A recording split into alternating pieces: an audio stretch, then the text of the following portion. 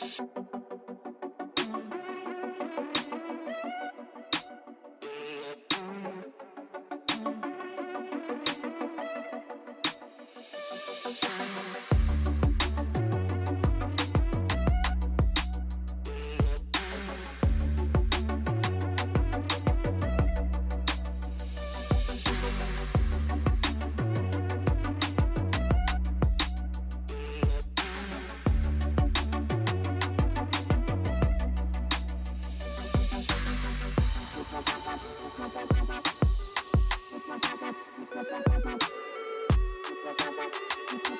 you.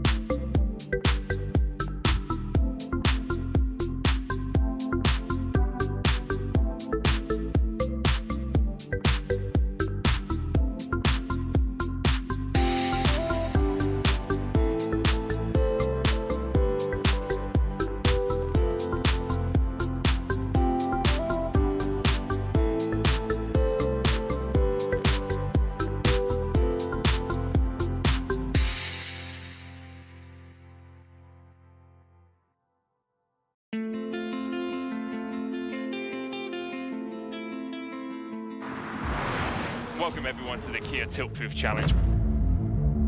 We're here to see if 4 gamers can stand up to the test. ¿Dónde está? Uy, uy, uy. ¡Ajas! Dios mío de mi vida. I think I lost.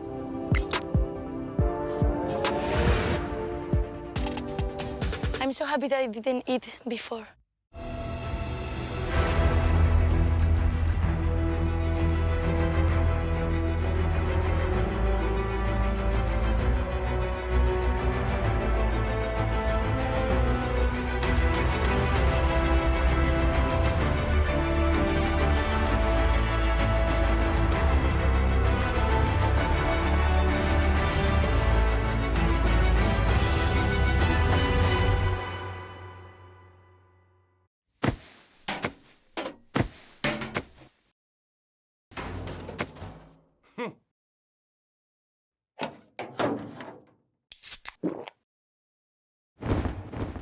Red Bull gives you wings.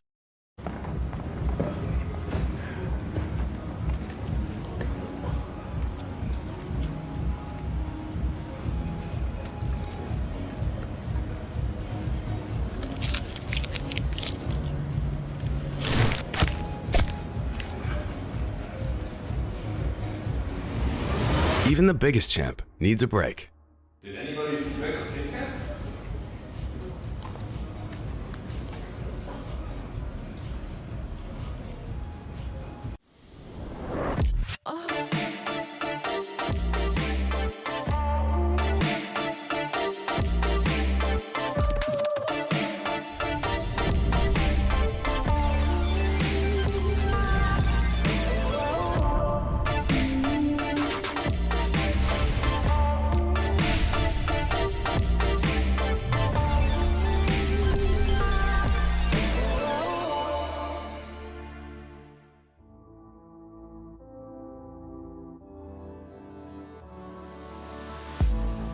If you had it all, would you look the fall in the eyes?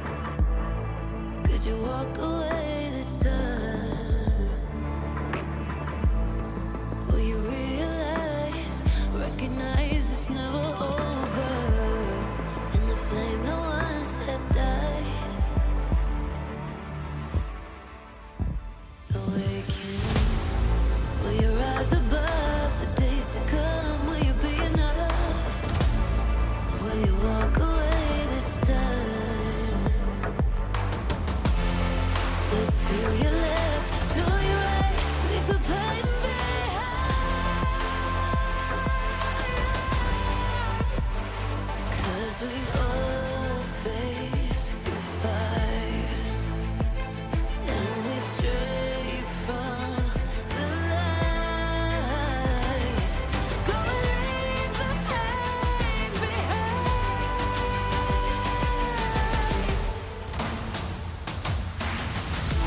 Feel that rush, feel the taste. Can you feel it? Rid the pain. Wash it away and stand again.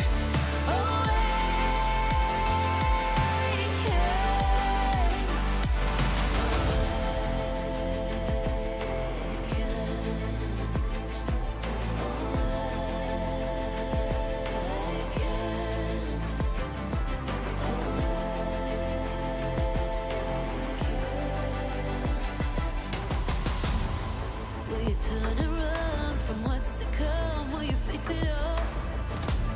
Or will you fall away again? What's calling out to be found when the time is right? When the time is right. 'Cause we all face the fires, and we stray from the light. Go and leave the pain behind.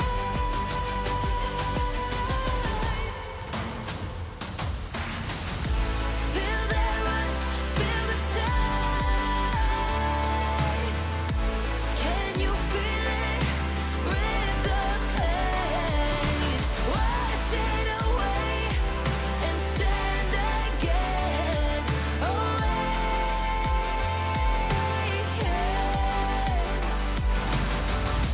Feel the rush, feel the taste. Wash away what used to be. Will you make your stand? The world in your hands again. 'Cause we all face the fires, and we stray from the light. Turn the page and make it right.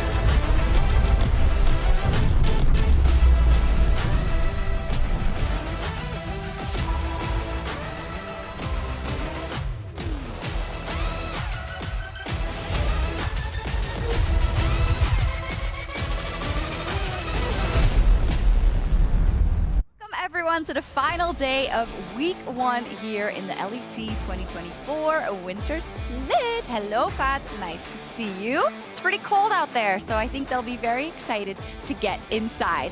My name is Shox, and first we're gonna watch the new BDS video. What's the point of wearing boxing gloves if you're gonna kick him in the face anyway? Yeah, exactly. That's why he won. Oh, love it. Dirty tactics. Dirty tactics indeed. Jungle We've seen a lot of that actually in the LEC. Hello, my name is Shox, and I'm joined by Broxa for the 3rd day in a row. Finn's come back as well. It's the first time we see Goldborg this year, so I hope you all give him a warm welcome. Welcome back, TV. Yeah, it's good to be here. It's been kind of cringe watching from home. Just been missing it a lot, so good to be back in a new studio. Yeah, Finn, did you enjoy your rest day? It was very nice. It was a lot of pauses yesterday, but I think you guys powered through like a champ. It was very You were telling enjoyable to me you watch. were at home and you were like, oh, I'm so happy I'm not there. I was very right now. nice. I was watching the games, just having a great time until the Rogue Heretics game came on. But it was time to sleep after that. It was bedtime anyway. Broxa, it's been crazy, right, in the studio so far? Yeah, it's been a blast. Like, the arena has been nuts. Kind of reminds me of, big Fnatic G2 matches from back in the day in huge stadiums now. It's less people, but the energy is about the same. It is. Now, I think there are literally some bets to settle between some of you that we had the last couple of months. So I want to take a look at the ones you did in the past. Right. I'll be humble, I'll be gentle, and I'll be very generous. That should be enough. Bottoms up, as we say in the Scandinavian countries. Skål! Is this what you want? Production told me to smile at the camera. Sorry, I looked away. Skål! You did it so fast. Delicious, man. So Broxa said Vitality, I said BDS, and well, look what we got here. I like to be a betting man. Last time I drank out of Finshu. This time around, I feel like I'm finally reaping the rewards. I have no words. I don't know what I've gotten myself into, but Honestly, thank you. You won. Congrats. I'll take it. Thank you. Adam, bravo. I dare say that it's you 3 who just love the bets. You love them. I mean, I love dragging them into it. It's crazy, there was 2 clowns on my screen there. Yeah. I couldn't believe it. It looked like only one at first. But It was insane. You might have thought the clown makeup was bad, but I guarantee you drinking out of his shoe was worse. No, for sure. it Like, was a full I game swear. day shoe as well. Yes. All the clown photos I've seen from that are really cursed, but that was kind of disgusting. I'm not gonna I don't lie. know why we be. didn't pick a fresh shoe. So what do honestly. you think? Should we go for another rodeo? I mean, that's what I wanted with these Okay. guys. What do you want to bet and for what?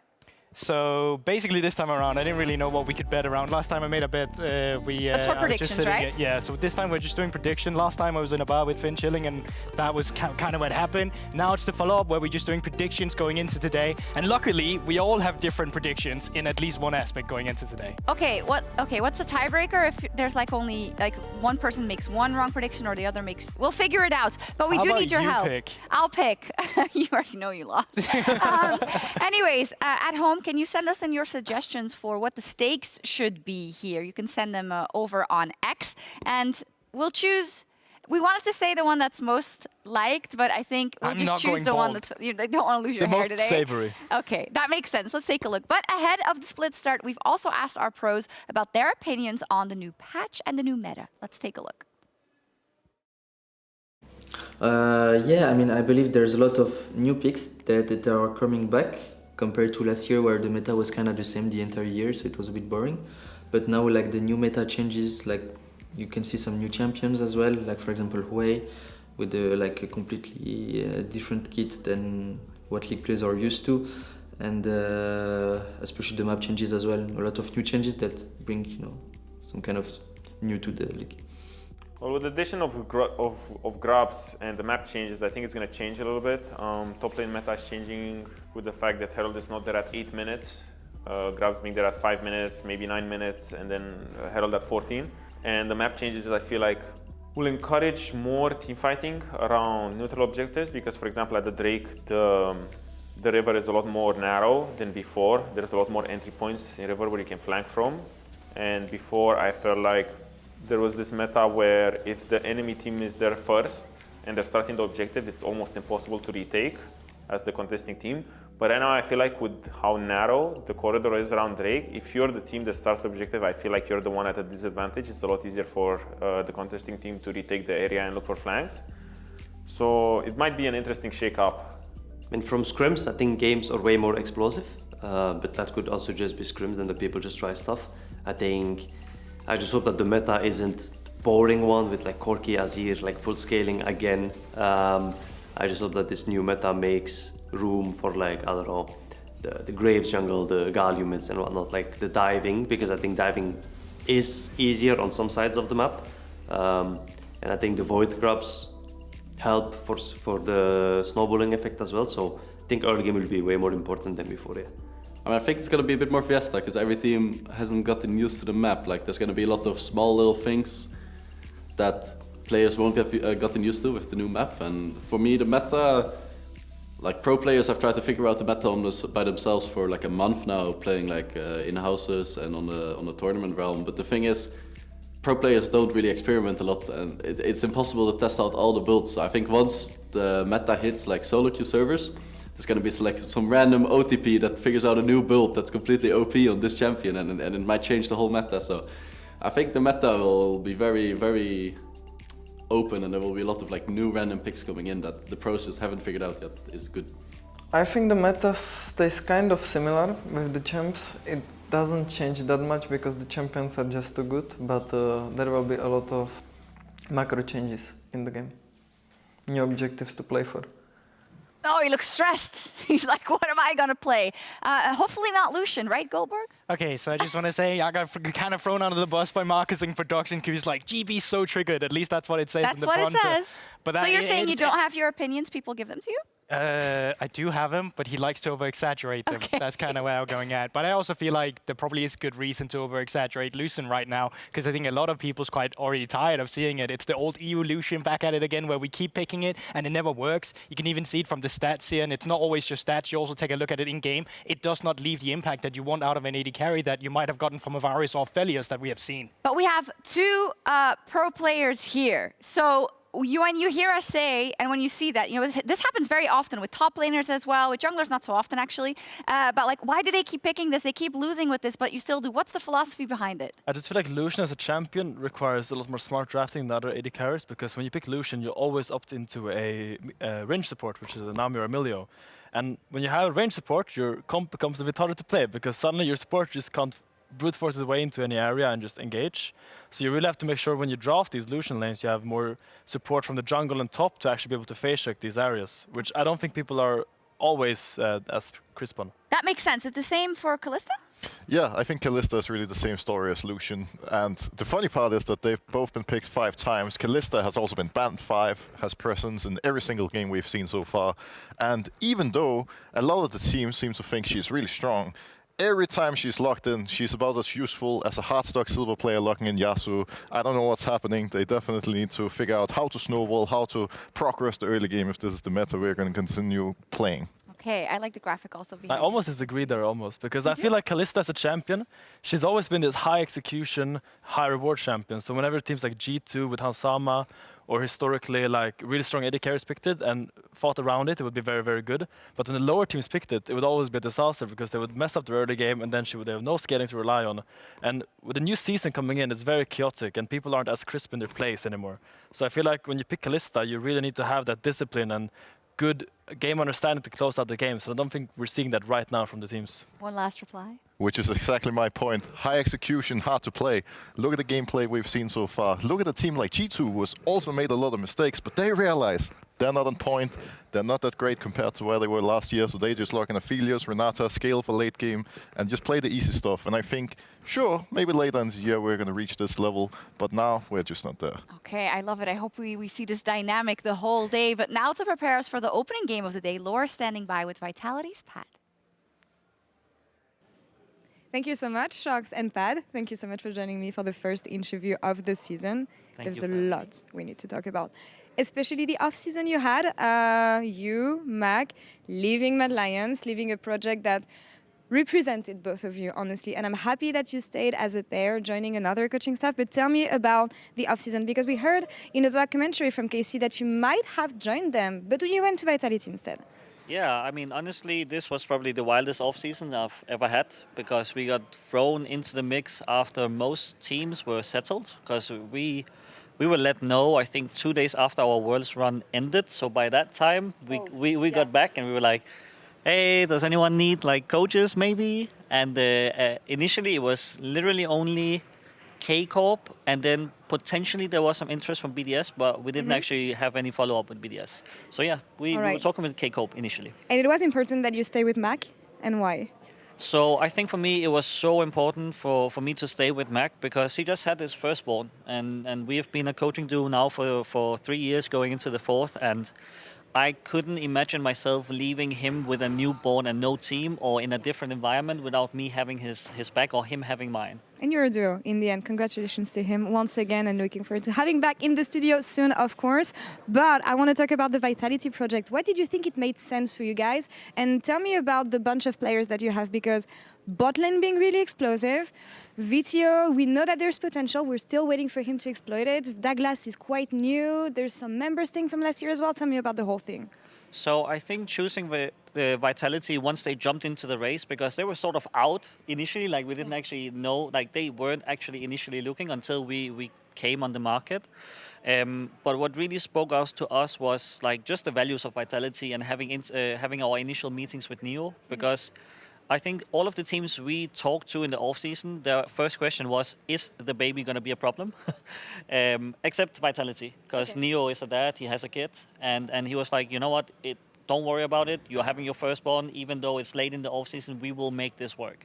And I think that paired with the flexibility we had to build the roster, like now, and expanding on our coaching staff in the future, I think it just made us feel really sure that we can go in and do our thing. A few words on what happened yesterday and the day before, and you think it's going to be better today against BDS? Yeah, I think day one loss was completely fine. Like losing a game that was won is okay. Like I don't mind losing games where we play League of Legends. I hate losing games where we are not playing.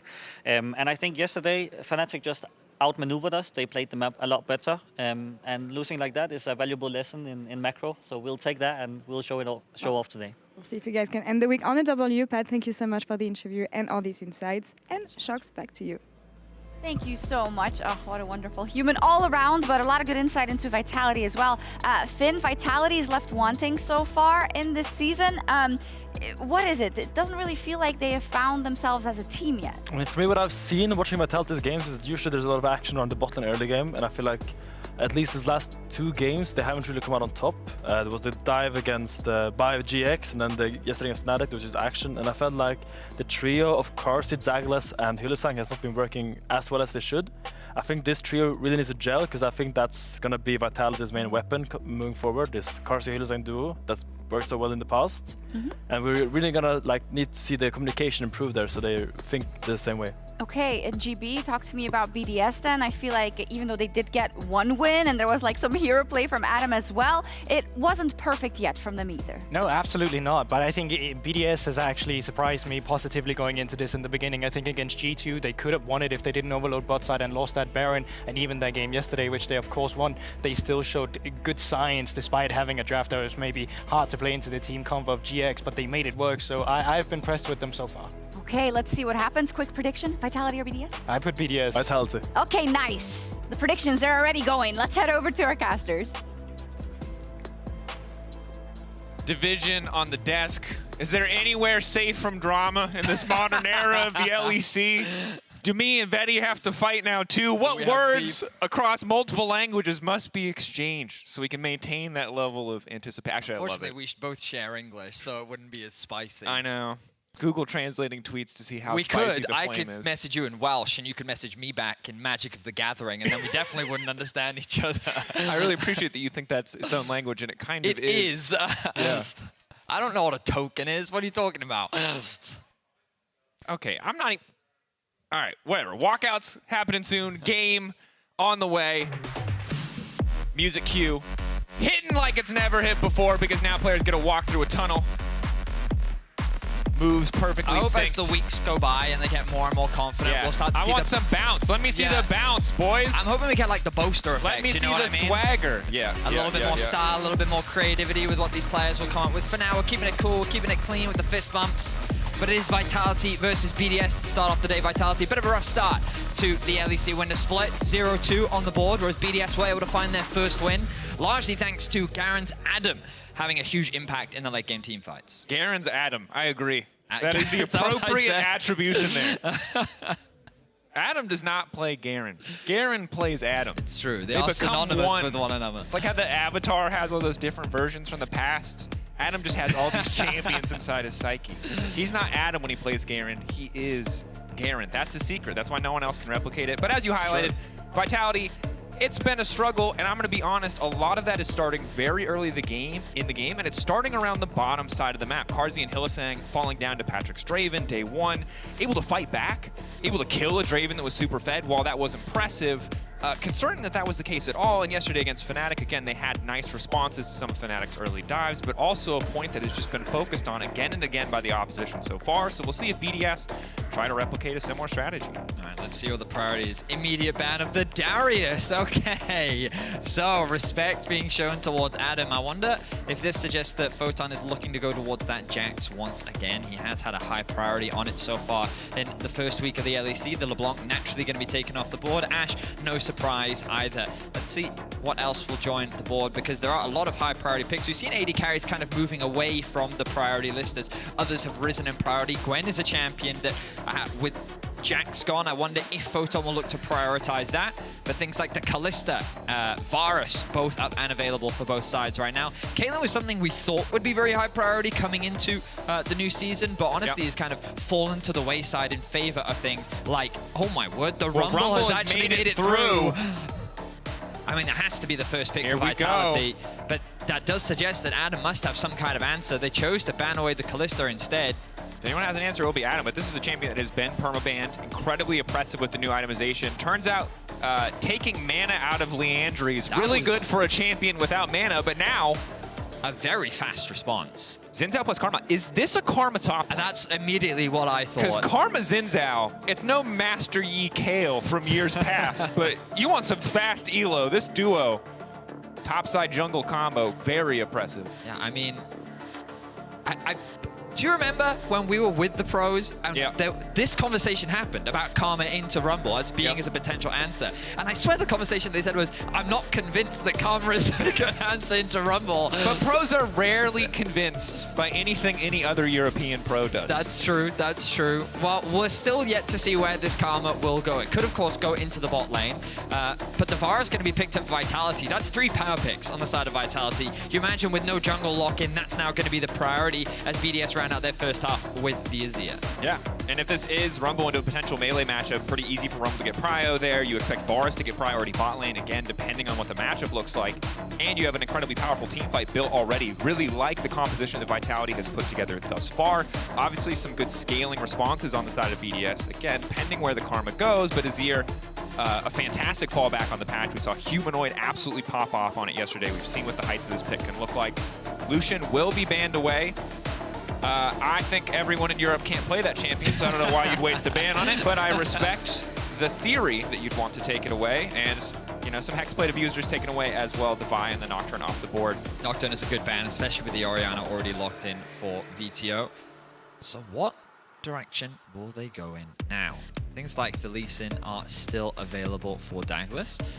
I'm not entirely sure if that's what they're looking for, though. They need a little bit more engaged. They could go for a little bit more engaged in terms of their support. Things like the Rel, potentially Nautilus are available. I mean, pretty much all of the supports are available right now. The AD carry pool is being pinched a little bit for Ice. Caitlyn will be banned. It was picked up earlier today in LCK Challengers. You know, a lot of the cash is putting together a stream for that one, so shout out to the LCK commentators. Jhin will be the lock-in, however, again, big beneficiary of the patch. Lethality is just strictly better, and this is a champion who uses lethality very, very well. So how do they round this out? We've seen a Rel and a Xin come out from Douglas so far in the LEC. They could go for the Rel once more. Yeah, it's an interesting composition that BDS have put together. Jhin wants to be pretty far back, Azir wants to be pretty far back. BDS Xin have wants so to go much in. range right now, right? And you need something to close that gap. And Java was something I was thinking of, but because we haven't seen it prioritized at all, I didn't think that it was something that was really an option for Vitality, but it looks like it's going to be. Very curious as to what direction he'll go with the itemization, especially with all the new available items for bruisers. Is it a flex? Is it Jarvan top Rumble jungle? Saw Bo playing it on stream. He's learning a lot of pretty useless English from the Super Galaxy Rumble voice lines, is what I've learned. You know, hyper barrier, not a word I think you need to use in your galactic hyper barrier, excuse me. I guess we'll find out.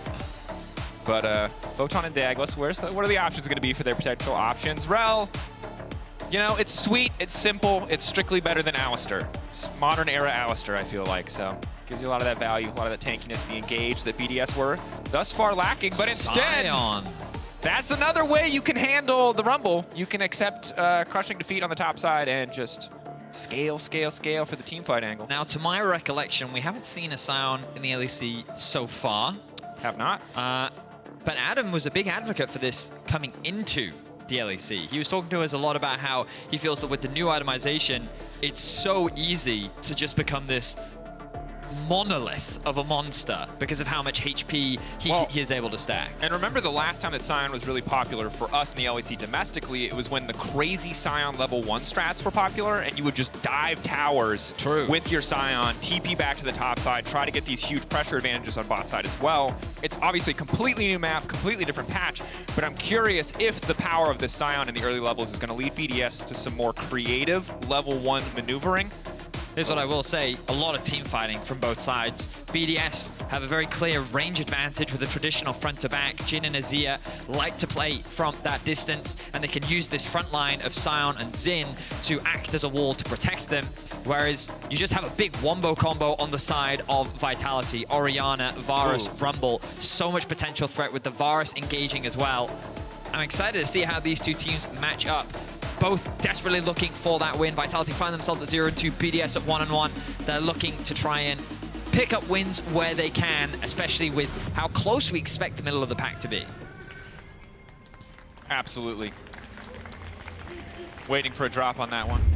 It is yet to come. And here we are in a game. Important to note as we get in, Carzzy has taken Comet. This will be, more likely than not, a lethality Varus. So upfront burst damage. Kind of a shotgun composition coming through for Vitality. May lack a little bit in that sustained DPS, but will hit like a truck. So the runes are struggling right now. So, you know, it's Monday. We're all working, you know, easing into the work week. They thought they were off today. They're not. They'll be back soon. That's going to WA to safety as BDS already make their way into the bot side jungle. You talked about the Sion strats. To be fair, but Sion hasn't been involved in said strat, Betty. Sion's Not in mid lane, yet. hanging out. Hang on. You know, you've got to wait. BDS looking to create a split map here. Try and isolate the bot side. Perhaps they're just looking to get a little bit of information rather than go for this invade. They are going to play it safe, look to back away. I see Adam hovering around the Raptors. The pings are coming down, and there is question marks from the side of Vitality. Yeah. I'm curious to see what Douglas can get done on the J4. Obviously, a very easy champion to have a lot of early game impact on.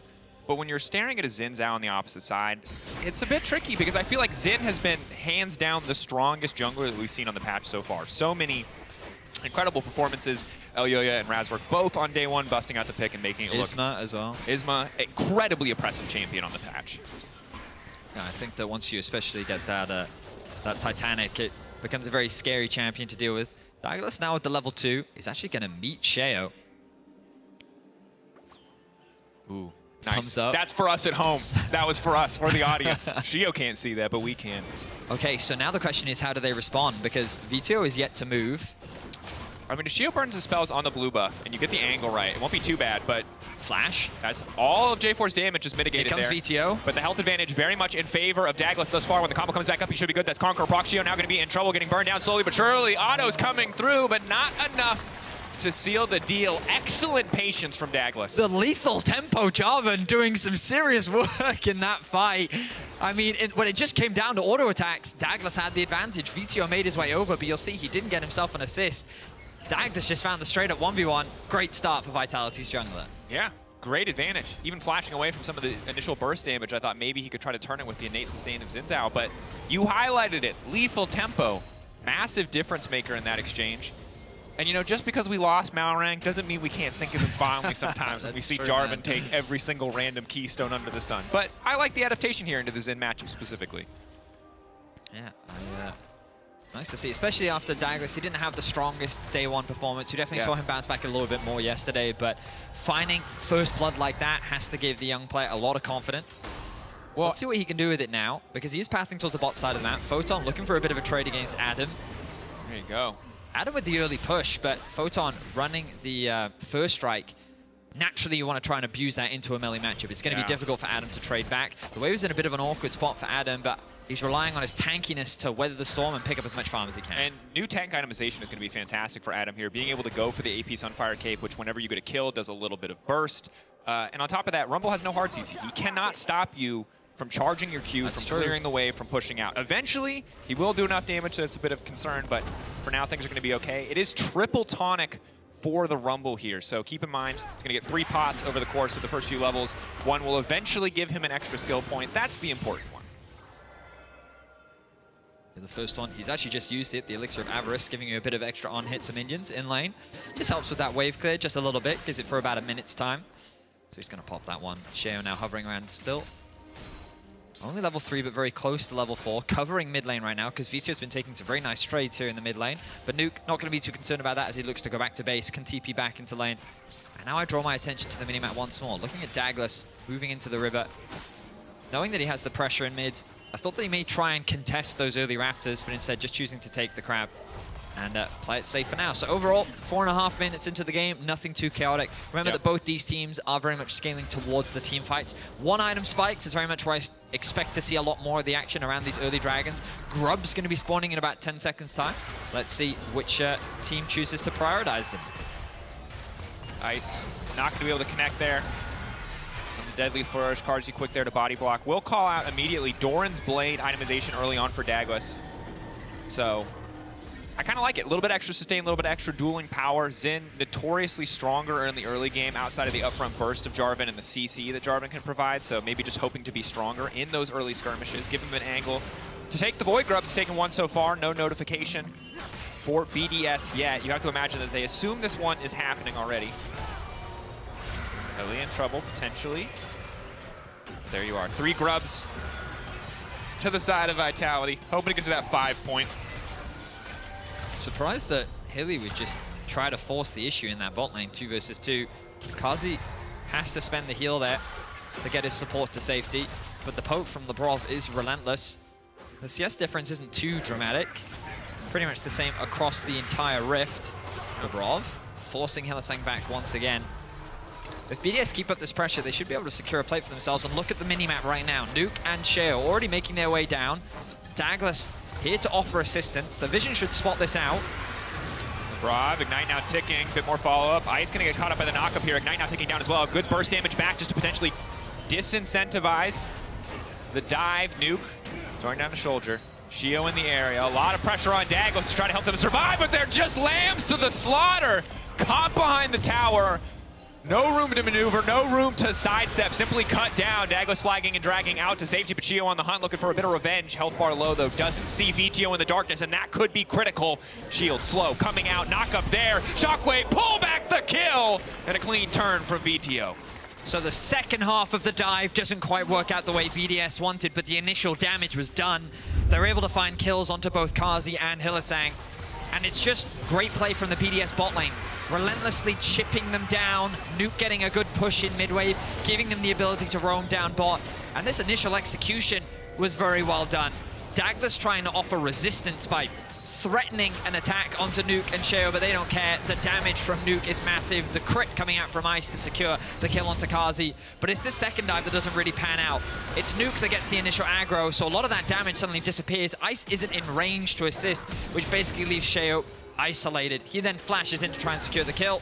The shield comes in from Orianna, and then the shockwave into the QW combo is enough to secure the kill. Ends up being a 1 for 2 in favor of BDS. Ooh. Little moment of frustration there you can see on the face of the coaches, and understandable as nearly a flawless play up until that last little moment there. Vito obviously second, late on the roam, but able to move in, save his jungler, get a bit more done. Level 6 for Douglas now, still only level 5 for Sheo. We'll see when he takes over. Could be off the romp. But Photon absolutely obliterating Adam in the 1v1, which with the early Sork Shoes buys, kind of to be expected. And part of the reason we might see Rumble going for triple tonic is levels are really important. You really want to get that rank 5 flame spitter as quick as you can. Once he hits level 9, he should be able to get that extra tonic. Adam very low. Vitality should have rough information that this dragon is being started. The bait continues to be interrupted. Here comes Douglas. Flag, drag, Cataclysm isn't even needed. That was a generous assist, League of Legends. That was the attack speed from Jarvan's flag and/or the slow from his W. That was a solo bolo as far as anyone is concerned. The number of times Jarvan players have like all the assists and you're like, wow, you must have landed a lot of EQs that game, right?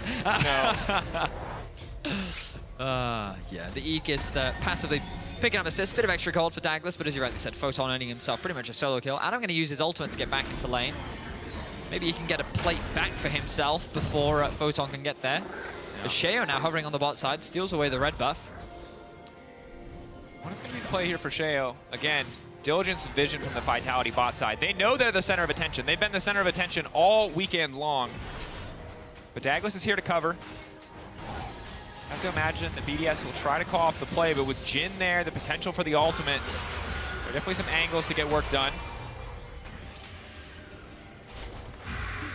I gotta say, you know, really BDS getting a lot of value out of this Karma early on, which is exactly what you want when you draft a champion like this who's designed to get lane prio. The concern is, if you don't get a big enough lead, that late game recon value can be pretty terrifying to manage. I mean, yeah, a lot of these fights are going to be super interesting to watch because BDS do very much want that traditional front to back, whereas if Vitality can land their wombo combo onto the right people, it can be a very easily won fight.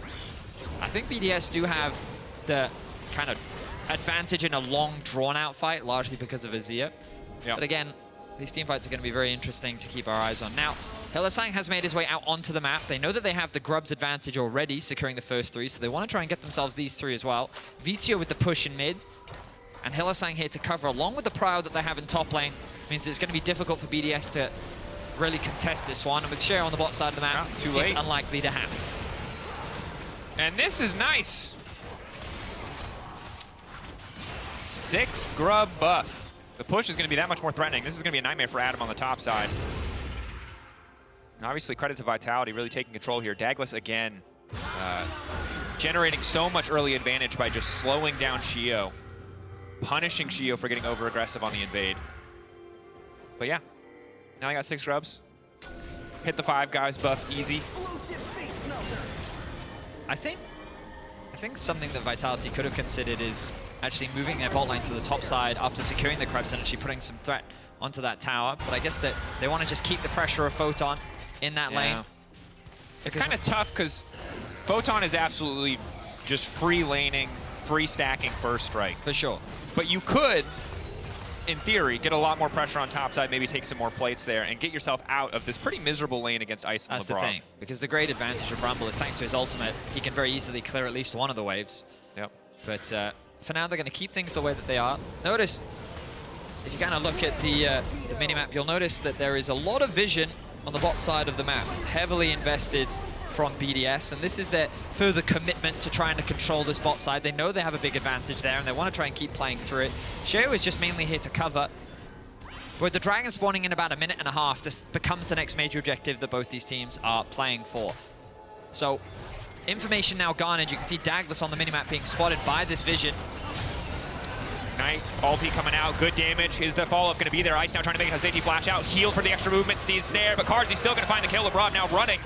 There's no chance of a return kill here. Var's passive allowed him to just rain hell onto that Karma.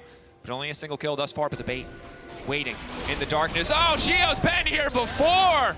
It's a rerun. Level 1, level 2 all over again. This time, Vizio backing up Douglas. Clean pick, clean setup from Vitality. Yeah, so much was done very well there. They spotted Sheo on the top side. Remember, clearing out that ward in the Tribush. Douglas, even though he was spotted on the Raptors in the bot side, knew that with the prio that they had in bot, he could make a play into the mid lane after Vizio was able to get the push. So after a 2v2 happens in the bot side of the map, they sneak into the enemy jungle, and they're able to find themselves a quick pick. So 2 kills go in favor of Vitality. They have great setup for the Dragon. They need to get those quick resets in so they can spend that gold. And this could be the window where BDS can bounce back because they're already back out onto the map. Douglas, though, looking for a pick on a nuke. Is the experimental Hexblade as well, and ulti up and available. He does a lot of damage if he can find the target. Nuke, he's waiting, hoping to catch out the pushback from Nuke, so he could immediately ult to try to cancel that, but will not come through, so doesn't find the opportunity. Ooh, that's a lot of damage. He has the magic resist Sunfire game. It does not matter. It doesn't matter. Yeah, Leandri's pretty strong into a Scion. And what I thought could be a window of opportunity for BDS ends up being an opportunity for punishment as Douglas forces Nuke back to base. Now they have control over the river. They've sent VTO bot to get level 11, push in that wave. There's no way Adam can really get involved in the fight, and with the 4-man strong and Vitality in control of the river, the level advantage, the fact that they've been able to spend that money, they'll secure their first Dragon of the game. Well played from Vitality. One of the most convincing early games we've seen from them so far this weekend. And I think importantly from Douglas, fantastic performance again. We mentioned it at the start as we were coming out of picks and bans. Xin right now looking like the strongest jungler on the patch. Most certainly, he adapted. He picked up a champion that he knew he had a good matchup with, picked a different keystone than what we see traditionally, found the level 2 angle, predicted that Shio would go for something a little more aggressive, like invading. Something that Shio is notorious for doing are these creative early pathing plays, and calls it out, spots it, shuts him down early on, and it's been paying off ever since. Really impressed with what we've been seeing from Douglas so far in this game. Let's see if Vitality can maintain this momentum. The Herald becomes the next major objective for these teams to play for. They have pushed in this mid-wave and they're making their way towards it. Orianna has the TP to get involved in any fights. Nuke now finally ticking over to level 11. So 2 kills on this Orianna. VTO, bit of a quiet start to the split. Perhaps this can be his standout performance this weekend. Yep, good so far on that first rotation down to protect Douglas. Nuke. Excellent setup. Jungle mid synergy feels like it's getting a little bit better. How confident is Nuke here? Red buff is there and available. VTO can just try to dash out to safety. Shockwave for the pullback, so an ult for ult trade thus far. I think the extended skirmish. VTO has red buff. Oh, can't see the itemization right now. G2 and Rogue is coming up, but Hylissang on the way. But another gank. Instantly, Karzi's now the one who's been caught out here. Ulti's still going to connect on in the Jhin in the meantime. Hylissang trying to do what he can, but this is the power of the Xin in the 1v1. He just deletes his target. Meanwhile, on the bottom side, Photon burning through so many different members. Douglas now on the way out. Should just be able to flag and drag to safety. Ice waiting. Curtain call is up and available. Is going to try to follow up. Shio looking for the angle. Adam trying to find it as well. Photon throws down an ultimate, but it's not great. Photon now trying to follow up. LeBron just has to instantly back away. Hylissang can dash back to Photon. No one should be able to touch this Rumble under tower. Adam already burning. Vitality will walk away. They lose 3 members in the exchange. Massive fight for BDS. And just like that, BDS, they found a great window to just pick up a bunch of kills. Vitality were not expecting that at all. Nuke taking the initiative himself to go for the 1v1 against VTO, knowing that Lebrov could collapse quickly. And as the rest of Vitality are trying to assist, BDS, again, find a small window where they can punish Vitality. If we get the replay up, you're going to see Shio with a really nice flash to dodge away from Karzi's ultimate. But it starts off with Nuke finding a space where he can actually go for this 1v1. Really good initial damage. VTO holding on to his flash for the time being, trades back, equal in health. I'm sitting here thinking to myself, oh, this actually is a pretty good situation for VTO. The exchange flashes, nice side step from Nuke, but then Lebrov gets involved. Meanwhile, in the river, while they're fighting and VTO realizes it's over for me because I'm at the numbers disadvantage, a really nice flash is going to come out from Shio to dodge away from the Varus ultimate to allow him to secure that kill. As Photon then joins the fight and picks up a kill for himself. Ends up being a 1 for 3, 1 for 4 overall, I think. And this is that flash I was talking about. Really nice flash from Shio, predicting the ultimate to come through. The damage, absolutely crazy. The ultimate knocking away the Rakan as well. Stopping the charm from coming through, it looked like as well. So incredibly clean from Shio. Bit of redemption after struggles in the early game. Does finally have the Hydra as well, so we'll start to tear through a lot of these fights. Now we're going to get to see this full 5v5. Keep an eye, ultimate should be up for everyone. Only Ice doesn't have it available right now. 2 ranks and equalizer, Shockwave available as well. Keep your eyes on those big ultis. First one going a bit wide. Back-to-back whiffs for Karzi there, a bit of a struggle. Right now, just both sides squaring up. Importance of Rift Herald on this patch. He's looking. Wind does become lightning. VTO now knocked up. The burst damage is there. The pullback is there as well. Rumble all now to follow up, but it's just not enough. BDS quicker on pulling the trigger, finding the angle, taking 2 members out, and just starting the Rift Herald. This is one of the scary things about Xin Zhao. If that W ever connects, the follow-up is just so fast. And Nuke was right there with him. They were able to get that double kill onto Douglas and VTO. And at the Rumble, while it looked like it was in a really good position, Sheo's ultimate was just enough to completely deny any potential damage, so no follow-up could come through. We're going to get a look back at this quickly, and you'll see this Sheo, the W will connect onto VTO, allowing him to get this engage, and the second that he does, Nuke is going to follow that up. The Shockwave looks good, but they're too isolated from the rest of Vitality, which means that they can't really convert into anything else. Great play there from BDS, and I feel like that is kind of the summary as we've kind of entered this mid-game. BDS have been very quick to punish some of these small mistakes from Vitality. Certainly have. And while Vitality have found a lot of creative angles to find edges in these fights, BDS are now matching them blow for blow. Adam's life is still terrible, though, just to be clear, for anyone who... Yes, he has 754 additional health. That feels great, but Hollow Radiance, not enough against this Rumble to stop. He has 175 magic resists so far. Yeah, probably more coming. Still looks like paper to a Rumble, though. Not the best life for a Scion in this matchup. Literally just a walking bag of gold for a first strike user. So Vitality will not be able to get the Herald, but they do grab the Dragon. Their second of the game, it is Ocean Rift. It will be Ocean Soul on the line. Ice has opted to go for a ride on the Rift Herald. I think not the ideal target. Hylissang is looking to punish the instant flash in, but he only manages to connect one on the knockup, one on the charm, the root, now the follow-up. LeBron, excellent punish, turning and burning on the enemy support. Carzzy continuing to rain down arrows, but this is BDS's angle into mid lane. They can break open the mid lane tower. Photon quick to respond with the equalizer, just deleting that wave to buy time. Very forced engage from Hylissang there. The ultimate from Carzzy also whiffing. Felt like the Vitality were not on the same page, whereas BDS very quick to respond once again. The immediate TP in from Adam. That wall just joining the fight, but it was all Lebrov as you highlighted in the play. Nice root connects. And it means that they turn it around and get themselves a pick. Baron now spawns. I believe this is the all-seeing Baron. Sure. Whatever you say, Betty. It is. It's the all-seeing Baron. Carzzy's going to get knocked up here and now could be in trouble. Douglas has locked up Shio, but it doesn't matter because that man might die to Rumble, but to everyone else, he is a tank. BDS just continuing to find these picks. Vitality were so in control for so many of these early game plays, but they look lost now in the mid game.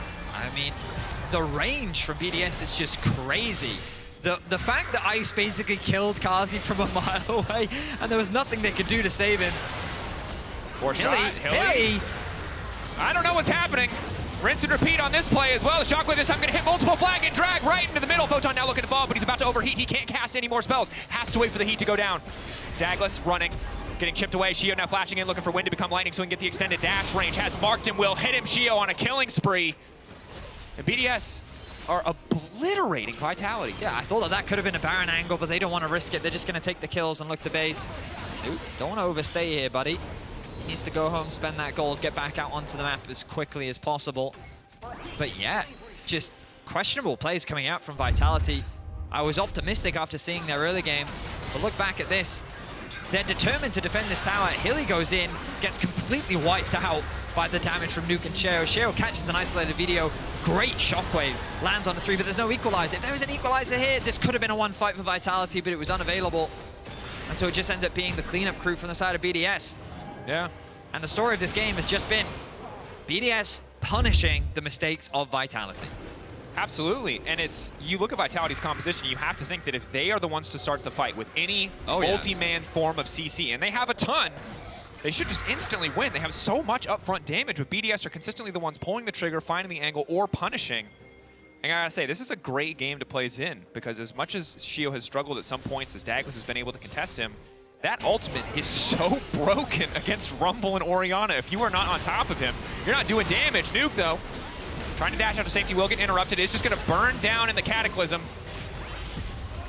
Nice combo there from Vitality. They are able to get something back for themselves. Dragon spawns in 2 minutes, which means that not really is going to come.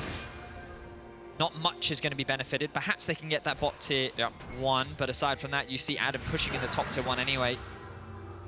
An interesting choice here for the Azir, opting for Lich Bane second. We've seen a lot of Death Cap second. Of course, changes to Lich Bane mean that the empowered auto, you have attack speed on it, so it comes out very quickly, which could be beneficial for an Azir who is already building attack speed.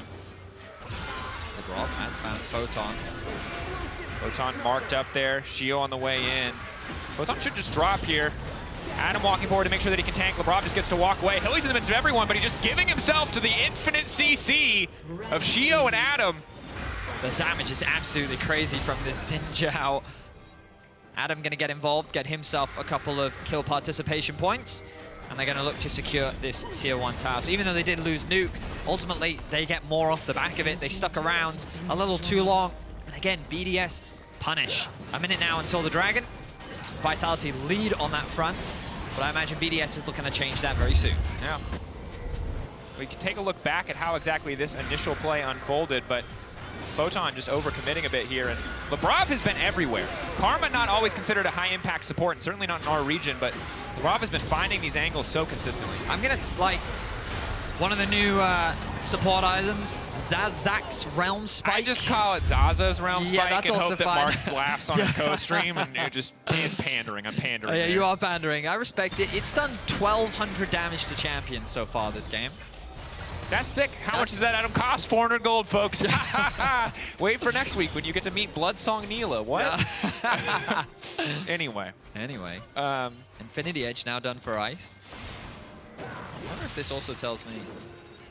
Nah, it doesn't. I was going to see if it also showed how much damage you got from the Lich game. I miss a lot of the item analytics. I feel like a lot of people are just going to be building silly things and just unaware of how bad they are because they no longer have something to tell them.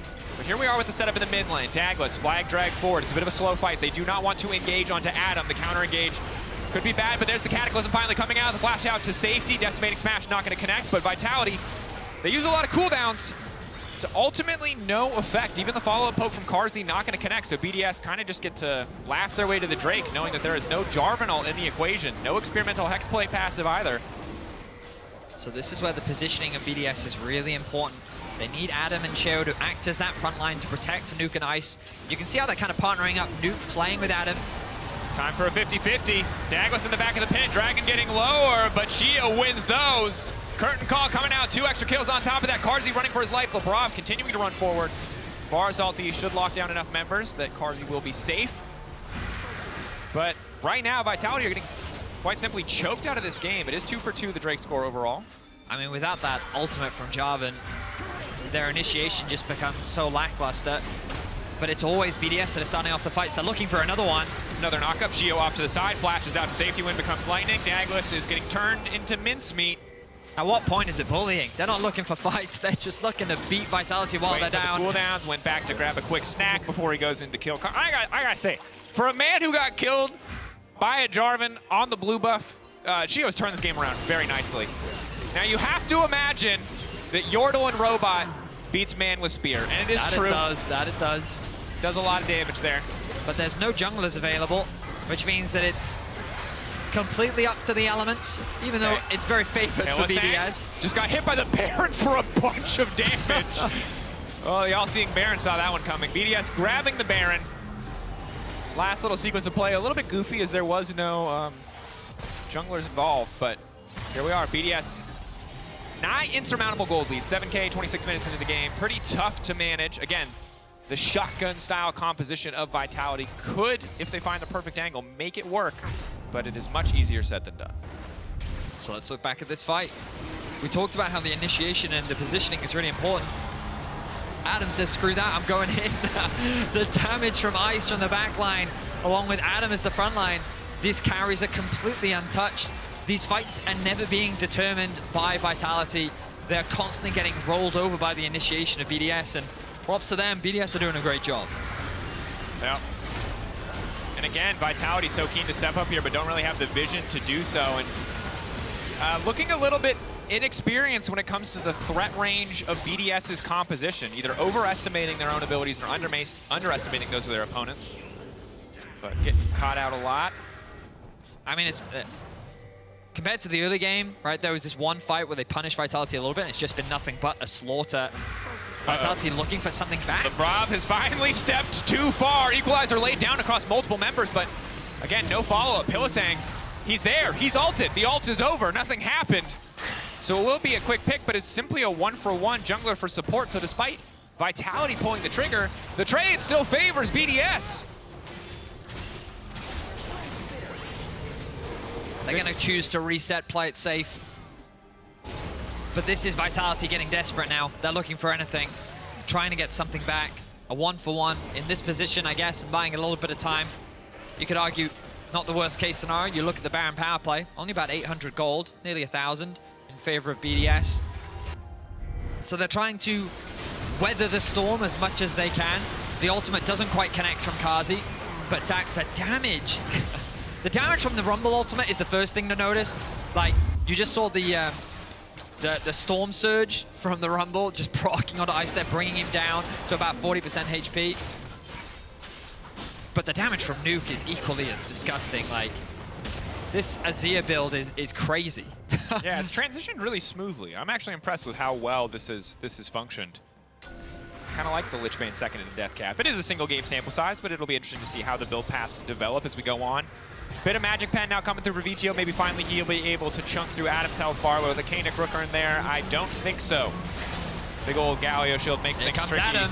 Adam running in, Hylissang caught out. Not enough time to dash to safety. He is instantly dead. The curtains are calling. The curtains are falling for the side of Vitality as BDS seem to be committed to the victory march. Clean shuffle. Damn. Great performance from Nuke. BDS across the board despite some early game hiccups. Really solid game overall. Second they got the advantage, they did not give anything up. Vitality left yearning for more. And in his own fountain, Photon will be mercilessly slaughtered. BDS 2-1 in their first week of the LEC. Vitality dropping to 0-3. They're going to be frustrated with that one. But what a commanding performance. It feels like the BDS have only found more confidence as they played more on stage.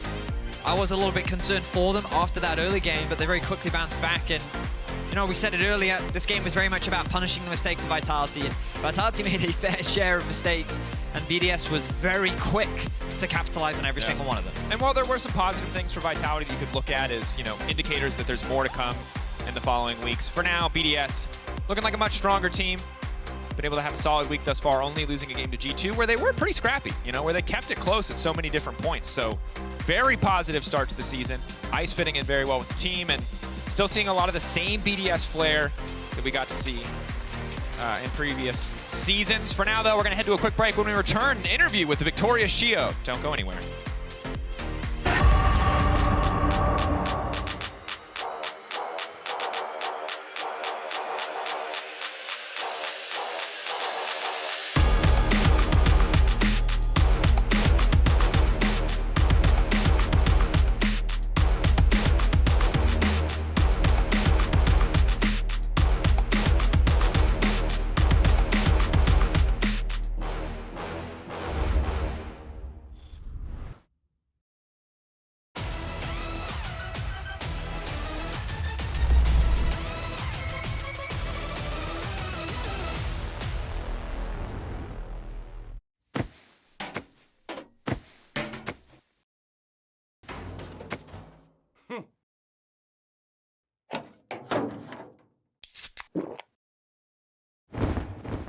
Red Bull gives you wings.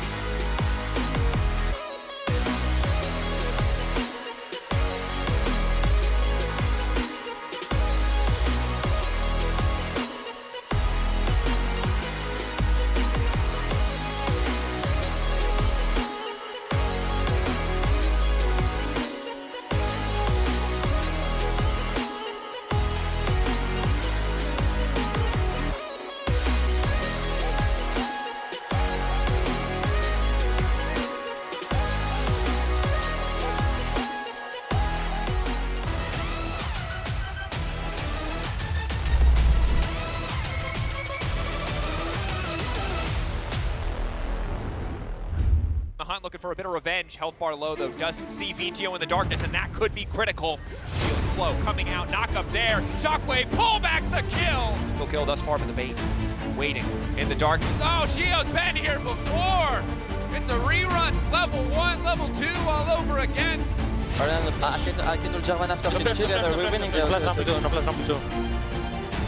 Nice, one pet less, huge.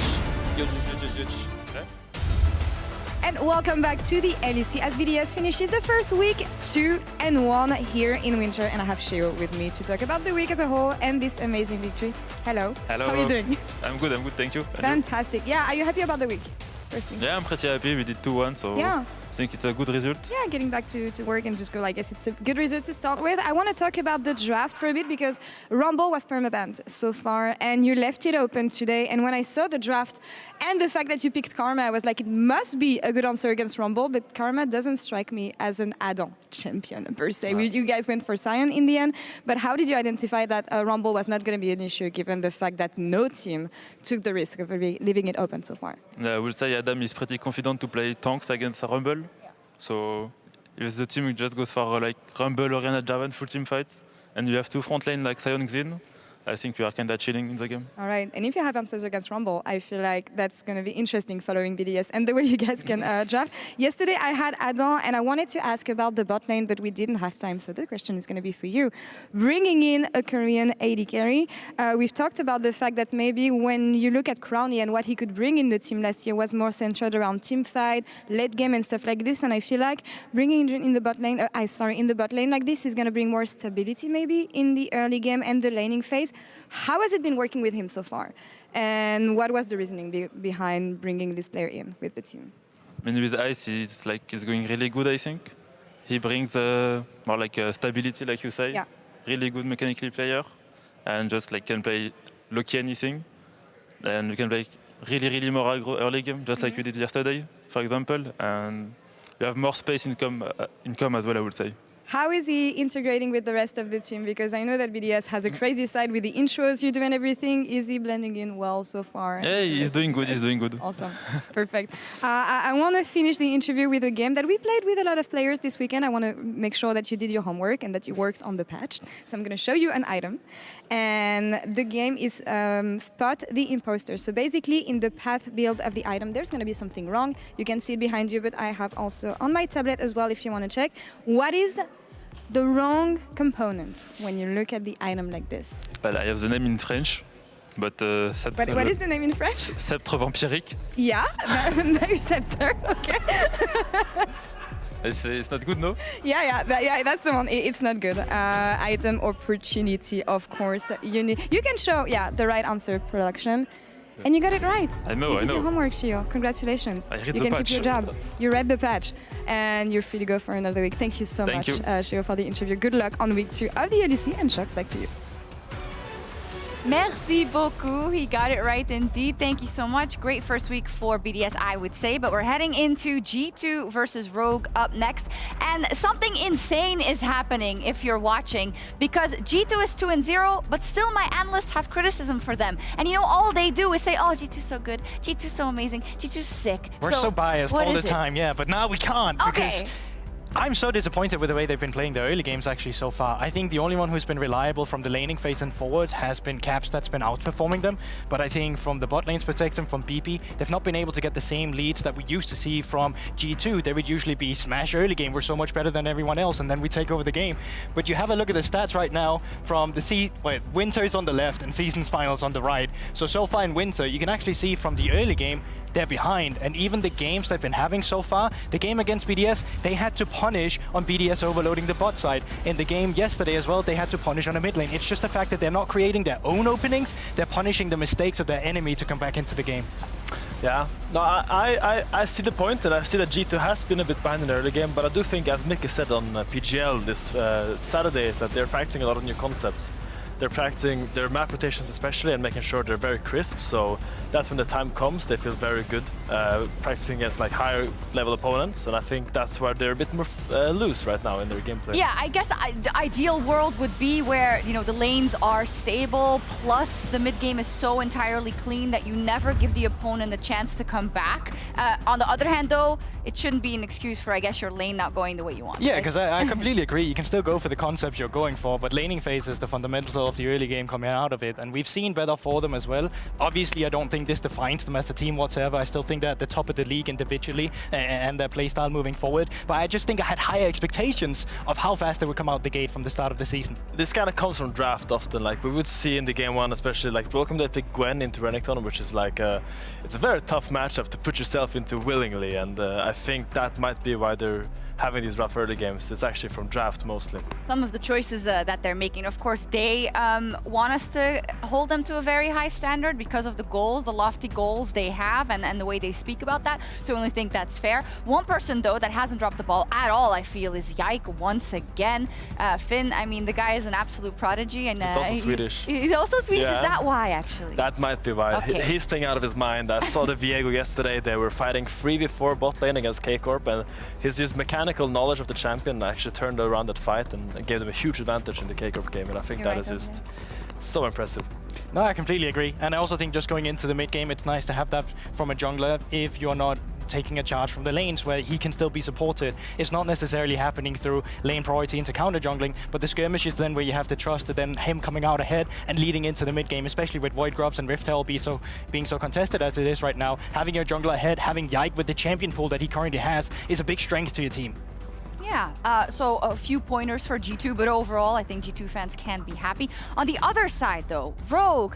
I mean, we know a lot of the players on this roster, and we know how they can perform, and I'm just not seeing it, Finn. What's going on? I think right now Rogue is just skipping a lot of steps in their gameplay.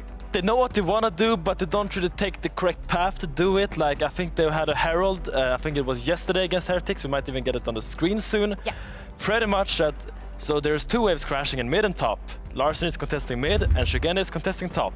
Marcoon then starts the grubs before Flack even shows on bot. So here what they actually have to do is they have to wait for Flack to show catching the wave on bot. They have to get this mid push together, Solus, Larsen and Marcoon, and then they can start the grubs. Here he's doing it a bit too fast. And as we can roll the clip here, we're gonna see that this Varus and Bard coming out opening topside, they're just really happy about this because they're like, wow, we wanna fight and you guys are doing it for us. So kind of you, thank you so much. We're gonna kill you and take the Grubalitos and later the game. So that was really, really silly, I think. Say Grubalitos? Grubalitos, yeah. Oh, is that... There's been a lot of new names, that's a good one. Is that Spain you're identifying with, or what is this? I would say in the area, yeah. Okay. I'm feeling a bit Iberian, yeah. Yeah, you've been there before, you had some time hanging out. I think with Rogue as well, yeah, I think it's just been so disappointing watching them play as well. The first game they have this season, just random solo kills by Larsen that just randomly dies in lane, Sugenda randomly dying in lane, and they're just so slow, and we see it in yesterday's games too against Team Heretics. It's so boring, it's so slow paced. I was sitting at home falling asleep having a look at it, and it's frustrating because it's like the old Rogue, where it's like they are meticulous, they are slow paced, and they have the macro, but the new Rogue only has the slow paced. There's no macro, there's no winning lanes that they used to have where there were some of the strongest laners with Odoamne, Larsen and the bot lane coming through. Now you're just seeing a team that looked a bit disjointed. So I'm really hoping that Marcoon gets to gel with the team, gets to have that factor where he used to be good on an early game champion, Poppy, Elise, Volibear. That's when we've seen him be strongest, and Poppy still meta, so I hope we can see something proactive come out from him. Maybe, and speaking of Marcoon, let's hear from Marcoon about his ambitions with Rogue prior to the split. I mean, I think I respect like Larsen a lot as a player. I always wanted to play with him. Like if I get the chance to play with Larsen, I was really down to take it. And I think Sajena played pretty well last year as well. So once like Rogue started talking to me, I was pretty interested in joining them. And then for me, Comp, I think, yeah, let's just say he had not the best last year, right? But I think the year before that, he was probably the best AD carry for at least one split, and then second best maybe in spring. So a player like that with that much experience, like he has it in him, right? So one bad year for me is not gonna completely change my opinion on him. So I think it's just very solid players, made me very interested. Like in XL, I was the rookie with like three veterans that had been playing their whole career. I think in SK, like the leadership role was kind of like appointed towards me, I don't think I was that good at it either. Like I think I work better at this point, not being a full leadership. And I think also in Rogue, I don't need to be a leader. Like there's very veteran players, and the coaching staff looks very solid. So I don't think I'll have to take the leadership role, which I'm not too sad about. Well, clear there for Markoen. Maybe this different approach will be better for me, GB. The fact that I can be flanked by all these experienced players, but on the other hand, it's still coming into a new team. And I think that's really where we've seen the dents in the team so far as well, where they aren't really that much of a team yet. Like, they don't look like a well-oiled machine. The set plays isn't really there. I think Finn's breakdown really highlights some of the set plays just not being there for what the fundamental goes down to of seeing an enemy lane or actually counting the enemy, starting an objective up before you have the confirmation of all your teammates. But I also think what they need right now is just a dub, all right? They're in a slump right now. They really need something where they can just keep building from that foundation, because this is kind of a new team. Yeah, we do have a hardware delay on stage, or a hardware issue, rather. I'm thinking that's, maybe it's just for... I'm not going to speak on how long it may take. Hopefully not too long, indeed. But Finn, Markoen was also talking about the coaching staff there from Rogue and how important that's going to be. Yes, as a player that has been on Rogue for 2 years and know the coaching staff very well, I know exactly how to tackle these issues. And right now they're going to simplify and make sure they find a style they're good at. 2020, with me on the team, it was scaling. We had a farming jungler, 2 strong carries in the bot lane, and a tank top.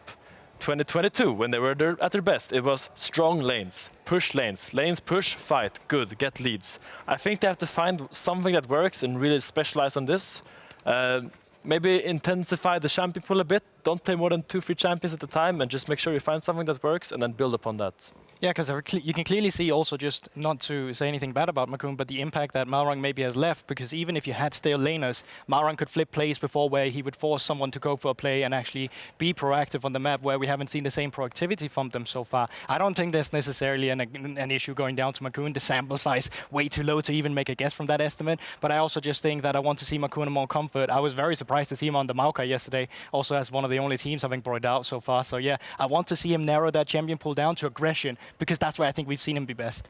A point that was made earlier about, I can't remember which team it was, maybe it was Vitality, but about the fact that, in the bot lane we have a change in the support role, we also have a change in the jungle role specifically, and even if you have the people that know each other very well and are comfortable and can put up those numbers, that's the kind of synergies that take a long time to be perfect. And you need to get really comfortable with each other in terms of jungle support, etc. The roaming, getting the timings right, getting the communication on point. So I do think if you're going to change members, it's probably a hard synergy to build up. Yeah. And as I've said many times, I think the support, jungle and mid is the heart, the lungs and the brain of the team. And I do think that we need to get Solis more integrated with Markoen and Larsen, making sure he's more in the place. Because recently I feel like Solis is walking into one side of the map, while Markoen and Larsen is like doing somewhere else. And I feel like these 3 pieces need to synchronize way more. For them to do better. Yeah, but it's also very difficult starting out on the team, but I think it comes down to what you were saying as well. Like, you just get Markoen and Zoilis synced up on something where we go in together. You have an engaged champion on support, you have a skirmish champion like Sensao in the jungle, okay? If you can link up and actually build a mid laner around that for the right rotations, around grubs in the early game, around Rift Herald, around counter jungling, well, all of a sudden it becomes way easier to find that. But it's so much easier to say rather than actually do it in game, syncing up and finding the wave pressure to actually have the first move and actually go for these plays. So difficult, and that's going to be what's going to be plaguing them moving forward. Yeah, we'll see. Indeed, it's a difficult one, and in the past we would have said, well, you have a whole season to make it work. It isn't the case, though. Finn, can you speak a little bit to how it is kind of claustrophobic if you end 0-3 on the first week just because of the new system and the fact that you actually don't have that many weeks to workshop what you need to? This format can be suffocating, especially for the lower tier teams. As someone that was in this position last winter in Astralis, I can really feel like as the days pass and as the weeks go, you feel like there's no room to breathe almost. And as I said previously, and I'm trying to iterate it again and again, they need to find something that works. Even if that is Larsen picking in a Azir, scaling for 25 minutes, getting a great team fight, I feel like they just need to find one stepping stone that they can build upon. But you guys almost did that with Astralis as well, moving into the spring and summer split, where you started actually gearing up. If you would have any advice going forward to this, is this just the steps you laid out here? What do you think was a good fix for you guys back then? I feel like there's no easy fix. In Astralis, I think what worked for us was that we just had some games that certain people stepped up on and had like a crazy game. Like there was some Junghoon games, I had a crazy GP game, and they just need like some guy in Rogue to just put the team on his back for one game. Just give it a little momentum to just go forward. Yeah, we are still talking. That means you are currently experiencing some issues with the client on stage. I was lied to before.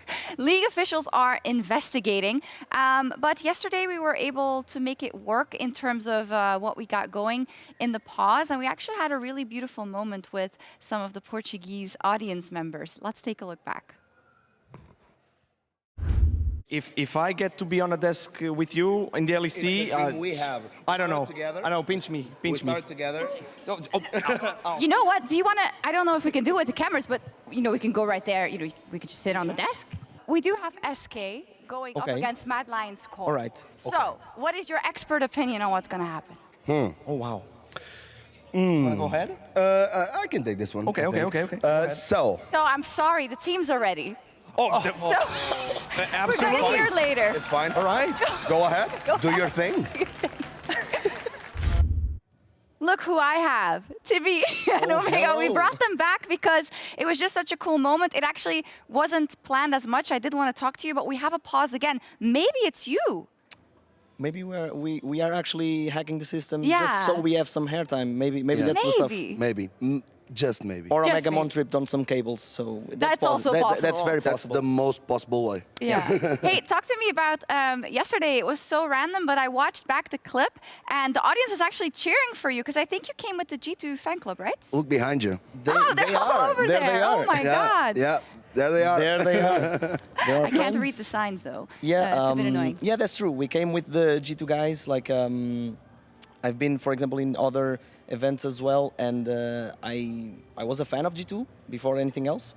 And the way that they received us and treat us, it's so amazing that once you go to a live event, I feel like that's the moment where instead of being just a fan, you become part of it. Okay. So we really feel it, and just the fact that everyone else now is cheering for us, just the fact that we are here, just goes to show like this is a brotherhood. It was such a warm moment indeed. And of course, yesterday you didn't get the chance to flex your knowledge, so you can do it today. It is G2 versus Rogue. What do you think? I mean... Oh, I'm sorry. Oh, the casters are ready. I apologize. Yeah, casters, take it away. Sorry, guys. Do your thing again. Oh, that's awkward that keeps happening. It's not like we planned it. Anyway, here's time for the walkouts. Again, we're keeping it vanilla ice cream this week. No one wants to add a little vanilla bean in, maybe dab. Hey, vanilla is a great flavor. Great flavor. Oh, fist bumps. We like that. Little fist bump. Okay. Mix it up. You know, one day they're just gonna be like, no, punch him right in the face. You know who I miss? I miss Armut. You know, he had a thing and he did that one thing a lot. You did have that thing. But he did a lot. We are here to cast Rogue vs. G2 Esports. It's looking pretty G2 favored right now. It would have probably been coming into the season regardless, as G2 have kept the same lineup. But Rogue obviously struggling in the first 2 days. We'll see what they can do. I'm excited. G2, I mean, the desk talked about it. Their early games have been a bit questionable at times, but their mid games definitely have showcased some very incredible macro. In day one, we got to see them play against BDS, where even though they were falling behind in kills, they got all of the early dragons. They were able to get the Herald as well, and they just mitigated and scaled out, bought time to be able to fight back into the game. And KC was very back and forth, very competitive matchup. Yeah. So I'm excited to see what they can do today. Will Rogue show us something new, or will they continue to struggle? Finn said simplify. Simplify. So I feel like it might be new from what we've seen this weekend, but could also be old in terms of what we've seen overall. If their goal is to bring it back to the basics, as it was so many years ago for Finn. Now, the Renata Glask ban does suggest that G2 is considering an early Nautilus priority. We've been seeing a lot of Aphelios from Hans Summer this weekend. Really the only team that has been putting this champion on a very high priority. Is super surprising because he's, again, mentioned in the hotfix, but just objectively pretty strong right now. Also as the champion as far as scaling ADs go, that gives you a little bit of everything you could want if you're proficient in playing him. And we'll see. Maybe that's a pick that Rogue want to contest. So what will this last ban be? Vars Ash, both still available. Has to be the LeBlanc, considering what we saw from Caps yesterday. So will it continue to be the Aphelios priority for G2? Draven. The Draven is open. For Hans Sama? They would never. He's just You can see smiling. the smile on BB's face. All right, Nico instead. It was Nico. It was actually Nico the whole time, audience. That's just the cool thing about Nico. Doesn't mean that Draven's off the table yet, though, audience. Don't let that hover deceive you. Yeah, dissuade. Better word. We're on opposite sides of this one, though. If you're a Draven fan, I want to see more Aphelios. Yeah, but I like no fun. I like the G2 esports strategy of banning the Tristana, who's one of the more conventionally strong options into the LeBlanc. It essentially forces the ban out from Rogue, and now Rogue, Varus, kind of pick of the litter again. He can build anything and be relevant. He usually gets pushed in lane. It's the reason why so many teams are so quick to pick this champion up. Very mixed results on the weekend thus far. Can obviously be good, regardless of what build you go, but just a solid pick, you know. Sure. I mean, especially with Ashe up. You imagine that Varus Ashe could very well be the bot lane for Comp and Zoelis. The Trundle. Ooh, I love this as an answer to Xin Zhao. Okay, I love more that Yike locked in Trundle and then looked across the stage to the opposite side. I don't know what that was about, but it was personal. Aphelios also coming through. I mean, Trundle was a big answer to Viego back when he was big and popular in the meta. He's also really good into things like Nocturne. He's just good into champions that want to hit you a lot. Want to hit you, yeah. I mean, he steals AD. Yep. So generally, and he has huge steroids in his kit. So if it's a contest of slapping another opponent in the face, he's just the professional slapper. You know what's interesting? We saw Lethal Tempo Jarvan. I could see an angle for Lethal Tempo Trundle being very strong into Xin. Potentially, we'll have to wait and see. With the Aphelios, in fact, locked in, they will forego the Draven, and he will deliver on what you are hoping for. That means that 3 games of Aphelios. Talk about the colors of the guns. That's right. Daniel Dracos and preschoolers. People excited to talk about the color red. Red and white, don't fight. Yeah, I got one thing, and I'm going to keep bringing it up. Anyway, Melio's been banned away. Makes a lot of sense. This champion is dumb. He's just so strong. When paired with Aphelios, for sure, yeah.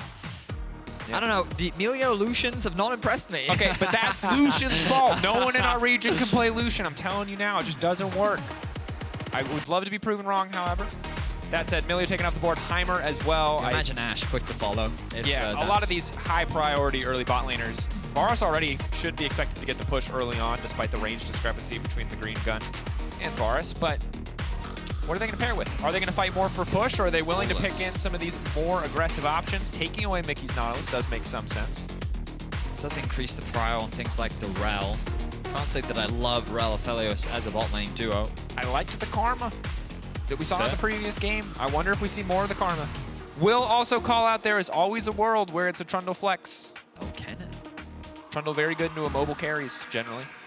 I really think the Trundle is jungle. Yeah, I mean, okay, I'm with you. I'm leaving open the door. Oh? Lilia top? We should never talk about hovers. I don't know what it's the first rule of casting score. The first rule of new season is have fun. You know what I mean? Fair. Just like pray that you get to see the hype stuff. Okay, Rakan again. We got the Rakan Varus combo. Didn't look great in our previous game. Passed a couple of moments in the early laning phase, but maybe Zoas and Comp can show us a different version, different take on the duo.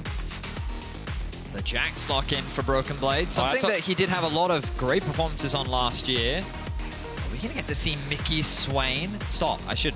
No, he's playing with our hearts. He's playing with our hearts. He's trolling Law right now. He knows that she's an avid Zyra fan. Debating. What is the option gonna be? They know what it is, and it's not Zyra. Well, there's a lot of purple on their team. Will they round it out with a 5th purple champion? No, it could be Pyke. Oh, come on. Come. All right. It's Rel. It's the most boring option. Oh, look at all those fun things he could have played. Not today, folks. Practical. That's so funny. He's literally showing you like, hey, do you remember all these fun champs that you guys get to have fun with in solo queue? Yeah, we don't play that here. It's professional play. All right, well, when we look across the entire composition of G2, very stock standard. They do have some side lane threat with the Jax, but overall, very strong team fighting, a lot of wombo combo potential. Relatively good scaling, thanks to the Aphelios and the Jax in the late game. But I do think that Rogue do have a pretty big range advantage, very similar to BDS, a traditional front-to-back with the Cassante acting as the frontline tank instead of a Scion, along with the Xin Zhao and the Rakan to act as follow-up engage. But you imagine that the lethality Varus will come out for comp, which again means very front-to-back. So it will be on the responsibility of G2 to try and find these flanks, find creative ways to break up the traditional front-to-back, maybe getting onto the objective first, or finding ways in which they can access the backline. We'll have to wait and see if they can pull it off, but simplified. I think the Rogue's composition is very straightforward. Frontline goes forward, backline plays behind them. And especially with the Varus, you know, you've kind of got this champion who's going to be able to win out on push you would expect in the early game, depending on how the 2v2 goes. You've got Azir who will scale well into the late game. K'Sante, who you've seen at his best, looks as oppressive as ever when he's able to get ahead on some of this tank itemization, start picking up the more support-focused items, as we saw from Oscarinen earlier in the weekend. So overall, you're right. Simplified game plan here. Pretty safe drafts on both sides, I would say. Nothing too crazy outside of the Trundle jungle. And it is Lethal Tempo Trundle. Lethal Tempo Trundle. He bonks fast. Wow, I did. Lethal Tremble. Lethal, yeah. That's say that one 5 times. It's not that hard, but it's not that hard. Here we go.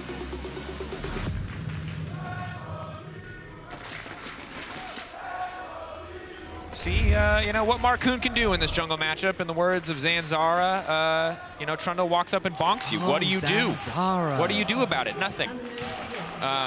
Was the answer in most cases with Zanzara. I remember Zanzara also introduced the W max tech. I wonder if that's still the same. I was going to call that out. Nice. Same page. Hansama just ate a ton of damage for free. That's a bit lackluster.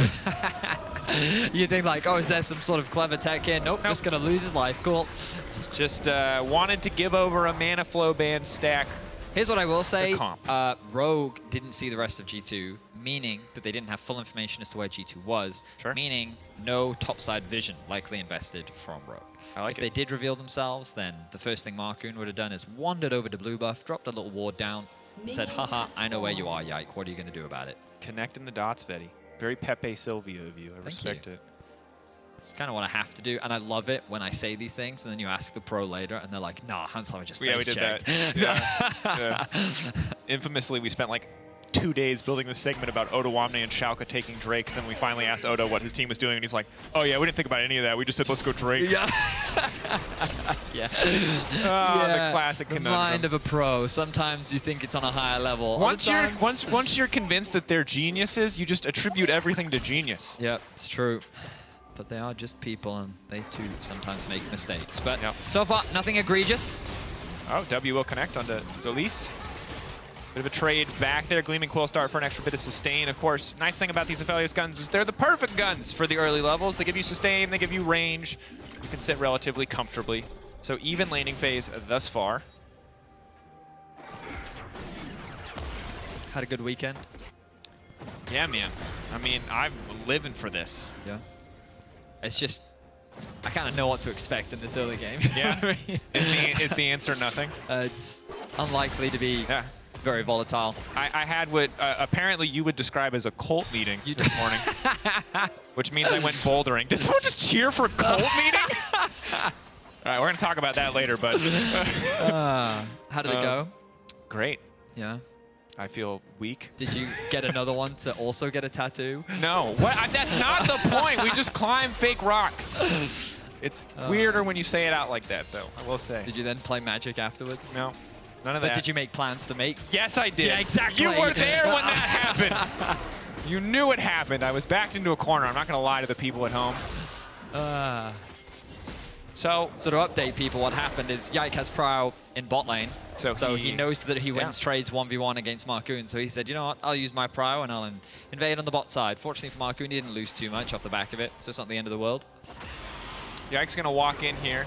Larsen's not going to push any buttons because he's smart and thus gets to walk away for free because the second Yike uses the pillar, he dashes out to safety. So just a little drive-by exchange of spells there. I do feel kind of bad for Larsen because he used to be the Azir guy. The guy. You know? But now everyone just plays Azir all the time. And it's just kind of like less of a cool thing anymore. Instant engage now coming out. The classic bait and switch. What I assume happened there is that Hansama and Mickey faked a base, and then Zoelis and Comp decided to push up, and we're caught in a classic trap, a classic ruse from the bot lane.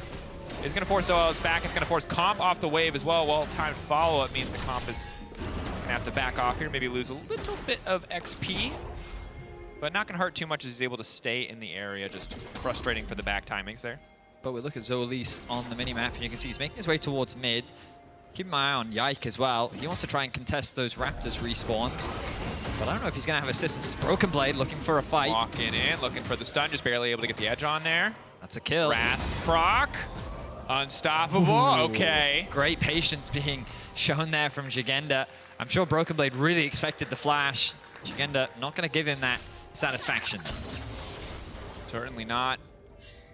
And you heard it highlighted very well by Jamon on the cast earlier. A lot of these early lane phases are a bit more difficult for Cassante now because of the changes to Sheen.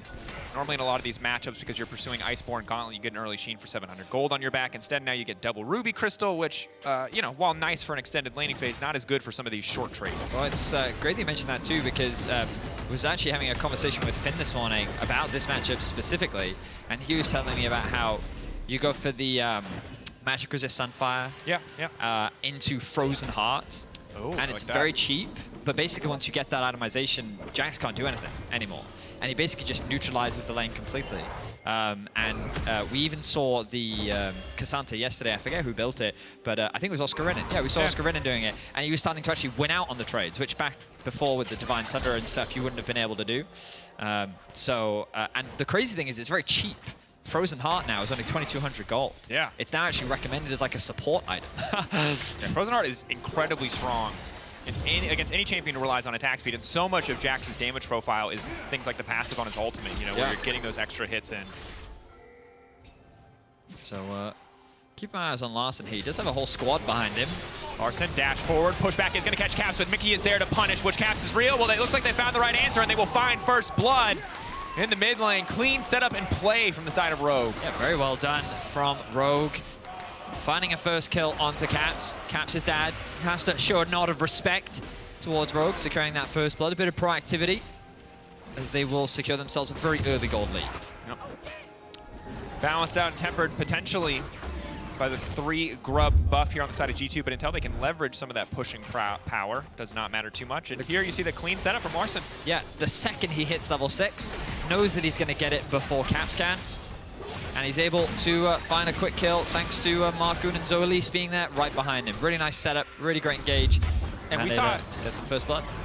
Just about the exact same play from Niski on day 1, and I have a feeling that we're going to see it a lot more because that wall is so thick right there that if Azir gets set up on you, it's so easy for him to push you back at that point in the lane. For sure. Very well played by them. We see Markoon hovering the bot side of the map. Looks like that he's not going to go for anything too crazy. That plant will give an indication to G2 as to roughly where he is. They're going to play more defensively for the time being. Yike might head bot lane. Hansama dangerously close to level 6. Would be able to try to set up with the purple ultimate. Ooh, set on the bot side. Flash out to safety, avoiding the knockup. Zoelise not scared, is able to trade summoners. Ignite for the flash there. I mean, that's definitely a worthwhile trade. Aphelios not having flash. Field day for the Xin Zhao. We know how much damage the champion can do. Markoon already looking, but Yike is here to cover. Spotting the Xin. They're not going to try to go for the follow-up here. Comp a few creeps away from 6. They could look to engage. Hansama has cleanse still, however, so the follow-up would be hard.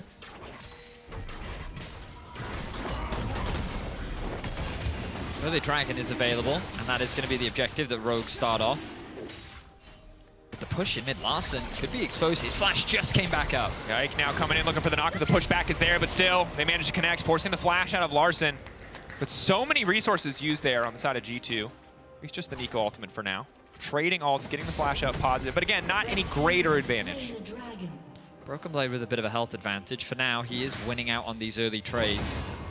But Rogue in a pretty good spot. Secured themselves the first dragon, got themselves first kill. And G2 looking to play this relatively, so Mickey gonna walk up, steal the crab, give him the thumbs up. That's pretty disrespectful. The new meta is the fist bump, which you can only do with your teammates. But I think it's pretty cool and disrespectful if you throw up the U knowing that they can't fist bump you back. Yeah, I feel like the most likely use case for me is jump in with someone else on my team, feed horrendously, and then as the rest of our team lose the consuming fight, you throw up the fist. Because if we go down, at least we go down together. You know, that's my attitude. I respect it, yeah. I'll follow the call, even if the call is bad. Yeah, we've got to get pros using that more. I think that has a lot of funny use cases. Yeah. The Braum Keck W was a great, great advancement in the meme meta for emotes in game. The Ram is okay. Hands down the most goated emote ever because it is so unreal disrespectful. Some Zed tries to style on you, you sidestep a Q, you hit him with the okay. My favorite one is the top laners in my solo queue games that run the little camp emoji. And so every time the jungler comes back, you hit him with a little guy making the s'more. Yeah, exactly, yeah. That's a good one. I like that. Well, Sadly, solo queue is the only place you'll see a jungler ever go to the top lane. It's a lonely, cold abyss up there this game.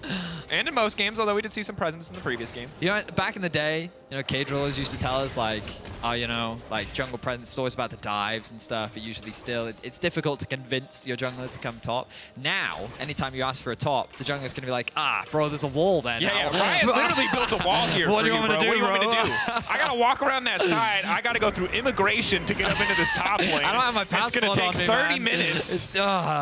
Customs is By the a time I'm there, nightmare. he might have left, dude. There's literally no time It's for a not game. worth it, bro. I better go bot. But Bot, the they grubs, welcome don't you want you. to come top for the grubs? No, I can get these while I'm yeah, I'll passing get him. through. I'll It's get him fine. down. Here's the setup, though. Hansama, three members, rather, on the bot side. Hansama, they're just going to try to burst through the Sophelios. A little bit of healing if he can get the ult off. Maybe he can heal up. He already used it at the start of the fight. Caps now looking for the fallout. Marcoon going down. The dive completely fumbled. Ulti going to come out to try to save the day. Comp now also flashing out to safety. Zoas waiting as long as he can to use some of these abilities. Not nearly enough burst to threaten him here. He should be able to battle dance back shortly, but instead is going in! That is insane confidence from a rookie. Knew exactly what he could get done there. Mickey now is going to be in trouble. The dive was disastrous. The follow-up was brave. It was bold. And Rogue come out on top. What was a disastrous dive for Rogue. They end up making it work.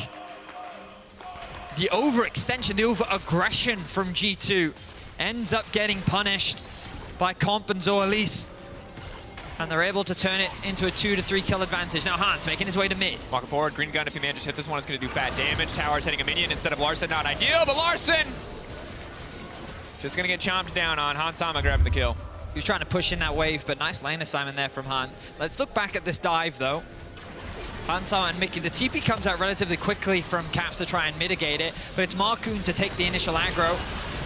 You can see a lot of CC on the backline from Mickey. Lands the stun, lands the ultimate onto 3, but they just don't have the damage to actually get the kill onto Hans.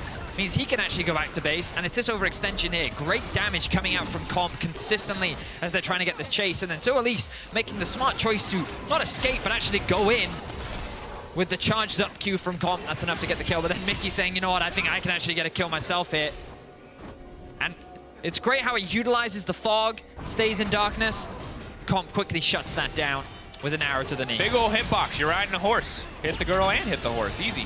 Follow-up is there. Comp now locked up. Mickey there for the follow-up. Hansama's been rooted up as well, but as Mickey's in trouble, Hansama can't get in range to hit them. It's a clean engage again coming through. Zoalise playing like a man possessed on this Rakan.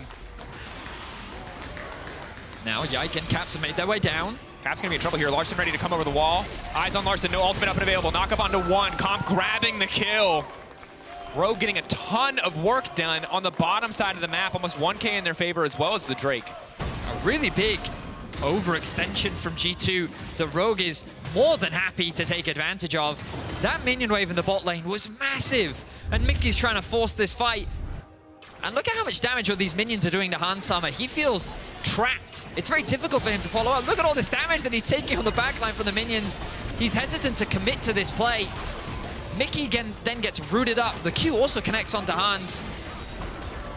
An ambitious play from Mickey, I feel. But maybe because he saw Yike on his way down, they thought that they could make it happen. But now Caps is trapped in the river. Marcoon sees an opportunity to go in. Look at the positioning from Comp as well. Nice and safe on the back line. Larson from over the wall. The damage is good. Koi extend their kills to 5. And this is what you wanted to see from this bot lane duo. Bars Rakan together. Finding these angles. You know, Rakan really being the setup. That CC avenue to guarantee the piercing arrows are connecting. Comp party with the Yombus as well can be that much harder to take down. Extra movement speed in the fight can be pretty big. Mickey looking for the angle onto Larson. Larson with a quick and incredibly casual pushback. Says, nah, mate, maybe next time. Take your steed over yonder. Not today. Yeah. That was a reference to Shrek, actually, I think. Pretty sure.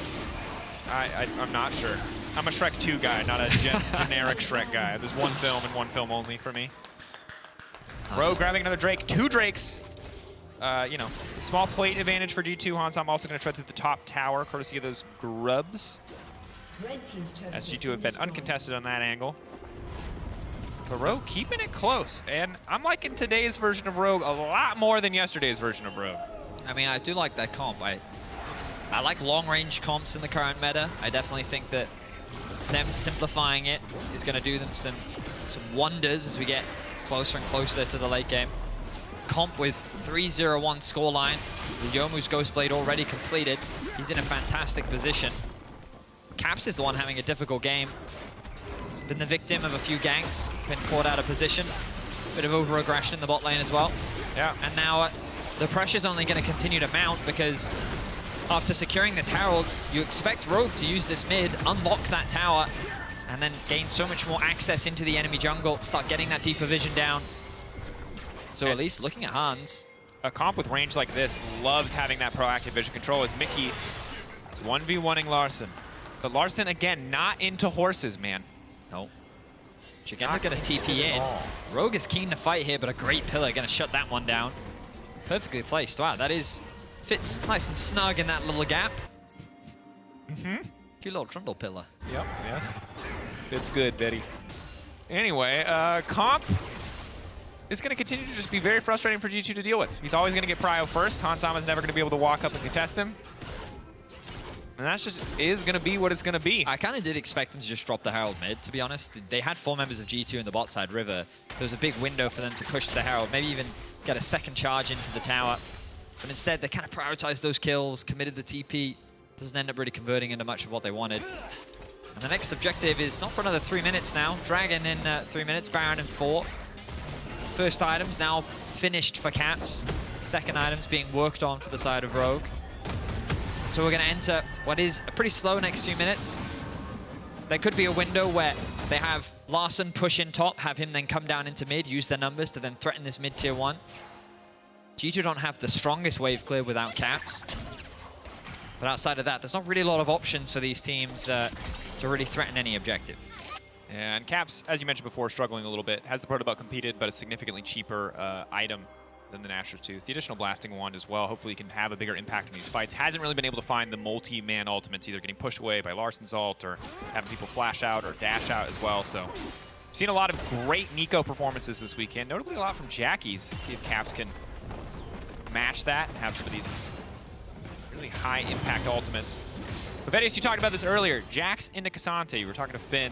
Once you get that second item on Cassante, it feels so hard for Jax. It's already feeling hard for Jax. You can see Broken Blade just conceding the push pretty consistently, walking away from the trades here.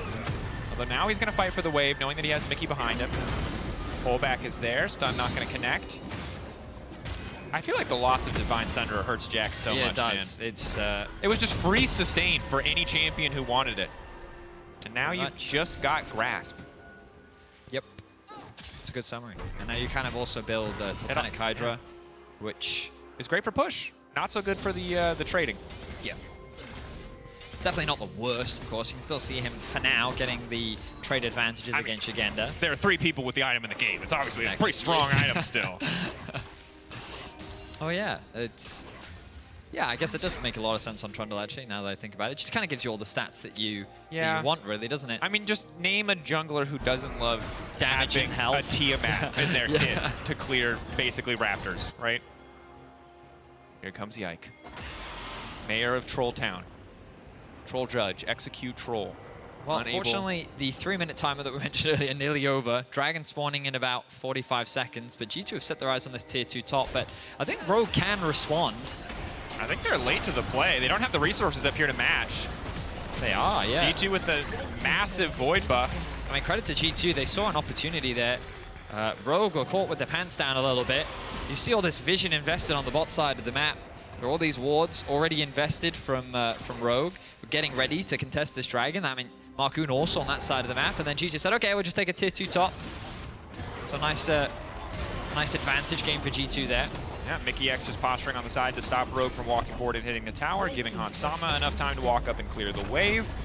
Clean macro in the mid game. You heard from the G2 boys, you heard from Duff as well. You know, Duffman coming back, working on the mid game with him, and it's clearly paying off. Cap's faring a lot better in the trades against Azir now that he has a bit more items under his belt.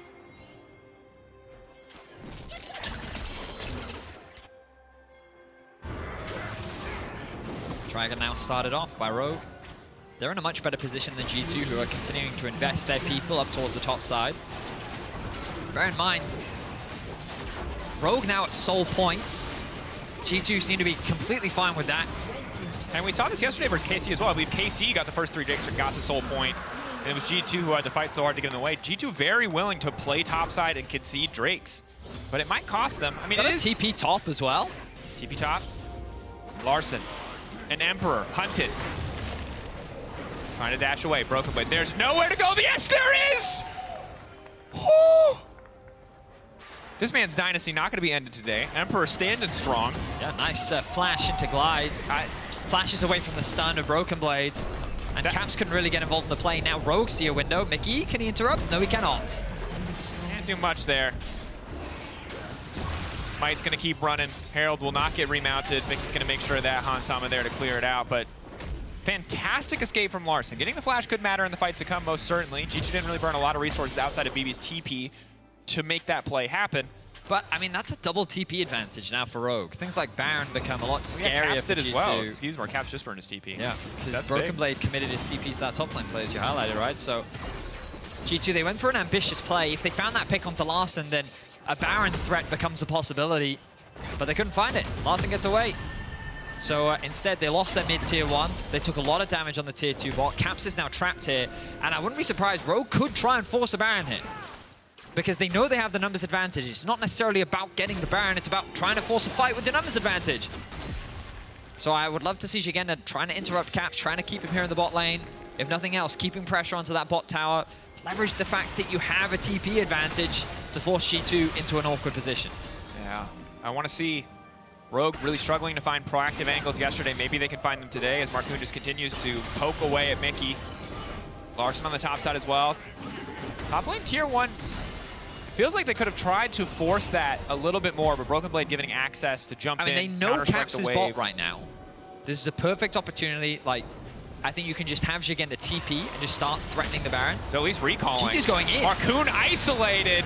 Rogue were the one spending so much time on the top side, but that's the TP advantage now coming in. Larson uncontested on the backside, moves in, shuffles one. So many flashes now coming out, but it's Jigenda now. So powerful. Will it be enough? Consistently CC denied access to the backline. Stopped from making a greater play. I mean, very surprising to see G2 try to force Ulti that. there. So at least immediate follow-up. Comp now on a rampage. Jigenda zoning off. Objective started. They've got the Azir. Should be able to shred through this one very quickly. The Baron now pulling them back into the pit. Caps off to the side as well. Has flash, has ulti available. No jungler standing for G2. And the way they're posturing, looks like they just want to concede this one. I mean, G2 made it easy for Rogue. They invited the teleport. They started that fight and said, come, 5v4 us.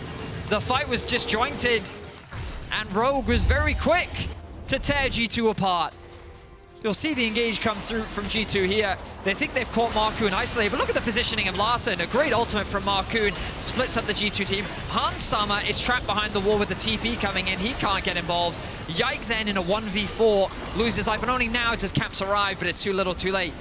Then Mickey, he knows he's on top of awards. He's going to get punished with another great engage coming in from Zoalise. A good ultimate from Comp to initiate. 2 members of G2 dead. An easy Baron pickup for Rogue. And Rogue did great. G2 not pleased. Shout out to that Rogue guy. Big claps. Look, man, Rogue played that fight fantastically. I think they played their ranges super well. If you watch Hansama in that fight, he autoed, I think, 2 times, and both times were on an ulting Xin Zhao. So he did no damage. Yep. Just leveraging the tanky front line that they have with Marcoon when his ult is available, and Jigenda to just ensure that Aphelios couldn't join the fight, punishing G2 for being so split. And Rogue right now taking over the game. It's 59 seconds and counting. The crazy thing is, the goal difference isn't that big. No. Very close game in terms of gold, which means the fights, I mean, 3K is, you know, decent with 3 Drakes as well. Yeah, now that towers are starting to fall more and more, it's going to balloon even further for Rogue. Well, and certainly Sieging bot, love this play from Rogue. Here we go. Full confidence. Caps TPing in, but he's TPing onto a ward. They know that Caps is coming. They know the flank is there. It doesn't mean they can get out safely. They don't really have room to force Nice use of the recall. Azir turret there to cover for the potential flank. Caps is now in a very awkward spot. I don't know how you get out of this one, Caps. I don't know how you get out of this one either. Sidestep, wind becomes lightning, dash in. He dies before he can do anything, trying to force an ult out. Good recall. Good play, good ward coverage. Woo! Rogue! It's nice to see you here. Oh, we missed you on the first few days, but showing up big. They're going to get themselves the soul as well. This is a A typical week of the LEC. Is there anything more G2 than winning your first 2 games and immediately losing to a team that struggled all weekend? Yeah, I mean, expectations are G2 going to look to try and get themselves a 3-0. Damn. Rogue 0-3. And then what happens? Rogue simplify their approach. They come in with a straightforward, easy to execute draft. And they've just kind of, play to their advantages. They've just punished the mistakes of G2. Ultimate. Comp has missed a few of those now, but that's all right. But I have to call it Zolius. I mean, this guy's been everywhere that he needs to be. Fantastic plays, good punishes. Broken Blade now the one in trouble. Counter-Strike comes out. Gonna get a bit of damage down, try to punish and get a little bit more damage on the Comp. Not nearly enough to finish the job, however. And another tower likely to go in favor of Rogue, trying to get as much out of this Baron as possible. It will fade off, but might not matter, as it will secure them another advantage. That's going to extend the gold lead to 4K now. And while the job's not done, those ulti cooldowns incredibly low. And to recon with Cloud Drake is a terrifying prospect. Trundle also has not really been able to do much as of yet. Cap's trying to clear mid-wave. But again, if there's no way for your Jax to kill the Cassante, there is absolutely no way your Nico is going to kill the Cassante. I like this confidence from Rogue. They're not slowing down. They pushed the towers in bot lane. They've transitioned their pressure to top. Secured another 2 towers. And now they're in a very healthy spot. Now you just have to wait for the next Baron to spawn. And this will be the decider. Because Rogue, this is their game to lose now. The worst thing they could do is lose a Baron. All right. And the thing is right now, I feel like Rogue have washed away all of the sins, let's say, of the last 2 days. Okay, you're being very generous, but all right. Yeah, well, for me right now, if they can close this out cleanly, that's massive. For Rogue fans' confidence in this team, for any pundit or analyst confidence in this team. Sure, it's easy to probably attribute some of this to G2's mistakes, but Rogue have played really well. But if they just throw after building such a big lead, that will be heartbreaking. Let's see what they can do. Yike gonna get a tower of his own with the help of the Void Might. Or as Medic would say, Void Cans. Stop. You cringed at that. Why would you make the joke again? You cringed at it the first time. Don't make me because he's cringe not at it here, too. so I had to get him in. Shout out to our boy Medic. He's alive. He's just not working today. He's not here. Shout not out. like in honor of... in honor of Medic. Yeah. Always thinking of you, buddy. Bless up.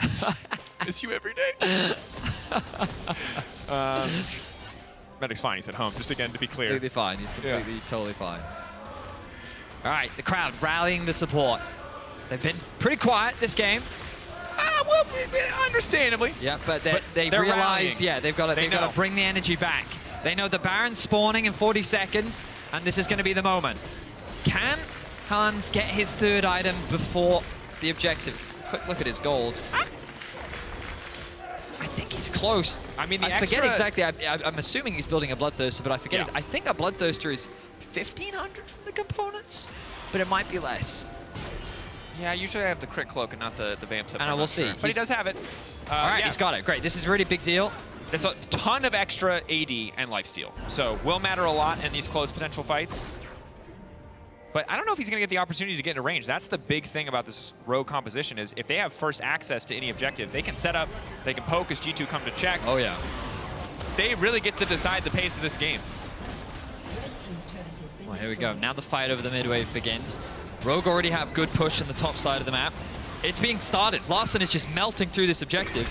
Larson and Shigenda have the angle. But as long as they have eyes on Yike, they don't have to be too scared. Trundle has flash, but definitely not the best champion for contesting these objectives. Broken Blade running mid lane to break down this tier 2. It is an objective bounty, so right now G2 coming out on top, but if Rogue can cleanly collapse here, it could all fall apart for G2.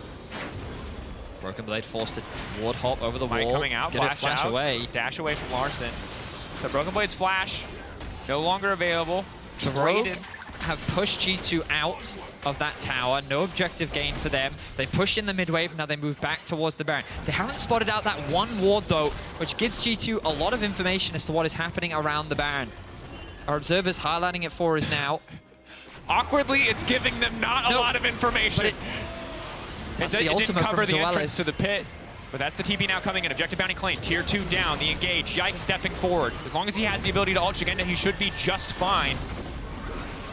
Look at Marcoon. He's looking for an angle over the wall. Fishing, hoping to connect on the wind becomes lightning. Both sides just posturing so much. G2 constantly threatening mid as an answer to Rogue, posturing towards Baron. Yeah, it's all because of the Baron that this dance is happening right now. Both teams are just looking for that slight edge. Here we go. Nice sidestep from Hansama.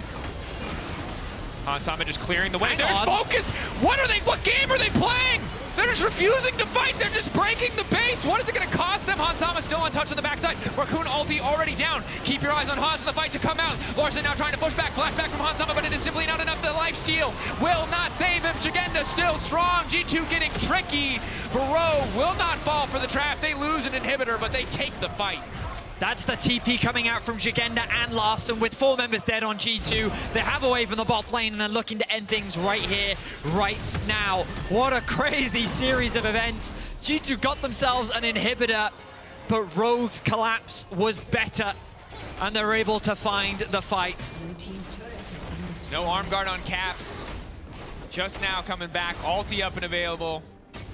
Impossible for him to hold this alone. Is going to move in, is just going to try to take out the minion wave, is going to try to buy a bit more time, but is it enough? Stopwatch is there, Caps now dashing out to safety. Comp dominating, but he's bought G2 another chance at life. But the Elder Dragon and the Baron are both up. Yes, Rogue will limp away. Rogue resetting. If Mickey interrupts, Mickey has to interrupt. That's what he needs. Oh, but he's going to go the wrong way. That means that Rogue are going to get a clean escape. All 5 members alive.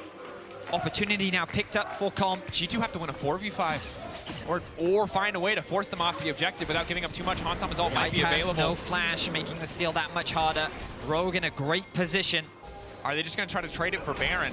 That's not a great trade deal, but it might be their only option.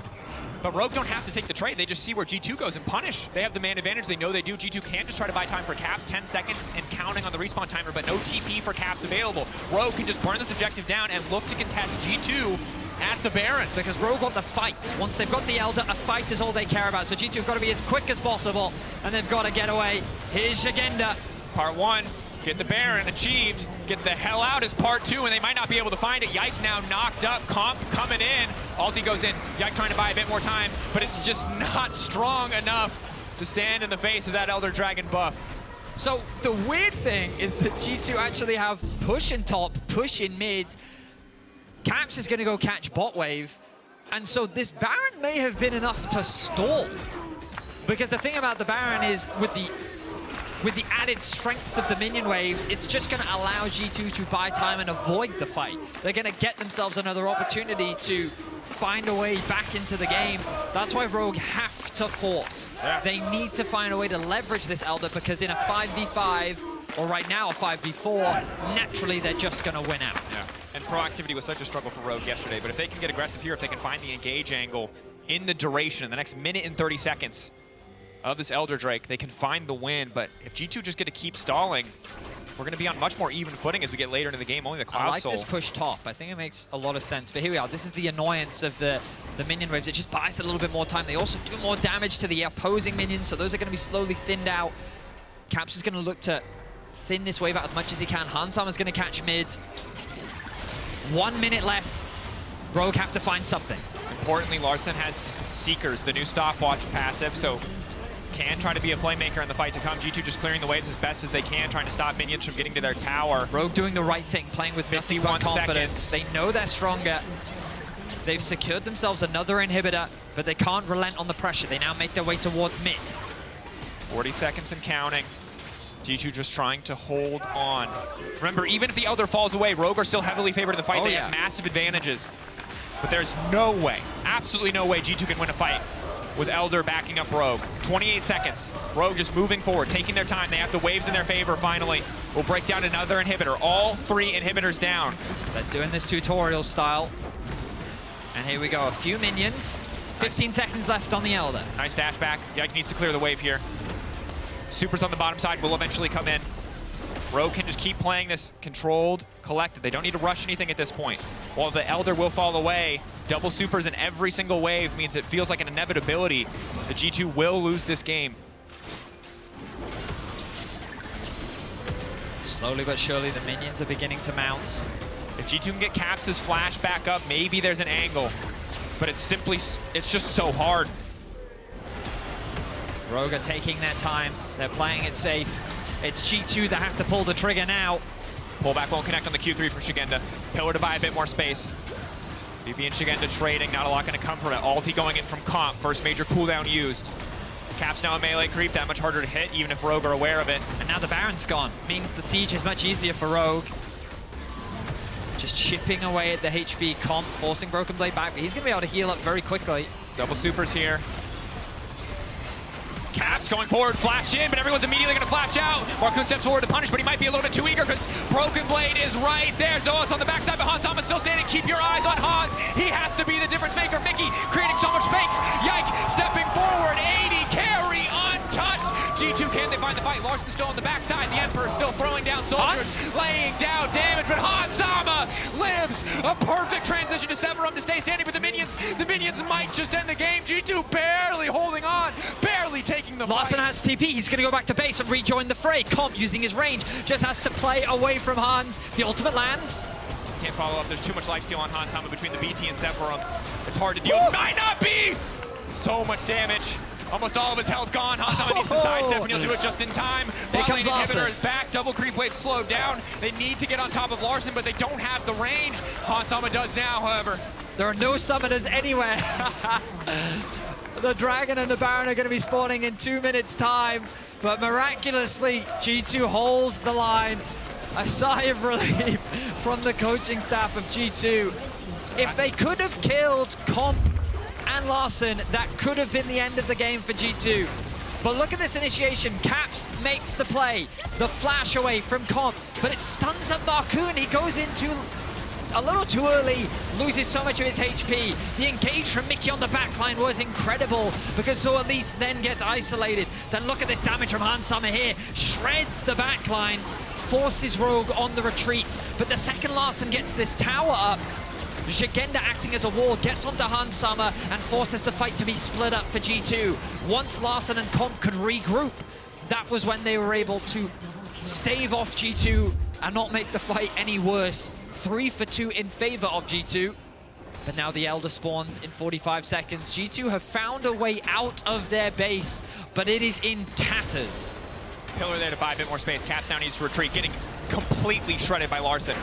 Yike body blocking where possible. Mickey needs to jump out to safety as well. That's a flash. Pullback is big. Larson now untouched on the backside. Mickey trying to buy a bit more space. Ulti not going to connect from Hansama. That might just be it. Zoels again finding the follow-up engages for Khan. Will not quit.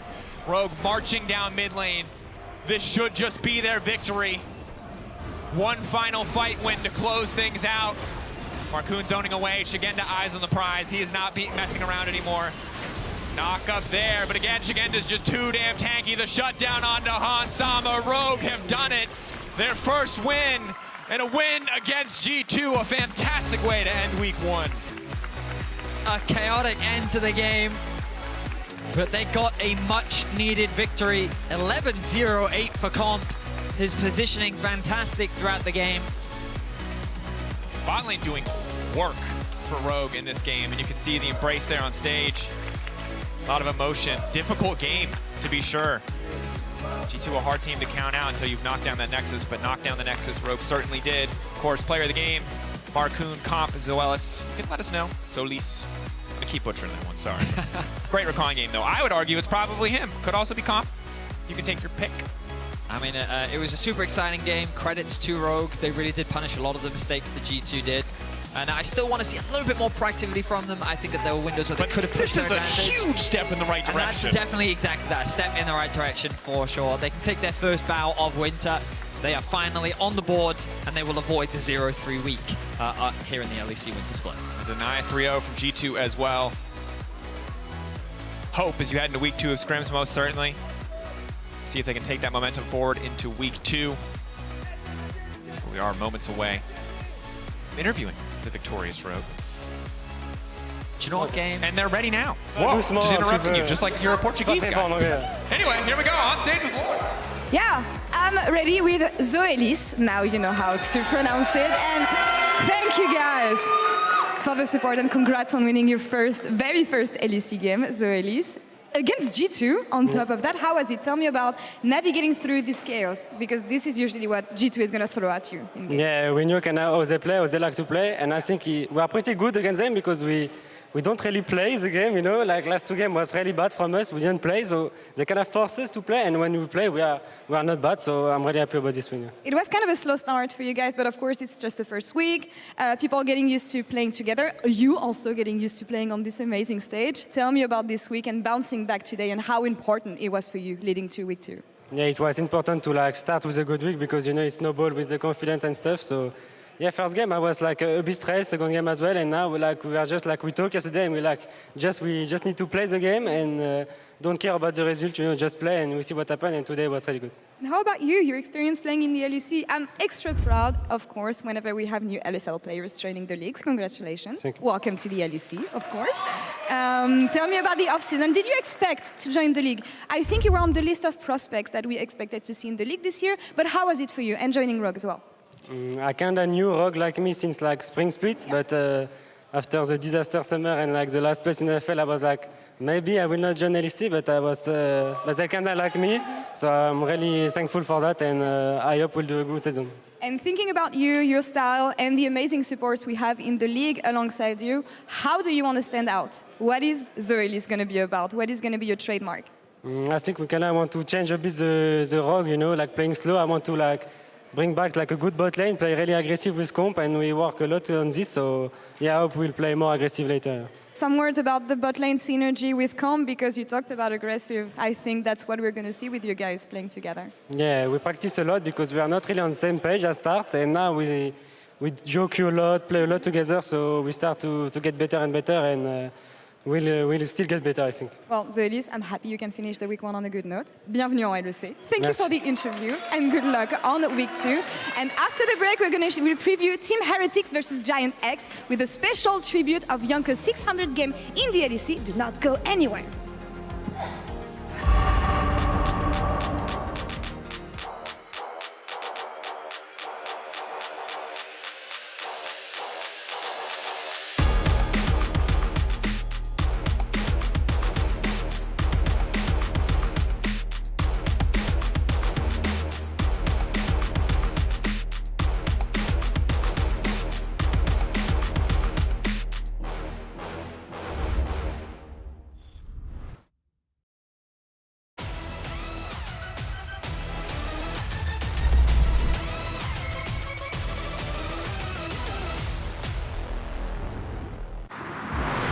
Welcome everyone to the Kia Tilt Proof Challenge.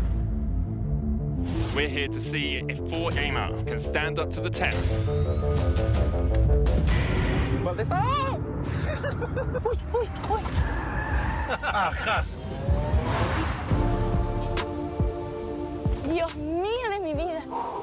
I think I lost.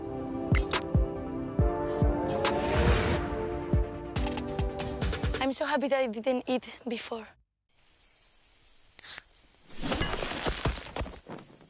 Red Bull gives you wings.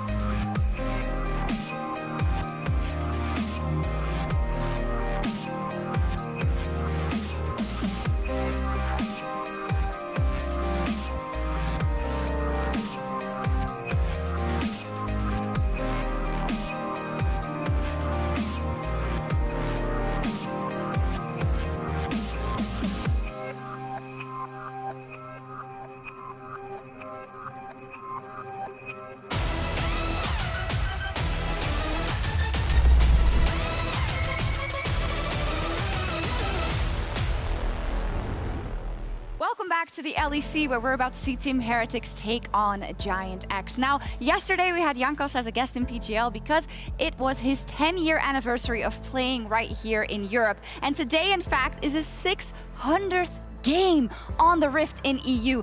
That is insane, so we wanted to give a little bit more time to that occasion and just to celebrate his successes in Europe over the years.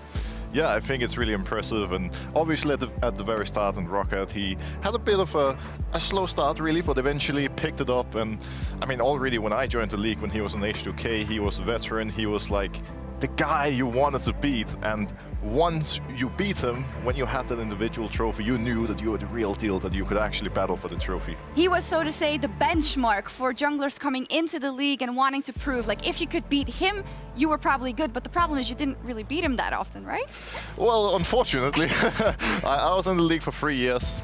Actually beat him in 2 of them, to be fair, so it could have been worse, right? I meant in general, I was yeah, I know, but even then, you know, he's always been really impressive, and I think that's the beauty of it. It didn't really matter what team he was playing for. No matter if it was a good or a bad team, he would just always perform, which is really difficult to do as a jungler when there's so many pieces moving around you. Incredibly difficult. Now there we have our wall of champions behind us. It shows all the champions we have had. Of course, you had your fair share of wins as well. But then we see from 2019, Jankos is going to go on to win that title 5 times with G2. Just that level of consistency is unbelievable to attain. Yeah, I think it's really impressive, and it really goes to show that he is incredible. He is something else. My ego as a former Fnatic player is not happy to admit it, but obviously Jankos is the type of player you want to become when you start your career, right? And for me, I feel like I've been around forever. I only got to play 5 years, and he's still here at the very top after 10. He is 600 games. I mean, we're getting the benchmarks from a lot of our players recently, but I think he stands out head and shoulders above so much in terms of not only the way he has developed as a player on the Rift within those different teams, but also kind of as an entertainment persona and someone that our fans really relate to.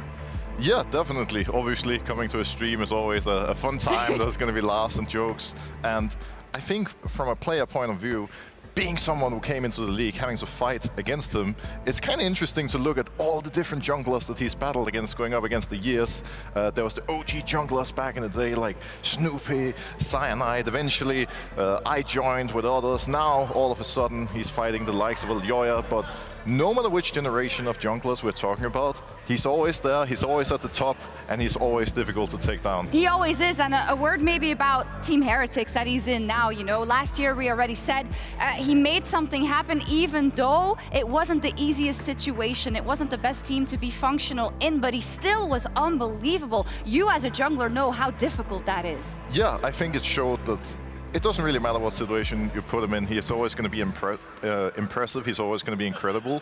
And most of all, I think the leadership, something we don't really see from the outside, really shows in those cases that, sure, maybe individually, Heretics weren't as strong last year, but they still were an incredible team. They did, and behind us here, maybe avert your eyes, but it is, of course, some of the titles that Jankos won, and I wanted to ask you about your personal favorite memory of playing against him. I think this really goes to show that Jankos is just always there. Like, if you want to be the best in Europe, you're going to have to face him a lot. And one of my greatest moments was Spring Final 2018 in Copenhagen, where I managed to beat him. One of the most painful moments, well, 2019 summer in Athens. We lost to G2 in Game 5, and that's really what it's all about. That's what it's felt like being a jungler in this league for the last 10 years. And it's probably going to continue that way. Like, if you want to be the best, if you want to have a chance of becoming the best team, the best jungler in Europe, you have to beat them. You got to go through Jankos. Amazing. Thank you so much for that memory. And we just wanted to take a minute because we love him so much. He's going to take to the Rift in just a second versus Giant X with Team Heretics. So, Lord, take it away. Thank you so much, Rox. I think it's really important to celebrate the success and consistency of Jankos, because 10 years, as we said yesterday, playing at the highest level of the league, and he's still here today playing his It's not easy to stay at the top, first of all. It's very impressive, and I feel like we just keep talking about it because it's just so impressive. Every single day, it's like, wow, soon it's gonna be 700, 800, we don't know when it's gonna stop.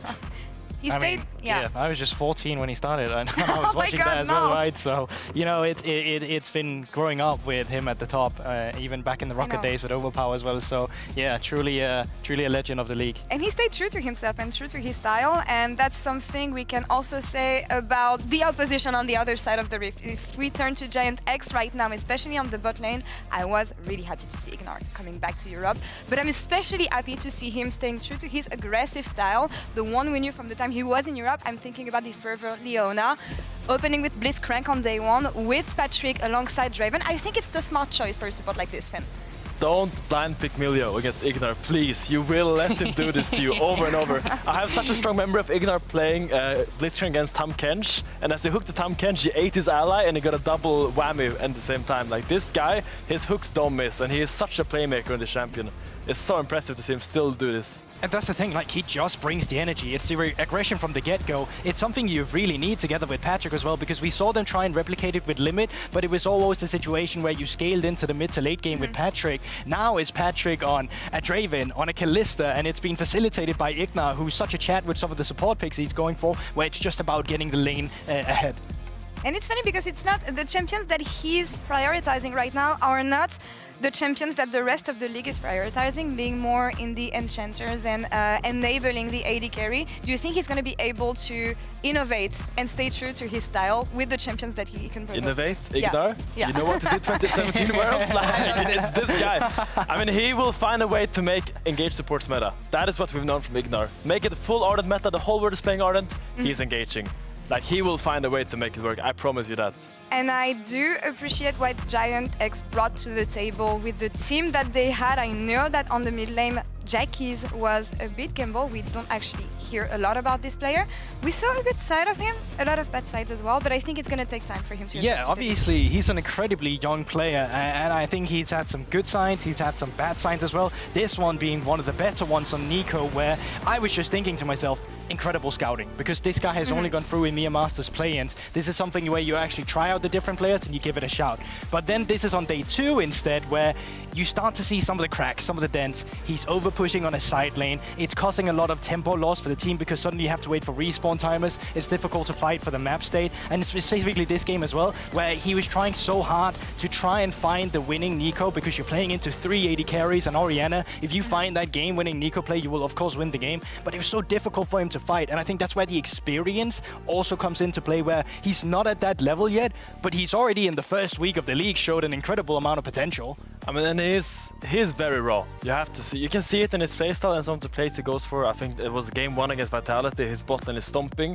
He went for a cheeky roam to the top side, it did not work at all. They lost 2v3 and kind of gave the lead to the enemy team, but you still see him have this willingness to go for these plays, and you can really hope he can only build on this and not become a kind of guy that just sits in mid lane and waits for the game to come to him. And I think that's what's going to define him, because I had a chat with him during the off-season. I was like, okay, what can we expect from you? Because we actually don't know you, we don't have a lot of data on you. And he was like, no, I want to be really aggressive. I'm known as being an aggressive player, so I hope he can shine on the champions he talked to me about. But for me, if you can just control the aggressivity on his side and make sure that he puts it at the right moment, I think it can be formed and become one of the standard mid laner that we have in the league. We see the potential here, but it's a matter of time before Giant X finds how to exploit it to the best, Finn, I would Just say. wait until he picks Yone and Akali. That's the thing, that's the the thing, one, bro. yes. You know Yone it, and you know Akali, it. I've seen it firsthand in the in-houses, I've seen it in scrims.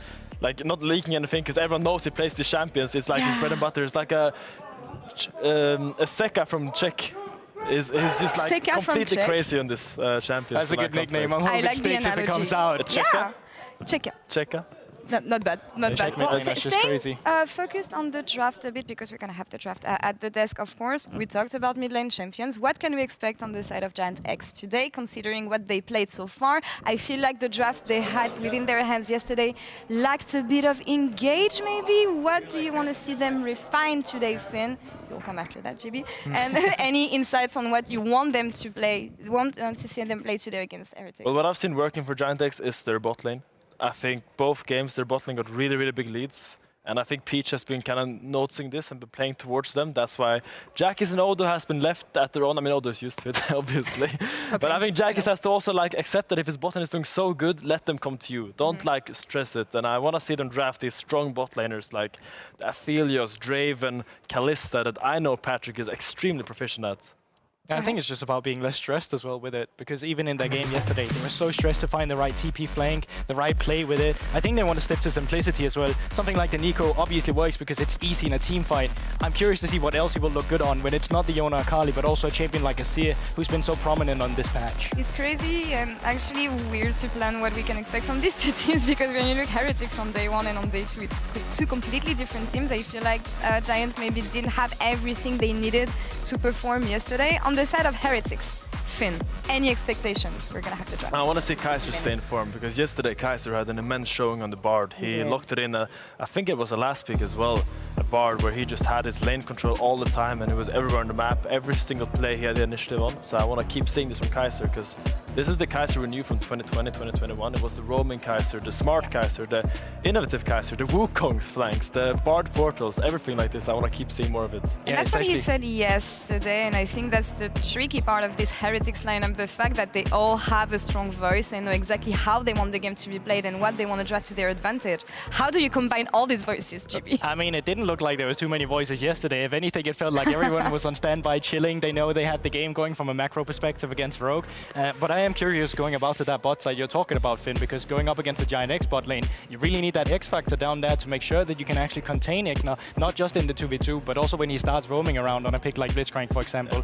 But, you know, Heretics, they've done their scouting. Jackies, how many champions have you played? Okay, 2 games of Nico. All right, let's ban it. I'm personally excited about the Nico ban, because I want to see him with something else. He's getting unleashed Nico, now. you're basically a slave to your jungler when you play Nico. You're setting up the place for him and you don't have that much agency by yourself. See him targeting the Kalista, which Patrick is extremely proficient at, and also unlocks Ignar with the engaged champions. And not surprised to see the Nocturne and LeBlanc bans on the other side. Seems to be standard for red side for It's now. the meta that's been evolving. Let's see if Odoamne is willing to give up the Rumble to Wunder, because Heretics actually did not prioritize the Rumble against, I think it was Mad Lions, Koi. So we will see if they ban it or they dare pretty much Wunder. Are you gonna first pick the Rumble or not? Because I know Odoamne would very much like to have the Rumble himself if it bounces back. And I wonder how many good matchups you would think he would have into it as well. I know last year he was experimenting with Gwen into Rumble, but it didn't really work as well as he probably would have wanted. But it is just one of these S-tier picks, so it is the risk that you're taking and the decide not to do it. But there's still so many strong champions up and available. We've seen the AD carries at priority like Aphelios as Varus. We've seen the Jhin, not the Jhin, rather the Xin Zhao. We've seen the Seer, so yeah, they're just going to opt in with one of the better AD carries on the patch. I would assume we see a Xin Zhao here and probably an AD carry to match. Unless you want to secure an Asir alongside that Xin Zhao, you could pick a Xin Zhao here and then an Asir, and then to kind of see what happens and then answer on the third pick. But I'm almost guaranteed we're going to see a Xin Zhao here coming He looks to be the strongest jungler we have. Yeah, because in the new Titanic changes, he can stack his Q very fastly and jump onto you with a burst combo. He can stack his Q on the Dragon, for example, and then flash in the carries, knock them out immediately. Do see the Ashe, which is a strong lane match towards the Varus, and the Sejuani coming in, which is a Line Sejuani, no, that's a surprise. That's a Peach classic from last year. How good is that? I'm not willing to put my opinion out there on that just yet. It is the first Sejuani we have of the season so far. So you know what works really well with Sejuani in mid lane? Go for it. Yone. I thought you were going to say Aurelia, having played with Leader. No. I think they're angling for maybe Yone here. They do take the Xin Zhao, which is to be expected. It is the strongest jungler on the patch. Crazy win rate. I think you could have gone Trundle as well into a low mobility AD carry like the Ashe as well with the ultimate, but instead of having Jackies on the Akali, you're going to see Perks on it instead. And now it's really just up to, do you want to take a skill matchup or are you just grabbing an Azir? I would say Asir Akali is also a skill matchup. It is very high execution from both sides, and if anything goes wrong, especially for the Asir side, you're suffering by a lot. It would be a bit disappointing to see him pick the Asir, but I do believe you really have high expectations, bro. I love it. Let's see if it actually goes through. No, it's just going to be a Rakan instead. So I would assume them to ban 2 supports here, Giant X, to make sure the bot matchup is as good as possible. Perhaps a Nautilus ban would make a lot of sense, and the Renata, I would think they ban. While Heretics, it would make a lot more sense for them to ban out the mids to come with the Sejuani. We set the stage for Ignar being the playmaker, the crazy scientist on the bot lane for Giant X. Is this the kind of champion we want to see him on? I think he sat backstage watching Solus have a Rakan masterclass and was like, I want to do I that got too. this. I got this. We do see the Renato ban coming out. It was expected. What Heretics would want to ban here, I'm not quite as sure as. You could look to ban the melee mids that work well with Sejuani, or you could want to take out any, for example, like Gwen would be annoying. If you want to blind pick a tank top, the Gwen ban would be very logical here. Yeah, I was going to say, Jack's still available, Kazan is still available, champions that we know Odo Amne is very happy to play into, but I mean, Wunder weak side so often as well with his champions like the Gragas as well, so it's going to be up in the air in terms of where you're getting it, but I mean, I assume you just get a 4th pick mid lane here for Giant X, and then we'll have the counter pick anyway for Odo, so looking decent for them in that aspect. Yeah, unless the Heretics is banning 2 top laners angling for a specific top, because then you actually could take it away on 4 for Giant X here. But I'm 90% sure there's going to be an oh, it was actually K'Sante ban. I think it's a good blind pick option though, so you want to take it out of the Yeah, definitely. But it does tell me they don't really want to play the Gwen into it, or they expected a Gwen ban here coming out from Heretics, that's why they banned it. Either way, we're going to see a mid lane pick on 4 here by Giant X. Most likely an Azir or a Orianna would be the most logical choice. As we see Heretics looking for their last ban, which most likely will be a top laner, because I think all the mid lane champions are kind of similar in strength right now. Renekton getting taken out. What options do you have left here?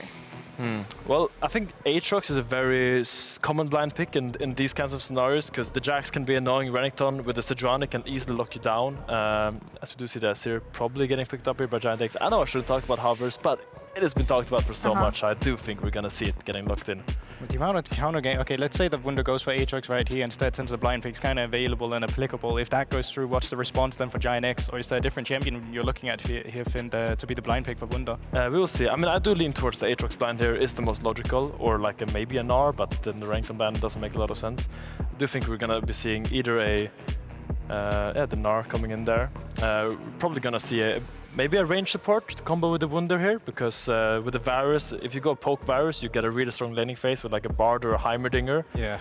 We've been seeing it a lot, but the Nautilus is always I think that's the one well. that kind of breaks it, because it's so good into Rakan and the Ashe itself, but it's also already a team comp with so many melees here, so if you want some extra agency, either with shields that give movement speed or whatever that can come out from an Enchanter, the options are really just available for Heretics for whatever kind of playstyle they want to finish out their comp with. Yeah, it's all about it. It's going to be the Bard again, a little run back from yesterday. And Odo Amne with the last pick here against the Gnar. What's going to pick? Is he going to go for a Jace, which has been a pick of him in the past, and a classical counter to Gnar in the East. Usually the Chinese and the Korean top laners really like their Jace into Gnar.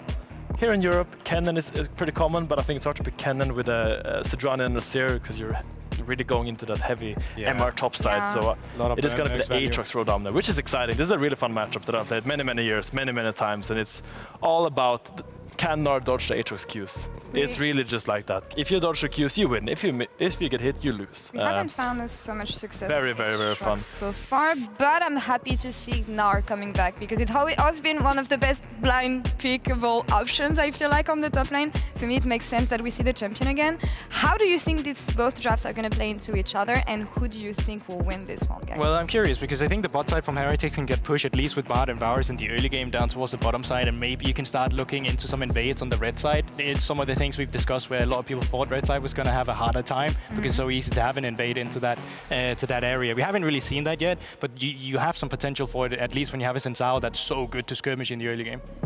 Finn, I think Heretics really wants to fight them on the grubs, on the river fights, because they have these champions that really function on the river, with the Bard moving up first. Akali doesn't really fight on a long lane. She prefers these tight corridors in the jungle and the river. Alongside having the strongest jungler on the patch in Shao, I want to see them make it crazy. Same question. Knowing which team impressed you the most, GB, who do you think is in the best position of taking Well, we had to do predictions at the start of the day. I'm going to stick with my prediction either way, so it's Giant X for me. Giant X for you? I'm also a Giant X believer. I like their draft. That's the first time we agreed today, huh? Well, we will see how both this team play onto the Rift. Thank you so much, guys. It was a pleasure doing the draft with you. Dagda, Historics, back to you for the game. Hell yeah, it is. Ladies and gentlemen, welcome back to the casting booth. You won't be able to see us, but we get to live up to the hype of today, which is the 600th game for a legend in the scene. Even I know. You know, looking back at the H2K days. Hello. It's crazy. And you and I as well, just a quick tidbit, we haven't cast together since when? How many days? It's been 1,233 days since we cast together in person. Back In LPL person. Summer 2020. Wow. So it's been a hot minute, but happy to have you here. Happy to have you in person here. I don't have the, you know, the Munchballs and Dagda flair. I've got the Dag You got your Sterix. flair, yeah. Is that okay? Yeah. Yeah, I'm down. all right, I'm all down. right. I feel like that's we'll work on the title. You know, we don't have the Medi-Vedi vibes, but we'll work into that. They're talking a lot on the desk about how important this is. Again, a reminder: Jankos 600th game, and it's crazy to see this guy be around for so long. You know, talking about those 10 years of tenureship in the LEC, Dagda. Yeah, and I mean, this guy. I mean, even from a fan perspective, I remember sitting here in 2018 and watching him on the stage, and it has been memes, it has been fun, it has been tears, it has been happy and joy, it has been everything for Jankos. Yeah. And I think it just kind of speaks volumes that this man is still here in the LEC, still at the top of his game, and hoping now that he can kind of prove it against some of the newcomers in like Jackies and Peach, who are the upstarts, and see if they can try and take down Heretics here. Yeah, it's like a birthday, yeah.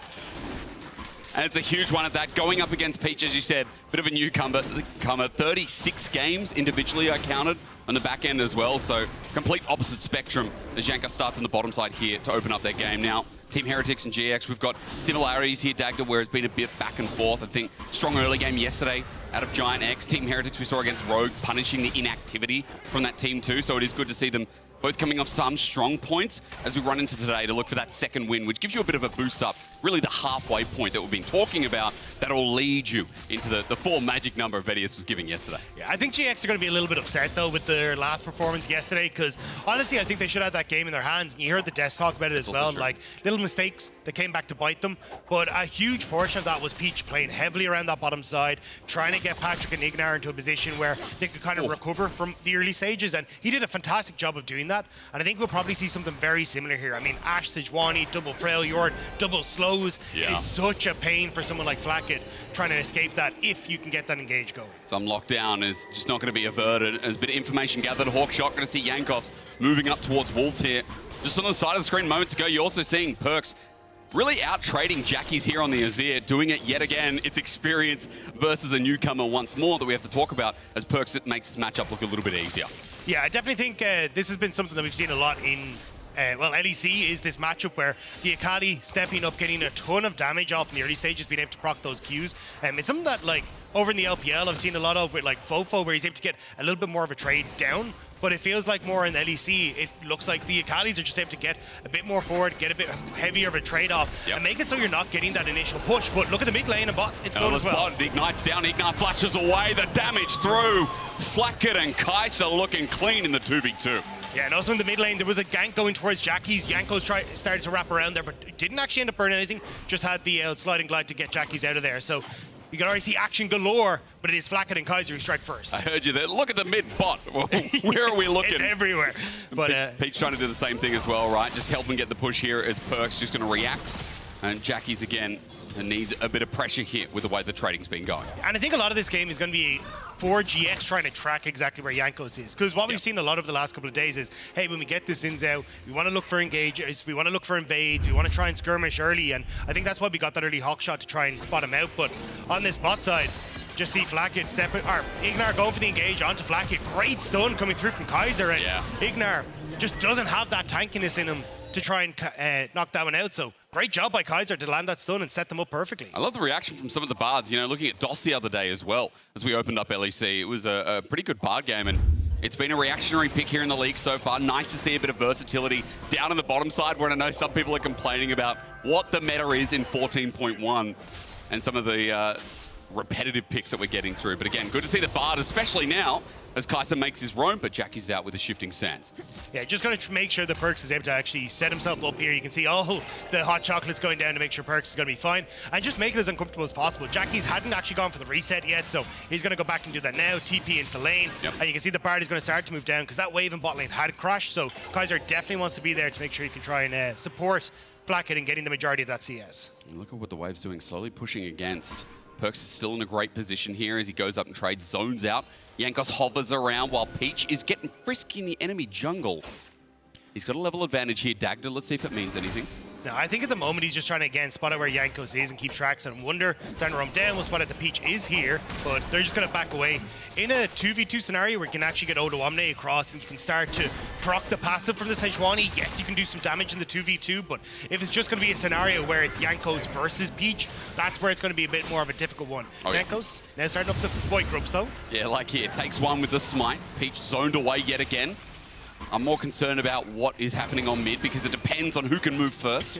I think Peach smited the shield off of that back one. So Jankos now just has an easier clear. Okay. Thanks to Peach just saying, yeah, no, it's cool, bro. 600th game. Yeah. Here's your birthday present. It's like a present. You're exactly right. Well, Jankos as he takes the third. I mean, that's a great start here from Team Heretics. You look at the gold lead as well, Dagda. I mean, it's all green. Or blue. What color is it? Teal. It's all good looking for Team Heretics right now. Yeah, I mean, you've already got the kill on bot lane that's setting up beautifully. I think Jankos playing heavily for mid alongside Kaiser has set up wonderfully for Perkz in this mid lane as well. And I think this is mostly what people were more expecting from Heretics coming into the league, is kind of using that veteran seed to, hey, look, how do we set up our waves in the early stages? How do we want to lane? Taking a lot of those lessons learned over the years and applying it. And unfortunately, against Mad Lions Koi, didn't quite work out for them. Yep. They got a bit bodied in the early stages, but yesterday, very slow and calculated. Today, kind of doing a very similar thing. Look, you got some fire on the bot side, but realistically, it's more, hey, we're going to play for these small incremental advantages with the mid lane plays and now on that bot lane as well. But let's talk about how it develops, because I think 6 is an important point in this game. Not just because you have Ashe, Rakan, you know, the powerhouse that is Peach with the Glacial Prison. I think more importantly, Perkz, Flakked as well. There's going to be some big ulti power that comes through, especially when we know that these fights coming up for first or second dragon at that point are going to build up. I think what I really want to see is how this ultimate from Patrick gets used. Oftentimes we see like Ashe looks for a reset, fires the ult up through mid lane and see if he can hit on towards the likes of Perkz in that mid and set up for a play. I mean, with the shuffle, we're also having Peach who can try and play around that as well with his ultimate available. I think Perkz is going to be in kind of the big target here. Also an opportunity to look for Flakked on that bot side, but with the cleanse still there and Kaiser going to be shortly hitting 6 himself, they'll be able to kind of shut down a lot of that advanced pressure that GX could try and bring to that bot lane, especially if Jankos is there for the 3v3. I just give that edge to Heretics. Yeah, absolutely, and especially when, you know, Giants want to play towards bot side. I mean, Patrick might not be on Draven, but again, has been a focal point so far as Kaiser just showing us a bit of support combat with Ignat. And it's funny, you know, I didn't get to mention this yesterday, Dagda, and it was the perfect time to as well, as Dragon, also going to be taken by Team Heretics, by the way. But, you know, the support player who gets caught out again, maybe a time to pause, was huge at Worlds on NRG. You know, we had another big supportal combat yesterday as well. And when you think about who's big as Shuriken Flip, it's just not going to give me a chance, is it? Because Jackie's all in. Oh, swift movement from Perkz, makes it out, and it's done, isn't it? You know it is. Perkz with the flash available and the ulti, thinking about how he can take it, but look, standing by Jankos, flash for flash. Jackie's now out of options as Peach has to cover. That was so close. Jackie's tries to go for the outplay on Perkz, but not quite getting it. Okay, finding him, maybe does it himself. Peach on top of Perkz, runs out of vision. Jankos can't cover, and he's late to the show as Kaiser now trying to follow up, but Peach punishes the risky mid laner from Team Heretics. I mean, nice job from Peach to get in there. Just runs up the lane, managed to catch out Perkz, and had the flash available, but just wasn't ready on the trigger finger and ends up falling. So Jackie's flash is gone. Will leave him a little bit more suspect when it comes towards Kaiser trying to get these roams off, but a kill going across the GX is going to be a happy day. Stop all that mid lane aggression. Let's look at the replay though, Dagda, because Perkz, you thought he had this after Jackie's had to burn the ult. Yeah, once I saw this, it kind of becomes the, hey, how are you going to blow the ultimate? What's the story? Woo! And then Jackie's goes for the play, misses on the knockback, and at this stage, it's kind of like a flash or two would kill Jackie's, but doesn't want to go underneath the tower, thinks Jankos has it. Oh. Jankos doesn't quite because of the flash, and then it's just Peach running up the lane, managing to catch out Perkz as he looks to finally shove in this wave. You see the spidey senses from Jackie's as well, dropping the ward in the nick of time. Seeing Jankos and being like, oh man, I got to match this. So again, great respect shown. Jackie's holds a bit of control outside of the CS lead that he is losing, but at least again, stopping Perkz to some regard. Because if you look across the map, as I was saying before, Dagda, outside of that kill, it is still good news for Team Heretics. We've got the kill early game. It's first blood going down the bottom side. It's the CS lead through mid, CS lead through top as well. Things still looking good as the Grubs are respawning and Team Heretics look to be on the move to try and set up this top side. Yeah, I think Odoamne knows that something's up though. You can see him backing away. He's just going to go back towards the Krugs, pick them up as he waits to see exactly where Perkz is going to show on the map as he gets back towards mid lane. So at the moment, you can see a huge amount of this presence from the mid lane is now starting to bleed over towards the side lanes as well. And Wonder's been doing a great job in top side. This is not an easy matchup for the Aatrox. A huge amount of it relies on you landing that first Q to get the poke with the Arcane Comet. And are we fighting this? He's not going to be able to move down here. Fourth Grub taken, arrow flies up, the Perk's already out of the way. There's the permafrost, but Kaiser gets a stun of his own. 2 grubs left remaining as Giant X try to deny those Void Mines, but there's a Tempered Fate from Kaiser. Look at it line up against the wall. It's a double, and now they're in trouble. The shut back from Jackies gets him out as Perks follows it down the charm. Not enough. One more hit. Jackies gets flashed on, and Perks says good night. Zignara and Peach are now left remaining. Perks gets low, but this leaves the Void Grubs for Team Heretics to go again. Peach just ends up setting up perfectly for Kaiser, who times it off of the stage 1 to get the double stun, and that's going to be all 6 Void Grubs now going across to Heretics. They're going to be very happy with the way this early game's going. Back to one more time, please, because again, this got messy as I think Kaiser really set this up. Yeah, I think the ult going wide from the Ashe, a little bit sad. You know that Nara's going to be able to move into this vicinity first, so I'm surprised that GX try and commit to this. But as you say, Kaiser, great ult onto Jackies, doesn't get the slide away. And then Peach here just sets up for the double stun. They thought with Ignar coming in, maybe they could do something, but Perks does a good job of getting over the wall before Jackies can throw that out. And then Heretics are able to pick up the kill onto Perks after that one. Well, close but no cigar. For Team Heretics, getting the kill over to Perks as well is big. Now, ladies and gentlemen, since we got 6, it's a nice time to quickly talk about how good this is when you're ahead, how good getting 5 or 6 of these little guys are. Vet, and Vetty were picked up in the end, and that's all 6, as you said, over to Team Heretics for this game. And now they'll get to, as you say, get the little Void Knights that are going to be able to help them push in as they start to try and take down these lanes. And I think that's going to be great as this game goes on, especially for people like Perks, even Wonder as well, who want to try and play out in those side lanes. You can play for that 1-3-1. And even when we look at how we saw the win for Heretics come through against Rogue yesterday, a huge amount of that was, hey, you know, we've got first 2 dragons. Let's start trading on the map. Let's start looking for objective and towers that we can actually use as our enemy has to go and try and take that 3rd dragon. So I think we'll end up in a very similar story here, where Heretics more than likely with 37 seconds on the dragon, you push out bot, you push out mid, start to get control over that jungle area, and then make it impossible for GX to try and contest it. I mean, there's other things that are becoming impossible as well. Jackie's having a safe laning phase. I mean, with Perks' aggression, Kaiser always on the move. It's getting really frustrating for this Azir, who's now 30 CS behind. And Dagger, I think there's something, you know, we were talking about backstage. You were telling me this Team Heretics, from what we know, we kind of saw the playstyle the other day. We saw this more calm, controlled, cool playstyle. But it seems like it's playing out where individual lanes are going well and Team Heretics aren't overforcing. And that's the thing, it's kind of building on incremental advantages. We saw, like, hey, look, Perks getting some good trades in the early stages onto Jackie, but then calling Jankos to really cement that lead in the early stages. Yep. They then use that lead in a skirmish to get a 1,000 gold lead now for Perks in that mid lane, thanks to that extra kill as well. So it's these little things that start to compound. And that's why you can see, even with that, they've got some nice gold advantages now, with even taking that bot lane tower, but having cleansed it, or bot lane turret plate, but having cleansed them for this upcoming play that it looks like Peach is going for on this bot lane to try and respond to Jankos could be dangerous now for Blackens. Especially when Cleanse against this team, vital when you consider who you're going up against. As you mentioned, Peach, that ult is going to hurt a lot, but no play's going to be made. Giant X lose out on the Dragon. It's Jankos who's playing the proactive game here with the Titanic Hydra. And again, lanes keep going so smoothly here for these veterans. When it's your 600th game in the league, you want to be looking smooth. You want to be looking cool, calm, collected. I think this is kind of our expectations coming into Team Heretics at the start as well. As 6 plates, Dagda, thank you for pointing that out.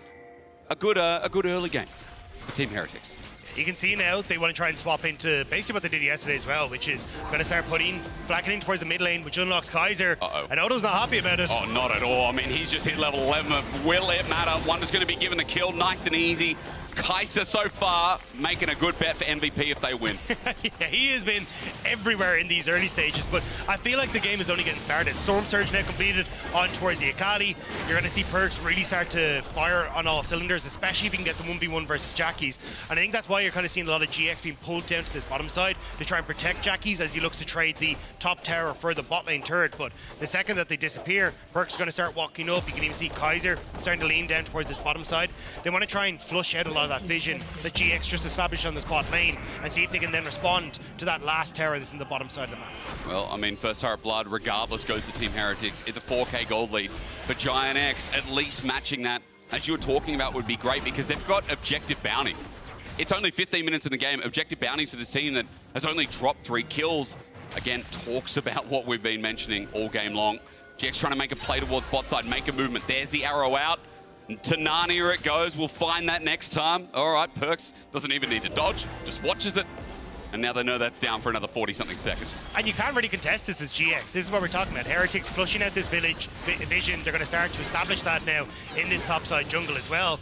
And for, I mean, GX, who tries to check it? Yes, you can have Peach go in, but if he gets hit by a Bard stun, you're getting shot from Flacket from downtown. Yankos has a ton of damage. It's not going to be a fun time. So even though GX have this Sejuani in the jungle, I just don't think they have enough in the tank at the moment to try and contest everything that Heretics are achieving. And River Vision now belongs to them.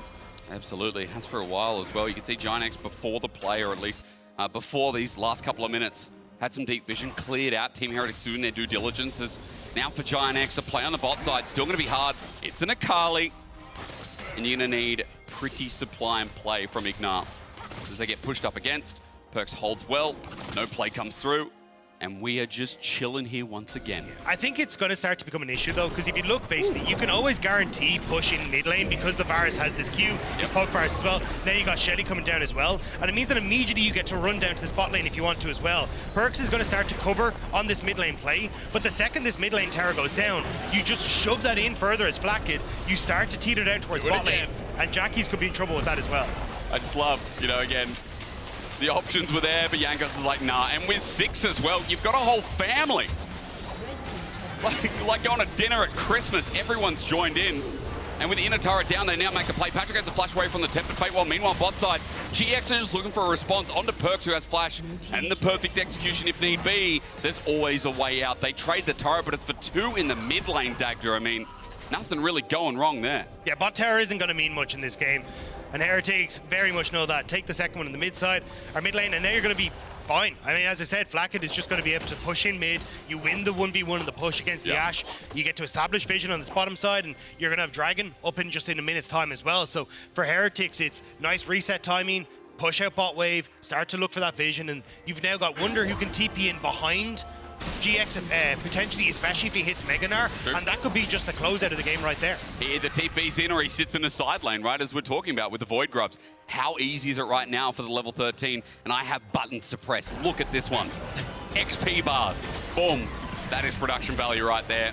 Hitting the top right now, as Wunder again has been isolated for the majority of this game. Perkz as well, to no surprise as to how well in the lane he was doing against Jackies, and how well he's been holding his own in the bottom side as well. 40 CS advantage, 40 in the top side. Jungle with a little bit as well. Bot is even, but there's the kill there with opportunity to the side. So, of course, you've got that small item advantage with the tier also stacking for Flacket, as to my meaning. And Dagda, I keep talking them up. I want to see what GX can do. I'm not here for a one-sided affair. We've got 30 seconds till Dragon, and TH have already stacked it up. Chains of Corruption are just going to launch on in. The arrow comes through, but it's a bit late. Look at Perkz clean them through. Yankos flashes into a Rakan, but will it matter? As the Tempered Fate flies, but Ignat is out in the nick of time, but Patrick is not. The range is coming through again. Ignat dodge it. He does so. Now Flacket has to flash away because he was so deep. As the sweep and boot comes through from Jackies, but there's no follow-up. Odo Amne was already out there. He might get the reset onto Yankos, but Perkz comes in and makes it messier. Odo with another one in the back, and boy, oh boy, are we doing the switcheroo. Odo Amne flies out the side, at least getting something, but Dagda, it's yakety sacks in the mid lane. It was a bit of an overextension from Flacket that sent Jackie in, but it didn't end up mattering in the long run. So great setup here. Flacket, ultimate onto Peach, and again, you are tanky, but not tanky enough when it's everyone on Heretics that here, apart from Wunder. And then the chase starts. This goes wide. Yankos goes onto Patrick, but again, doesn't really have the damage to try and follow up. Shot going wide here from Flacket, only sets up for Odo, who's now arrived. And then this, Jackie's pushing everyone away. Maybe wanted to send them back into Odo Omne, but not really able to separate them too much. Perkz comes over the wall, but again, Odo is just running amok on this Aatrox where he gets the chance. Heretics, though, now in behind. Doing it again, are they? Leandri's also just picked up with the Storm Surge. That's 2-item Akali. Peach is about to be electrocuted as he flashes away. Over the wall, he gets out for now, and Perkz won't be able to chase up. But with Peach out of the picture, things are looking even peachier for Team Heretics as they pick up Dragon. That leads to an Ocean Soul next as well if they're able to follow suit. Still looking good, still a 5k gold lead. Still all about this blue team.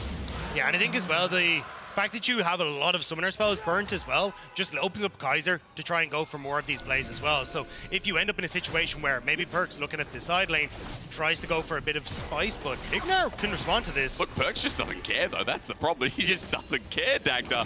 even with 4 members moving to the top side, Perks instantly clears. Kaiser's always there to cover. And that's the good thing about this Bard, he's just always there. But this is what I think Kaiser needs to be doing right now. Perks is a one-man threat where he can instantly kill Jackies if he gets the opportunity. So trying to have Kaiser there to try and protect him, has the Tempered Fate in case Peach ends up rocking up, or even as we've seen, Ignar is waiting over in the wings. So as you can see at the moment, I like what Kaiser's doing. It's, hey, we're going to get pushing mid, and I'm just going to hover between the 2 lanes. I can hit both lanes with my Tempered Fate and make sure it's hard for GX to really get an engage or a pick that could potentially bring them back into this.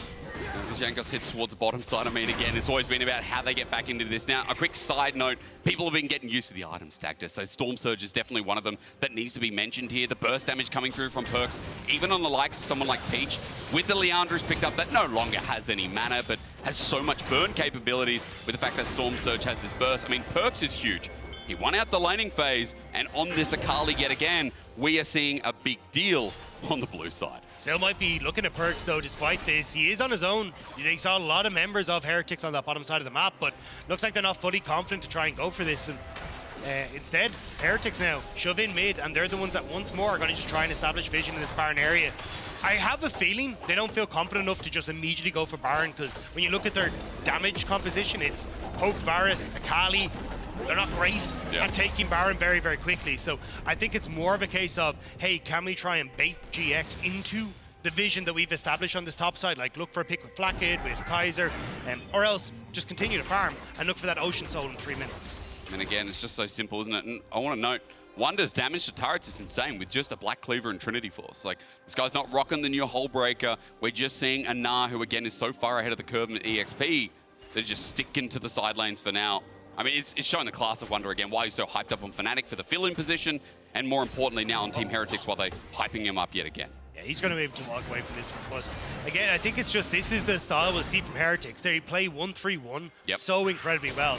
See how many members that GX have had to invest into this bottom side to just try and deal with Wonder. Okay, cool. Well, then that opens up Perks and the Akali to start to shove in as well. Again, you're winning that mid lane push thanks to Flakkid being this poke Varus, so they're never overextending or doing too much. It's just a case of ping pong the waves, back and forth, get your vision line a little bit further forward, bit by bit.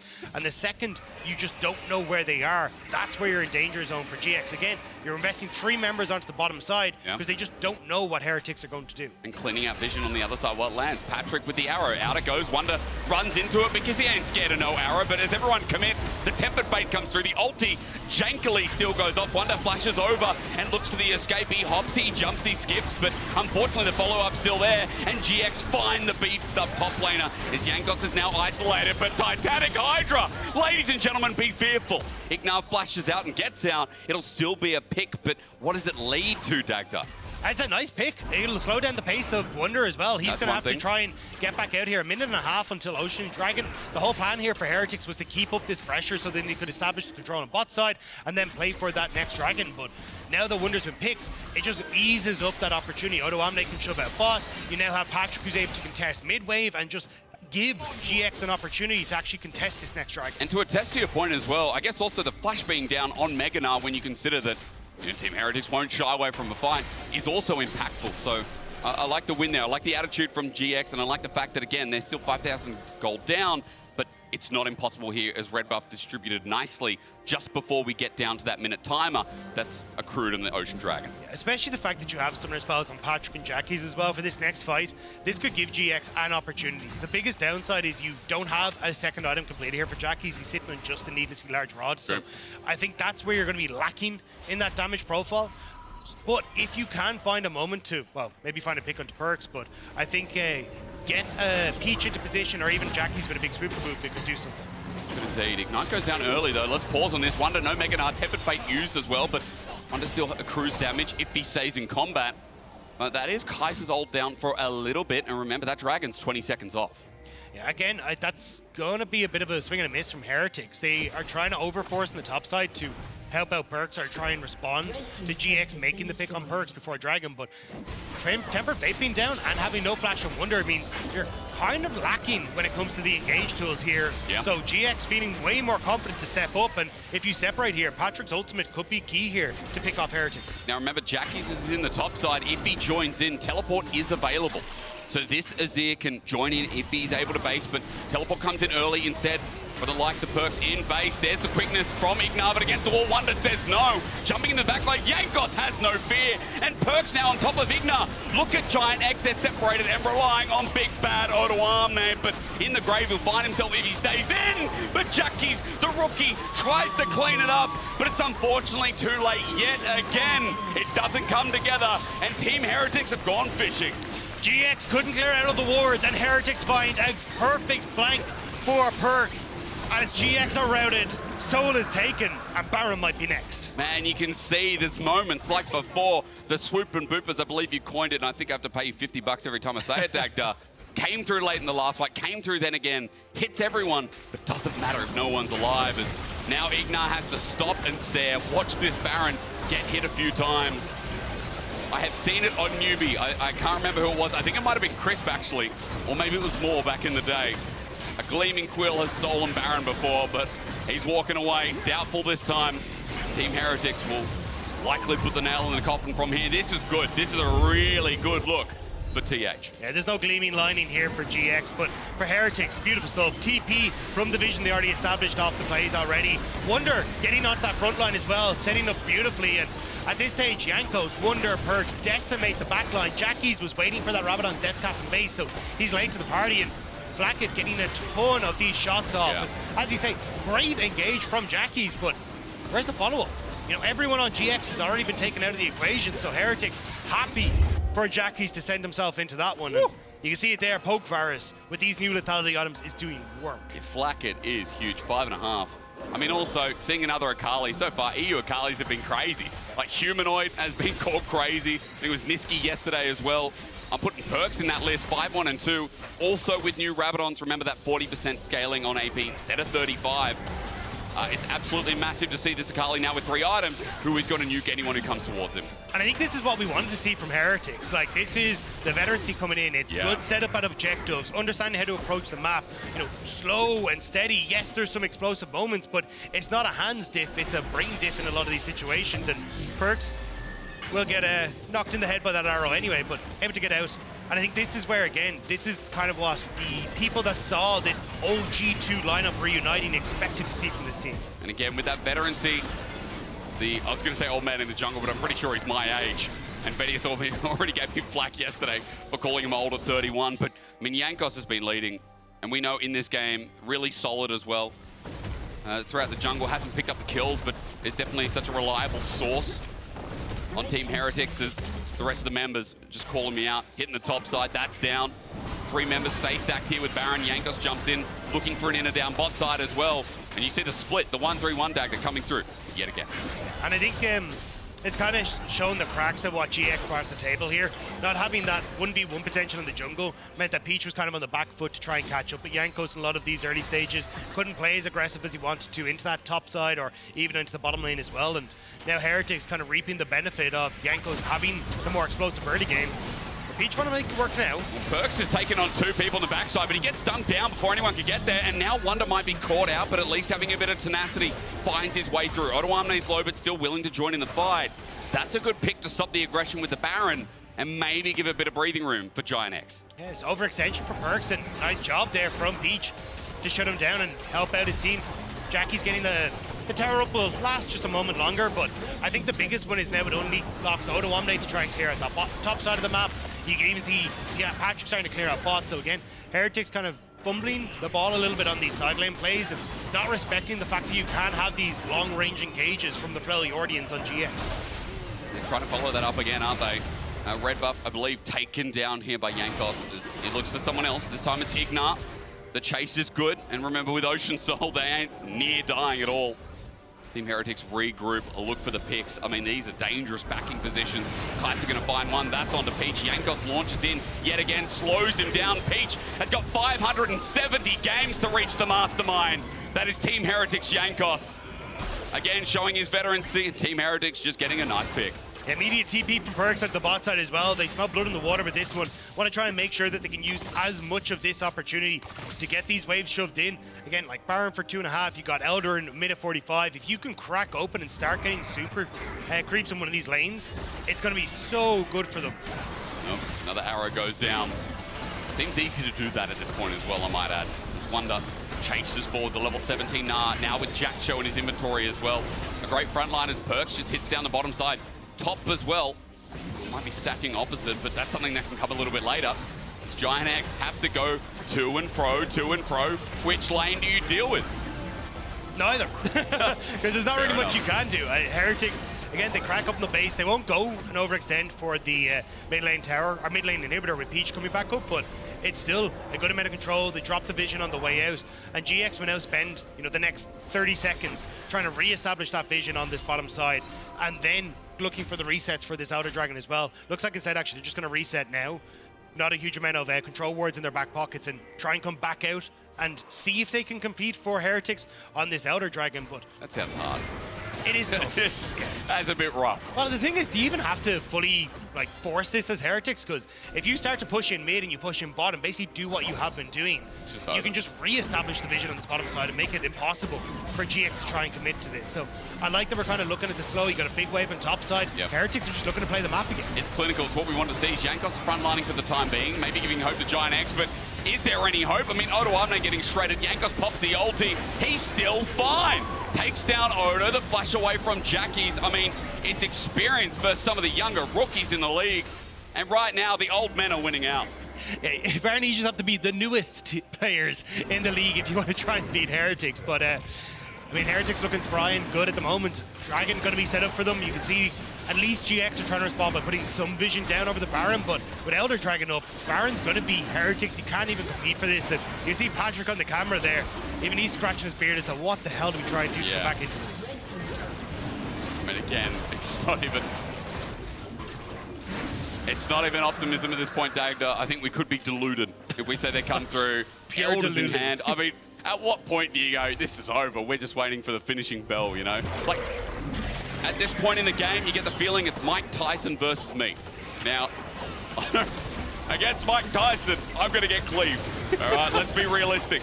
I don't know, I saw your boxing coming in yesterday in your WWE intro. No, maybe, yeah. No way am I close. I'm not even close to Gigabit. You know what I'm like? I'm like the guy in Hangover. And Mike Tyson starts singing. I don't even know the character's name. Stu.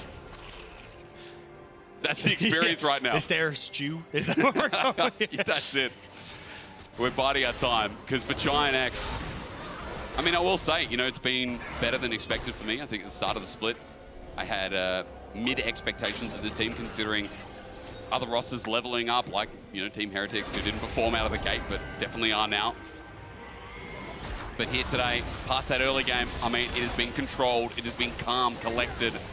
Giant X now on their last legs with this topside turret getting threatened with Baron, with Elder, remember, as well. It's just so easy to run into the base, and Giant X have to pay respect and look for their last stand in front of these Nexus turrets in any blink of hope. That's the thing, Perks has already started pushing that wave. It started on the inhibitor. So now, you got to engage against an Elder Dragon. You've got to, but you don't want to. You don't want to be in this position. Team Heretics slow and controlled again. The Tempered Fate locks down too. All you need is a Cosmic Binding to follow through all the poke that's been coming in. Peach ain't tanky enough. Heretics jungler Jankos, the legend, jumps on in. They expose the Nexus. How clean is this for his 600th game? He didn't need to sweat. Been sweating for 9 years. Now's the time to relax for yet another win on the board. As Perk said, it feels like a homecoming to come back onto this Heretics roster, and I mean, that one definitely felt like a party for Jankos. Very smooth game for them, and you see Jackie's there kind of distraught as to how he was supposed to try and figure out that one. Yeah. You see there your players of the game, Perks, Blackett, or Good. Kaiser.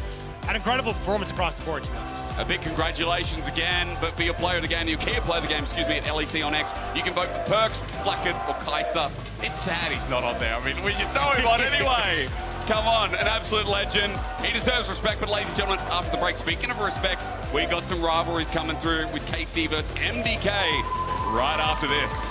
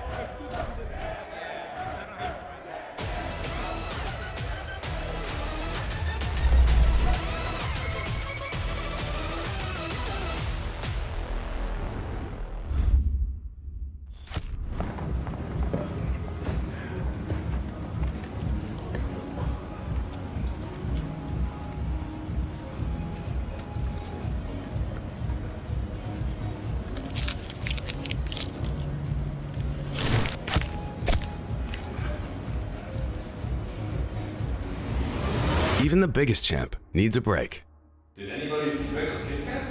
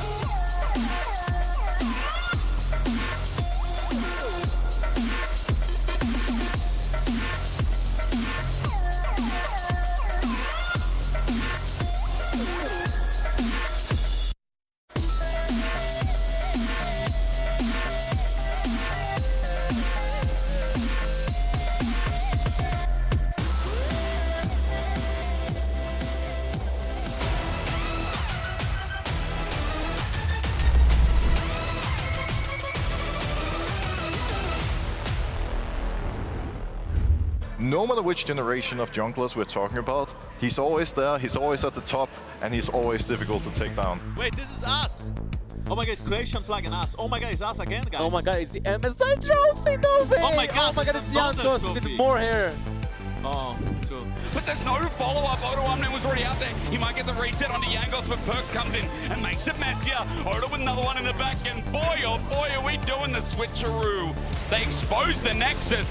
How clean is it for his 600th game? He didn't need to sweat. And welcome back to the LEC stage as we get ready for the fourth game of the day. But before that, I'm here on stage with Wonder, who grabbed their second victory for Team Heretics here in Winter Split 2024. Thank you so much for joining me.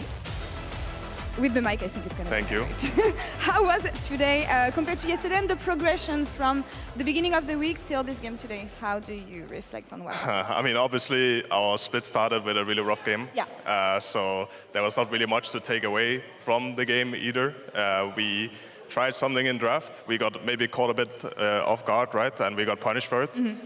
And yeah, I mean, we didn't really want the same things to repeat. I do think we play a little bit weirder on stage. There's like definitely some things we do that are not really like that good and optimized yet, and that we need to work on. But I'd say it's good to be cautious week one and just take the the easy wins, and I don't want to have a repeat of when I was in Fnatic in Winter and actually not even make it. So hopefully with this roster we can make it through to the next playoffs. I mean, that's the goal, at least when you see the experience within the roster. You were saying that there's some stuff that go in scrims and that don't translate to stage results, which is surprising given the experience within the players. How do you explain this? Not used to playing together? I mean, obviously we have people that have played together before, but it's also been a long time, and a lot of people change the way you want to play the game, and everything kind of changes, and we just have to get used to each other. I don't think it's a given that we are like mega in sync just because we have played together for so long in the past. We are all here to prove ourselves regardless of our past success or anything, and just try to be able to compete and be the best again, you know. And yeah, we don't really let our past successes get in our head too much. I mean, that's the thing, and I think it's important because you got success in the past, but I feel like you all evolved since then, playing with different players in different circumstances. Why did you think it was a good idea to get back together with Perks and Jankos? I mean, I'm obviously, I always had contacts with, well, my old teammates on G2, and we obviously talk to each other, and we are good friends, and it just happened to line up in a way where we've all, I guess, us, like me, Jankos and Perks, have had not the greatest success recently, and it just lined up that we could, yeah, reunite on paper weaker team, and hopefully we will make them great, you know? Avengers Assemble. We'll see what happens for you guys. I want to focus on the next game we have, as it's been war on social media and everywhere since the beginning of the day, as we have Mad Lions Koi taking on Carmine Corp in the next match. Who's going to win? I'm throwing you under the bus with this one. I'm obviously on a Spanish team myself. I will say though that if I had to guess based on like the strength of the teams, I would probably say K-Corp wins. Right. But we did get smashed by Matt, right? So me standing here saying that, it's like, I don't really know. I just really hope for a good game. I mean, I know the fans are really excited for this, and probably people watching from home as well. There's like a lot of backing for both teams. So yeah, hopefully there's no fights in the crowd too much, you know. But I hope people will enjoy the game regardless, and it's not a stomp, hopefully. All right. Well, thanks for playing along, Wanger, and congrats on 2-1 on the opening week of the LEC. And we're gonna toss it back to Shox for the next pregame. Back to you, dear. Thank you so much. We've got Flacket here as well. No. I can't believe Wonder was like political in his anthem. It's crazy. That's the first time Yeah. ever. Yeah, I mean, I think he's like tryharding. Like he quit WoW, and now he's like mega professional. Yes. And I mean, he still plays like solo queue now instead of WoW until like 4 a.m. probably. That's good. But I mean, yeah, I can tell he's like changed. As well, he told me, like in private, like with the team, like right now there's like a war going on between like Spanish and French fans. He's like I mean, he doesn't want to, you know, get in the game. Like he really doesn't like the Twitter meta right now. Oh. I mean, he enjoys it, but he doesn't find like anything like, you know, like funny to tweet or anything. Oh, he doesn't have inspiration. Yeah, I mean, to be honest, like Mad Lions, they took the inspiration from us in the first game, I think. Yeah. But yeah, I mean, I'm hoping, you know, that we started playing better, because as well we're gonna get like probably some banger tweets from Wunder's side. Yeah. But yeah, I mean, for sure, it's like, I don't know what happened to him, but it's like more like political now, like politically correct. He's like a sleeping giant. He's gonna like for wake sure, up for sure. and He's for sure like waiting. We can talk about the next game, but first though, we gotta crown our Kia player of the game, and it was Kaiser. Roxa, Finn, do you think it's deserved? Yeah, definitely. I mean, I think both Kaiser and Flacket here, of course, showed a lot of dominance in the bot lane. And yeah, I'm curious, what do you feel about playing with Kaiser? How's it going for the two of you in bot lane? I mean, at the beginning, I mean, I think it was like pretty rough for everyone, but as well with Kaiser, like the main issue we had, and we still have, is that we have like so many voices in game. Yeah. But yeah, I mean, we are still trying to figure it out, but like with Kaiser, working with him is really easy. He's a really nice guy. I can like talk whatever I want with him. Like, you know, like some days you need to have like these like not so nice talks. Yeah, be like, direct. It's not like we're like flaming, but like for sure, sometimes we need to like contrast ideas, and sometimes you get into like, I mean, not conflict necessarily, but like maybe one guy disagrees and you need to find like a mutual ground, or you can like as well like both disagree, but you can like talk to him and work with him, and he's always willing to, you know, like if I'm like I don't know, like there's like some weird combos and other people are playing, like I'm seeing like double support item something, I can just tell him basically to play the shit that I want. I mean, like we tested, it's like, oh yeah, you're like completely delusional. Like we tried and stuff. So I really like so far I'm enjoying my time with him. Cool. Yeah, great game from you guys. Congratulations. That's a pretty good week. But now I just want to talk about the next game. Yeah. So Mad Lions Koi up versus KC. Finn, maybe. There's a lot going on there. There's obviously EMEA Masters, finals history, 3 players left on each team looking for revenge. There's Spain versus France. I want to pull up some tweets as well, but it's I don't think I've ever seen anything like this. No, there's a lot to break down there for sure. I mean, there's only winners to this game, I think, if you're a viewer. Obviously, like Casey really wants to get this win. They don't want to end on a 0-3. I don't think anyone wants to end the first week on a 0-3.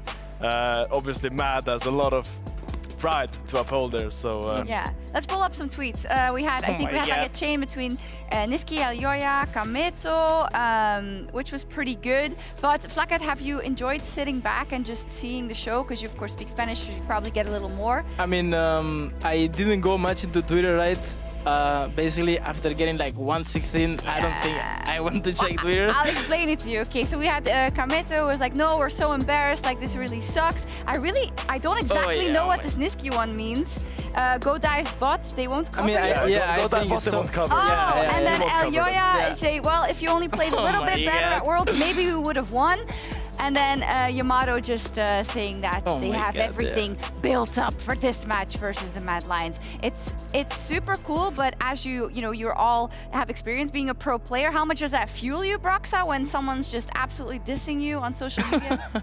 I mean, I don't know if I've gotten dissed in that sense. I know as a Fnatic player, like going up against G2 always felt special because it was kind of the same rivalry. Like we knew that if we lost to G2, we couldn't open social media for a little while because so you really want to win these type of matches. Yeah, for sure. I mean, it's like so fun. I mean, of course, right? If like you are like K-Corp and you lose, it's probably not gonna be fun. 0-3, that's what. Yeah, but if you win, this is gonna bang. Like this is gonna bang. I mean, when I was in G2, right, like the matches against Fnatic were like mega hype and banger. And I mean, the team that lost was gonna get, like some social media treatment. Yeah. But like, I've never seen something like this. It's just going wild, everything. Well, I'm gonna give you the treatment as well because I want your prediction, of course. I know you are Spanish, so. I mean, I really, okay. I was gonna say I really want Mad Lions to win, and I still want them to win. Okay. But it's kind of what I said before. Like, if I wanted them to win like 100% after our match, I want them to win like 99%. Because like they really destroyed us, and yeah, I mean, on Saturday it just didn't feel good. Like that day didn't bang. I can imagine. I can imagine. But I mean, I'm for sure like I'm really confident on my Lions. I want them to win, but I think they will win as well. I think both teams are like both centric. Like in the games we're watching, like the 2 games my Lions played. One game it was against us. They're bowling. I mean, we kind of lost the game like minute 3, but like they were playing through ball basically. And the game that Mandals lost is basically SK was destroying bowling as well. And for K-Corp it's kind of the same. Upset and Targa are I mean, they only played Delusion, right? But they're always like ahead in lane. So I mean, for sure it's gonna be a banger on bot lane. Probably there's gonna be like some level 1 action or like level 1 plan behind. But I'm really excited, and I mean, it's gonna bang. It's like I don't know what I say. No, it's fine. You said plenty, and I think we're super excited for it. I cannot wait to see this match, and I cannot wait to be on Twitter. Excuse me, X, for this match. I literally can't wait. But I can't wait either. It's Cabochard. Let's hear about him, about his return to the LEC. I can't wait.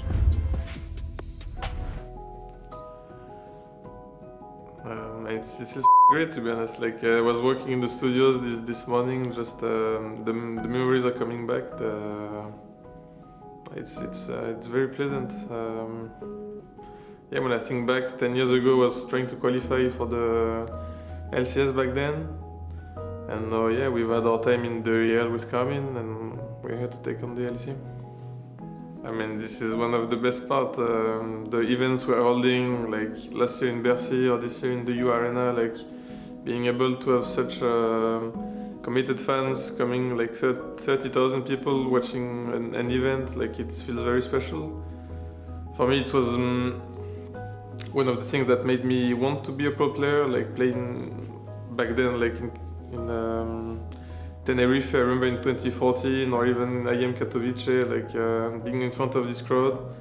And with Carmine, it's even more special because all the fans are ultras, like they are very to support the team.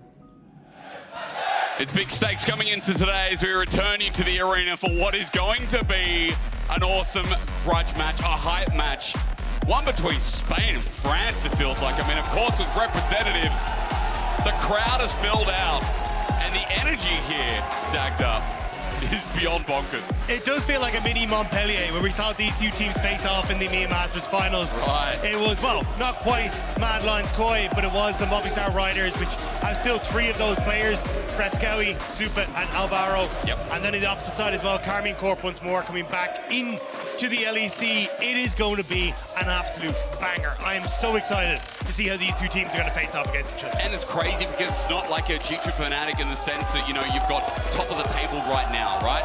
You've got KC and MDK who are in the middle of the pack of teams with mixed expectations, but it's the fact that not only these rivalries come through, it's the fact that these teams, I think, have been performing at decent enough levels. Let me give you an example. KC Dagda, their opening schedule, I think, is what we need to talk about, because G2 and Fnatic, that's how they've been opened in the LEC Winter. Yeah, and I think they put up good fights, especially in the early stages against teams like G2, but it felt like their mid-game, it came a bit disjointed, and that's where they weren't able to get across the finish line. And on the opposite side for Mad Lions Koi, it was, hey, phenomenal start, game one, really day good. one, coming in against Heretics, where they were able to find those early invades, get the big lead going, especially playing off Elyoya Zinzao. But yesterday we saw him get his hands on the pick once more, wasn't able to find that same success against SK. So both these teams trying to see if they can get one over on each other here. And that's why I think Elyoya in charge is a big deal for me here today. What does he get given? Of course, the Nocturne to ban away here by Carmine Corp is a big deal as well, considering it's one of the strongest on this patch.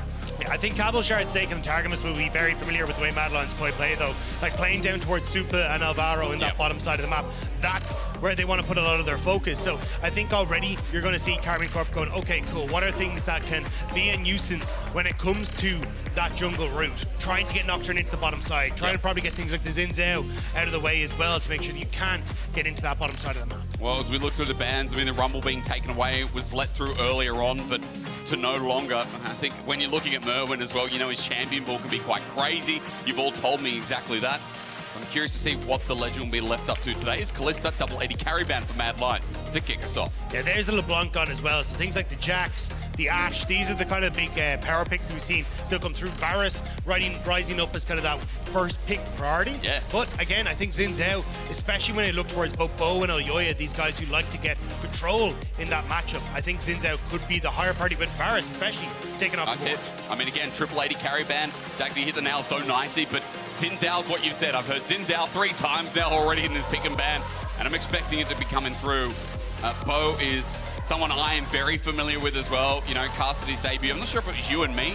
Might have been you and Munch. Someone did Bo's debut in FBX, right? Yeah. Remember the Olaf game? Oh, yeah. Absolute crazy, flashing over blind of a red ball. Okay. That's the kind of player he is. As we go in a different direction instead, seeing Ashe as the first pick ain't what I thought we were going to talk about first. Yeah, I mean, obviously you're going to be able to flex between Upset and Targamas, but one of the things about Targamas was his flexibility in EMEA Masters. He was kind of the one that piloted things like the Senna, alongside that Neil in the bot lane for Carmine Corp. So excited to see him kind of maybe bring this pick in and see if he can find that pressure again on another style of AD carrying that bot lane. The Aphelios taking the opposite side, and the Nico. So Frescowi going back to something that gives him a lot of control and push in that mid lane. The Aphelios, I think Mad Lions Koi learning from a lot of the other teams. So we've seen the Aphelios just great late game skating, the ability to team fight. And honestly, I think where Carmine Corp have a weak is that team fight. Well, on the other side, just a quick note though, while we look at what they're being set up to do, the skirmishing already huge, Dagda, and the takeaway by that Zinzao that we so heavily focused on. With the Azir on the other side, Forsaken, it feels like a safe bet to deny what Mad Lions Koi maybe wanted to do. I think the question mark there was like, what does a Yoya want to take into the jungle? A better question, yeah. I think that's where you're kind of going, hey, look, we've got the Zinzao taken. Jax, we saw Bo potted as the counter pick into it, but I don't think we'll see Yoya go towards that. It is actually just going to be back to the Sejuani, so same kind of idea that we saw earlier today, or in our last game, which is just, hey, we're going to take the Sejuani. We won't be able to fight as heavily for the 1v1, but when we get to those team fights later, it's going to be fantastic. The only big worry is that you can go for something like an aggressive AD carry for upset. You take the Ashen to support, you got push, you got the potential to invade, and it's kind of like Mad Lions Koi, that day one, what they did could be done to them now coming in for Karmine Corp here. Yeah, it would be just as that's winning for the team that's 0-2. But again, their strength of schedule is something that needs to be mentioned. Mad, lower expectations, but still the opener was so good. We can talk a lot about that in game. For now, note the Heimerdinger ban down towards the bottom side. The Merwin ban, when day one, he also debuted here on the Gwen and had a pretty decent performance. As that's taken away, I wonder if that gives away what Karmine Corp want to do on the top side here, Dagda, as one of the true damage top laners, or the big AP carry tops is taken away. Yeah, Gwen going to be gone. I think it is probably going to be more tank orientated for Mirren in that top side, though. I think going towards things like the Cassante, maybe even an Ornn, could be the call here. It actually nearly feels to me like for Karmine Corp, they're kind of setting themselves up to, because they're going to be the ones out to blind pick, right? So maybe they want to try and take away the Cassante themselves on this next rotation. Could you imagine? There's probably going to be a support lock in here, and then you keep the counter pick for Mirren in that top side.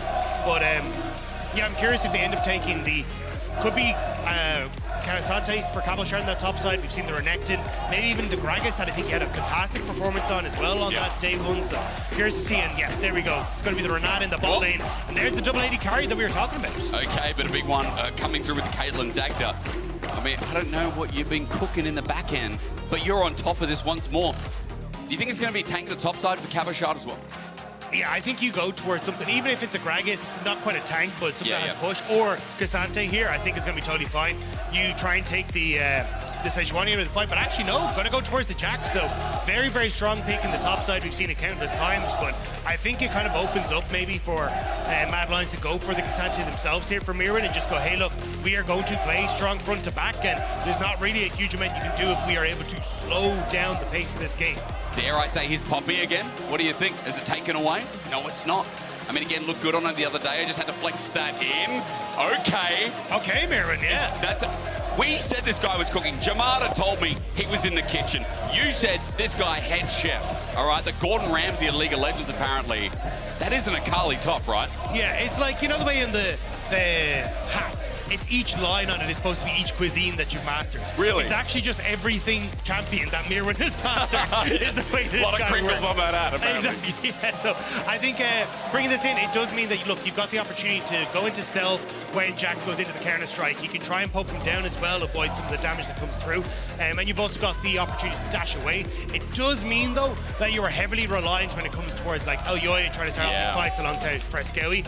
And as well, I think it does leave you in the later portion of the game where Jax will get a little bit more tanky. Could be a problem for Mirren, but not a matchup I've seen a huge amount, so that's kind of the way my head's going. Let's learn together, because it's a fun matchup in the top side is the grudge match. I shouldn't call it that, the rivalry there between the two countries. The audience has come out to show their support. I mean, you've got to give it to them. The energy here is electric. In all 3 days that we've had of the LEC Winter so far, they have been out in force. And they're shouting at each other, as you can see. So, to the audience out there, all I can say is, Vamos, Alonzi, as we get into this one. Let's start it up. KC versus MDK. This one's all about the pride as we run to the end of the day of LEC Winter Week 1.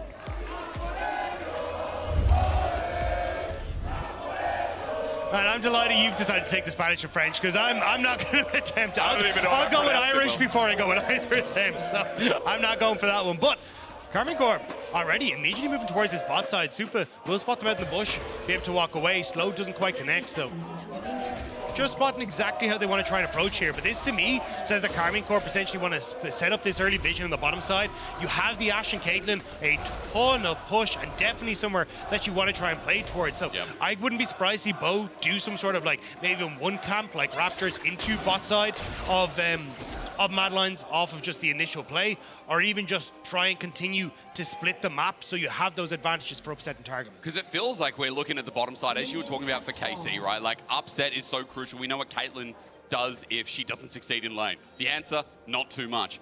We know that if that Akali top deck is punished, then a bit of trouble for Merwin as well. So a lot of volatile elements on both sides of the rift for this game. A game that matters so much. And you might be sick of hearing me say it, but again, Vedius mentioned yesterday that 4 was kind of that magic number last year in Winter that got teams over the line. KC have had a really rough start, 0-2, because they've run into both G2 and Fnatic in their first week. So it's like, well, how strong really is this team?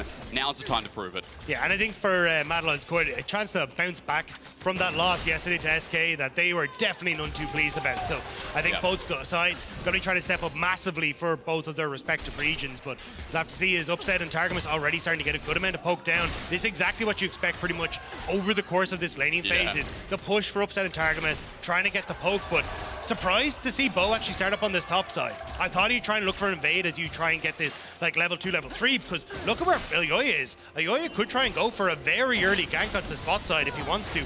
Vision is there though. Yeah, as you were saying, it was that early invade, right, that set up the vision that gives a bit of control. And so being able to rely on that for now means Elyoya's path gets a little bit harder as Merwin, meanwhile, Cabashard winning out in these trades. Dagda, we're learning about this matchup we're seeing because it's very rare. I also want to note that Merwin has actually gone for the Ignite teleport topside. No flash actually taken here, as Cabashard has that advantage if it comes down to it. Does mean he's going to be trying to use that essentially to survive the laning phase. Although Ignite is an aggressive summoner spell, usually take it into kind of terrible matchups to make sure, hey, look, if this guy goes all in, I got a little bit of extra in the tank to try and take him down. So we'll have to see if Merwin will end up using that in the long run. Again, has a lot of mobility in this kit, but at the moment, still eyes on bot side. Ayoya moving back up towards his top end of the map. So at the moment, should be able to just trade effectively. No real attention from Bo in the early stages like I expected. But I want to note some of the warding that's coming through. One expiring as well as Elyoya gets deep into the enemy jungle. Bo going to spot him out here. Look at the information given over to Kameen Core as Elyoya makes the move, but this is going to be a counterplay. Mad Koi may be moving into a trap here, but instead Kameen Core giving the information back over that they know. Yeah, but I think this is going to be a good spot for Bo. You see Super starting to move across. Arctic Assault, Permafrost. Bo ran into this. He flashes away from the handshake. Alvaro flashed over the wall. The root's still there. Super sends one over to Isengard for the meantime. Just says a howdy doody. Bo's backing on in. And that's a flash gone. Flash for support in the meantime. Yeah, Mad Lions Koi were actually able to move over first. Upset didn't end up leaving the wave, so you still kind of end up with this advantage where Ayoya now trying to heavily push that forward. And gets it. Nicely done here from Ayoya. Bo runs on back in. That spear comes through. As wind begets lightning, Elyoya just runs on out. Targamas can't get the full Hail of Blades. Alvaro's come in as well. He might have actually walked into a trap, but that handshake may have also saved his life. As Mad Koi have to defend each other here. The follows through. Targamas flashes on in. Alvaro just burned the flash before. The damage comes through from Upset. First blood over to a Caitlyn bot is a recipe for success for KC. Really smart flash from Targamas. Knows that he can keep up with that the slows coming through from the auto attacks. Elyoya though will film Bo once more. Saken may need to come across to help his mid laner here as Targamas, or our jungler, and Targamas is already here as well. Level 4 achieved. Elyoya ain't going to touch that anymore. As you said, mid could have played a big impact, but they just brush away. Dagda, Caitlyn with a 200 gold lead, sorry, 500, 600 in the bottom side. Dare I say again, that's a good recipe for KC in this early game. Especially since you're going to get Bo taking second scuttle here. Going to be able to go back in towards his jungle as well. Actually going to go for the reset first. Wasn't sure if he wanted to try and clear this top side initially, but looks like it'll be a top side and then repeat performance in the bot lane. Handshake. Great roam, Saken. Oh my god, he should be caught out, flashes away. He respects that it was going to be matched. Yeah, had to flash first because the auto attack from Frascawi could have been disaster for Saken, but nice roam from Alvaro coming back off the unfortunate death he had. Just finds that opportunity to pop his head into mid lane and make things happen. Least has the teleport to get back, but to summon it down, we have to see how it gets punished, if by Mad Koi as well, as Elyoya moves to the top side, but Cabashard is also playing safe. So here in this early game, still belonging to KC, but it's only a 500 gold lead. For Mad Koi, Dagda, we remember, there's going to be a lot about this top side getting through laning phase, a lot about this whole team getting through laning phase as we saw it. And so far, the early game is just that, just one kill. as Upset able to get the nude quiver back from it as well. I think you need to continue to focus on this bottom side of the map, though. Bo, you can see where he is now. He's gone for a triple longsword. I nearly would have liked him to pick up a control ward and just try and get some deep vision in towards Elyoya's jungle. I think they're very aware of like when these camps are respawning just off of your first clear, because they kind of have an idea of what Elyoya's initial clear was. So I think you'll get, you know, Raptors cleared out here by the Xin Zhao, and then even just popping your head in, seeing if you can get some sort of vision down. But the lack of a control ward and having your cooldown already taken away for Targamas and that, you're kind of reliant on these hawk shots to spot out exactly what Elyoya is, and I think that's going to come back to bite them here. They just don't have the vision to continue pushing, which is why they're kind of putting on themselves in the back foot here a little bit. I mean, as they get pushed in, the control ward to spot out and give them some safety. Bo shadowing over. That's a triple longsword Xin Zhao as well, by the way, as Elyoya runs into him, has the backup of his bottom lane. Bo hasn't communicated with bot, and now he just gets absolutely swamped. A kill over to Super, also a big deal. Cabochard, meanwhile, gets flashed on, ignited down, execution! Merwin is cooking again. Level 6 for Merwin, and immediately gets the kill on Cabochard and the advantage onto bot side. This is Mad Lions saying, hang on, we can fight against this early game from Karmine Corp and come out on top. Dagda, I was warned that his champion pool would be seen at some point. He steps up big, as you're right, trying to punish the flash, meanwhile onto Seiken, but Elyoya can't do too much. Seiken walks around it, and we definitely have a game. You know, the fans already hyping this one up. They've got so much lungs on them, so many lungs. I'm not sure what the plural All of lungs. the lungs. Lung guys. The lung guy, yeah. It's like cacti, right? Yeah. They should be casters as we look at this one again. But I mean, really nice job from Merwin, right? The counter-strike goes down, so immediately you can go for the all-in. Gets the ore into the E to get the extra auto-attack damage off as well. Smooth gameplay from Merwin there. I mean, I think his chef's hat definitely showing in that one. At least the kiss at the end from the fan, you know, mitigate as well. But huge across the board when you think that Madkoi got one on their 80 carry. And now Super action might be punished here. He's got flash available. Bo in the right place at the right time to try and get one back for KC. Super buying it off. He's got Severin. Bo flashes under turret. How dangerous is it? The answer is not at all. He survives. And that's good retribution here. Overextension from Super on that one. Trying to see if he could get up and push that wave, or at least get some of the CS, but it wasn't really a need for it. And it means that Bo in a position to punish. Going to lose out on a big wave in that bot side. And will again, it's important for Karmine Corp to try and get control on this bot side, because you want this Caitlyn to snowball. As you said, and you want plates, right? You want to make sure you get 5 plates in the lane. That's true success of a Caitlyn lane as well. Elyoya, while he trades up to the top side, Cabochard gets a bit of information, sees where this Sejuani is, but not in time to stop the takedown of the Grubs. 3 given over. And Dagda, I think with this new mechanic in the game, we have to also talk about the fact that you have a Caitlyn in game. Grubs are so important for KC, right? If you can deny those other 3 as well, you stop that Caitlyn over pushing the lane, getting easy turret plating too. It's something that benefits someone who can push a lane as hard as a Caitlyn does. Yeah, I think the thing is, though, is for Karmine Corp, yes, the Grubs will be nice, but I just don't feel like they've been able to establish enough control on the spot side to really make the Caitlyn worthwhile. And I think a huge amount of, as we said, comes back to, hey, how much vision control have you invested here? Basically dark on the bottom side of the map. Yep. And I think Elyoya has actually been doing a really good job of punishing that fact, of getting in and saying, hey, look, I'm going to try and push him back. Now, obviously, Super has died once, but a 500 gold difference isn't anything to really write home about at this stage. You've got a couple of turret plates, but you really need to see it ramped up to 10 here if you want to try and carry through in these early stages, and look for a lot of the picks that Karmine Corp are going to rely on in the mid game off of Targamas and Bo working together, maybe having Seiken coming in tow as well to establish the control in this bot side jungle that they need. Well, let's see how Bo moves out. Level 7 now on the Xin Zhao, keeping track because that individual level strength also important. Matching Elyoya, but still has the Tunneler and double longsword. It's got a lot of damage. We'll see if Bo can transition some of that damage to Dragon Pick, because MDK is starting this off, first Dragon of the game. Targamas does end up eating the handshake. Wasn't sure if they were going to try and blast cone him over the wall or anything funky there, but not actually going to be the case. Instead, MDK, nice pick up with the Dragon. I think the real objective I'm going to keep my eyes on, though, is how we see both teams play for Rift Herald. Because I think that's going to be, with already 2 plates taken on the spot side, the big one that we're focusing on. But Elyoya and Bo once more meeting on the spot side as Targamas and Upset crash the wave. Might as well live down here at this point. I mean, the junglers have just, again, paid attention to what they should be doing in this game. As Elyoya gets forced away, Upset can't still set up. Let's try English again. Step up to the turret. I can't speak Spanish, I can't speak French, and apparently I can't speak English Look, either. it's a tough one, man. It's tough, you know? There's a lot of languages that are being thrown around here. A lot of words, especially if you look at Twitter. But it's the fisticuffs that really matter in this one, and we're already getting into it. I think Karmine Corp again. Stormrazor now complete on towards upset. He's going to be in a much better position just if he can get some of these auto attacks alongside Targamas, get the slows, try and chase people down this lane. But again, it's kind of a slow pace where you're not getting huge amounts. So if you're if you're Mad Lions, you're pretty happy with the way this is going. Like, your Aphelios is getting time to scale. You're not being punished for the weaker jungle 1v1 and Arrow. Super. We'll call it a sidestep, but bit of both. But a bit of both, yeah. And now Elyoya again, just on this bottom side to cover as the wave crashes. At the very least, you've still got that warding there from KC. You know it's coming. Upset just gets some free damage off as well. He's doing a bit with this, I almost called it Storm Surge Dagger, Storm Raider. Am I correct, or am I just getting it wrong again? Stormrazors. You're all good. Storm Raiders, I call it. I'm just changing item names now as well, but still, a lot of damage is the point. As you can see, Upset dishing it out. Super doesn't have his first, but onto Targamas he threatens. That's some good trading as well. For the first time in a while, Bo's actually not bot Dagger.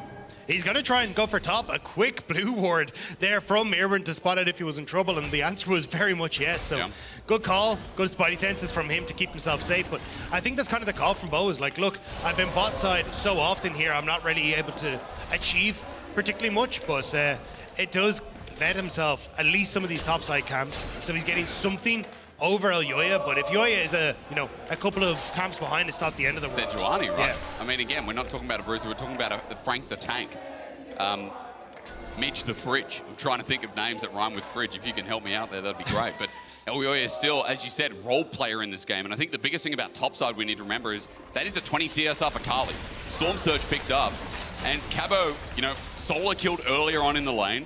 Merwin's been doing pretty good here on this very surprised top lane of Kali.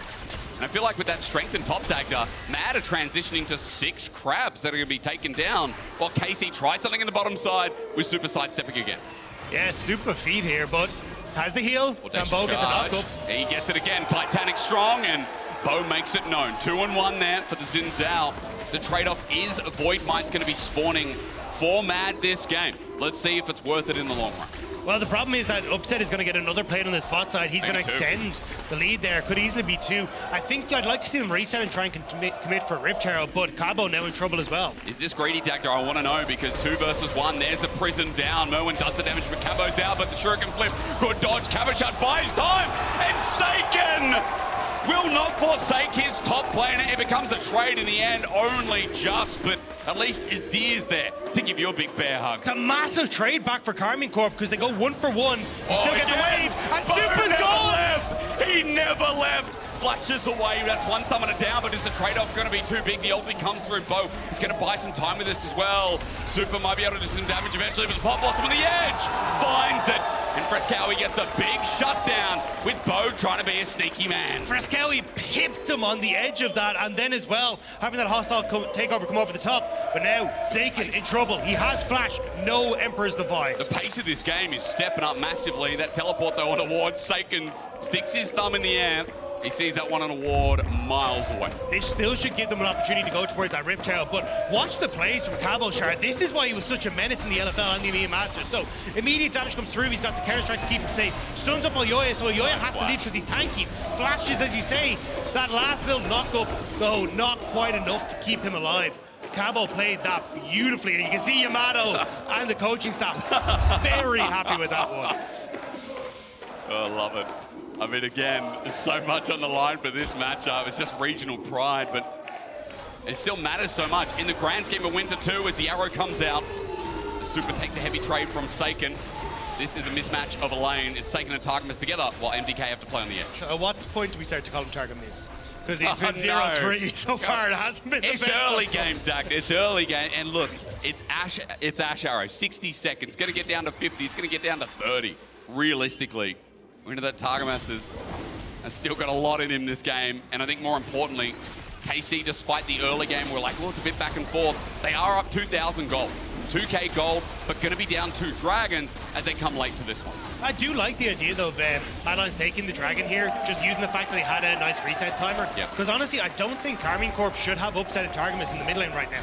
I'd actually much prefer to see them just keeping Seiken in this mid lane, rotating upset and Targamas to the top side and swapping Cabo down, because you have the Rip Trail up here, you already have the advantage, but it's so much easier for Super to clear out these waves in the shorter lane and not be under too much pressure.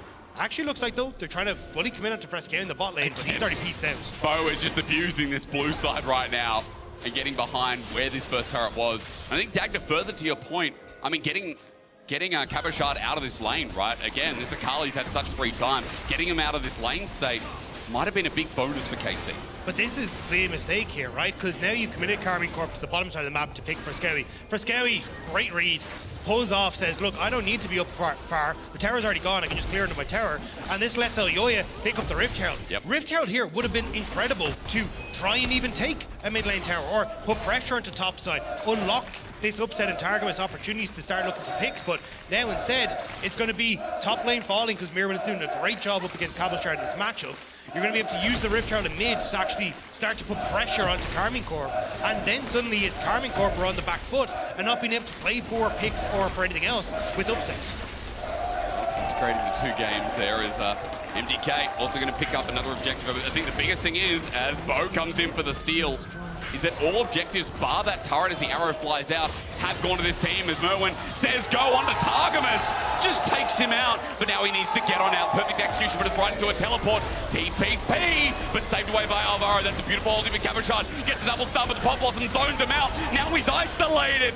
KC, speaking of which, are going to be separated, but Upset trying to come through. Nets over the wall. Alvaro, the next target, flushes out. They're matched by Bo, but a handshake won't be good enough for a sealed deal. KC will pick up some off the back of it, but Dagny, you got to remember, Herald goes over to Mad. But this could have been beautiful for Karmine Corp. The collapse was great, but look at where Upset is. He's got to try and make his whole way up through this river as this fight is kicking off. You've got the same with the Azir, who tries to come in, and look, it is a great stun that comes through from Targamas, and the follow-up then coming through in just a moment, but Targamas ends up falling because Mirwin goes over the wall. The TP then comes through from Cabo, and it sets up beautifully, but again, look at where your 2 damage dealers are.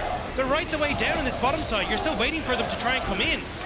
And now it's just falling back for Mad Lions Koi, where they're picking off members of Karmine Corp. And look, you will get 1 kill on the backside of it. But Karmine Corp, you need to wait for your squad to be in position. Yep. All you get is Alvaro off the back end of it, Doug. As you said, could have been so much better. You look at the goal, still 2K for Karmine Corp, but you're back and forth on that, aren't you? Because Mad are about to get this mid lane turret. Boom! 1 down, 1K down as well. And here we go for another charge. Upset, you're in the way. And some good damage as well. Remember, you have Aphelios with red and white. Everything's all right. So the gold is clawing back. And you got a bot lane tower that's ready and waiting. There you go. Cabo has to back it off. They can't do anything about this, as... Ulti comes through. I mean, this is huge. Frescowy! The Polish Thunder comes through, but Bo negates it, finds a kill. It's a trade for jungler, though, as the range is absolutely massive. Super won't get his last hit on Upset. That could have sealed the deal there too. A 1-for-1. The fire continues to burn in this game. The thing is, though, it's a 1-for-1 trade. Tier 2 for Tier 1. So in the grand scheme of things, not the worst of trades for Karmine Corp when it comes to the entire map. That could have been so much worse if Bo hadn't been able to get the members of Mad Lions Koi back from that initial engage. You'll see it here as it comes in onto your screens.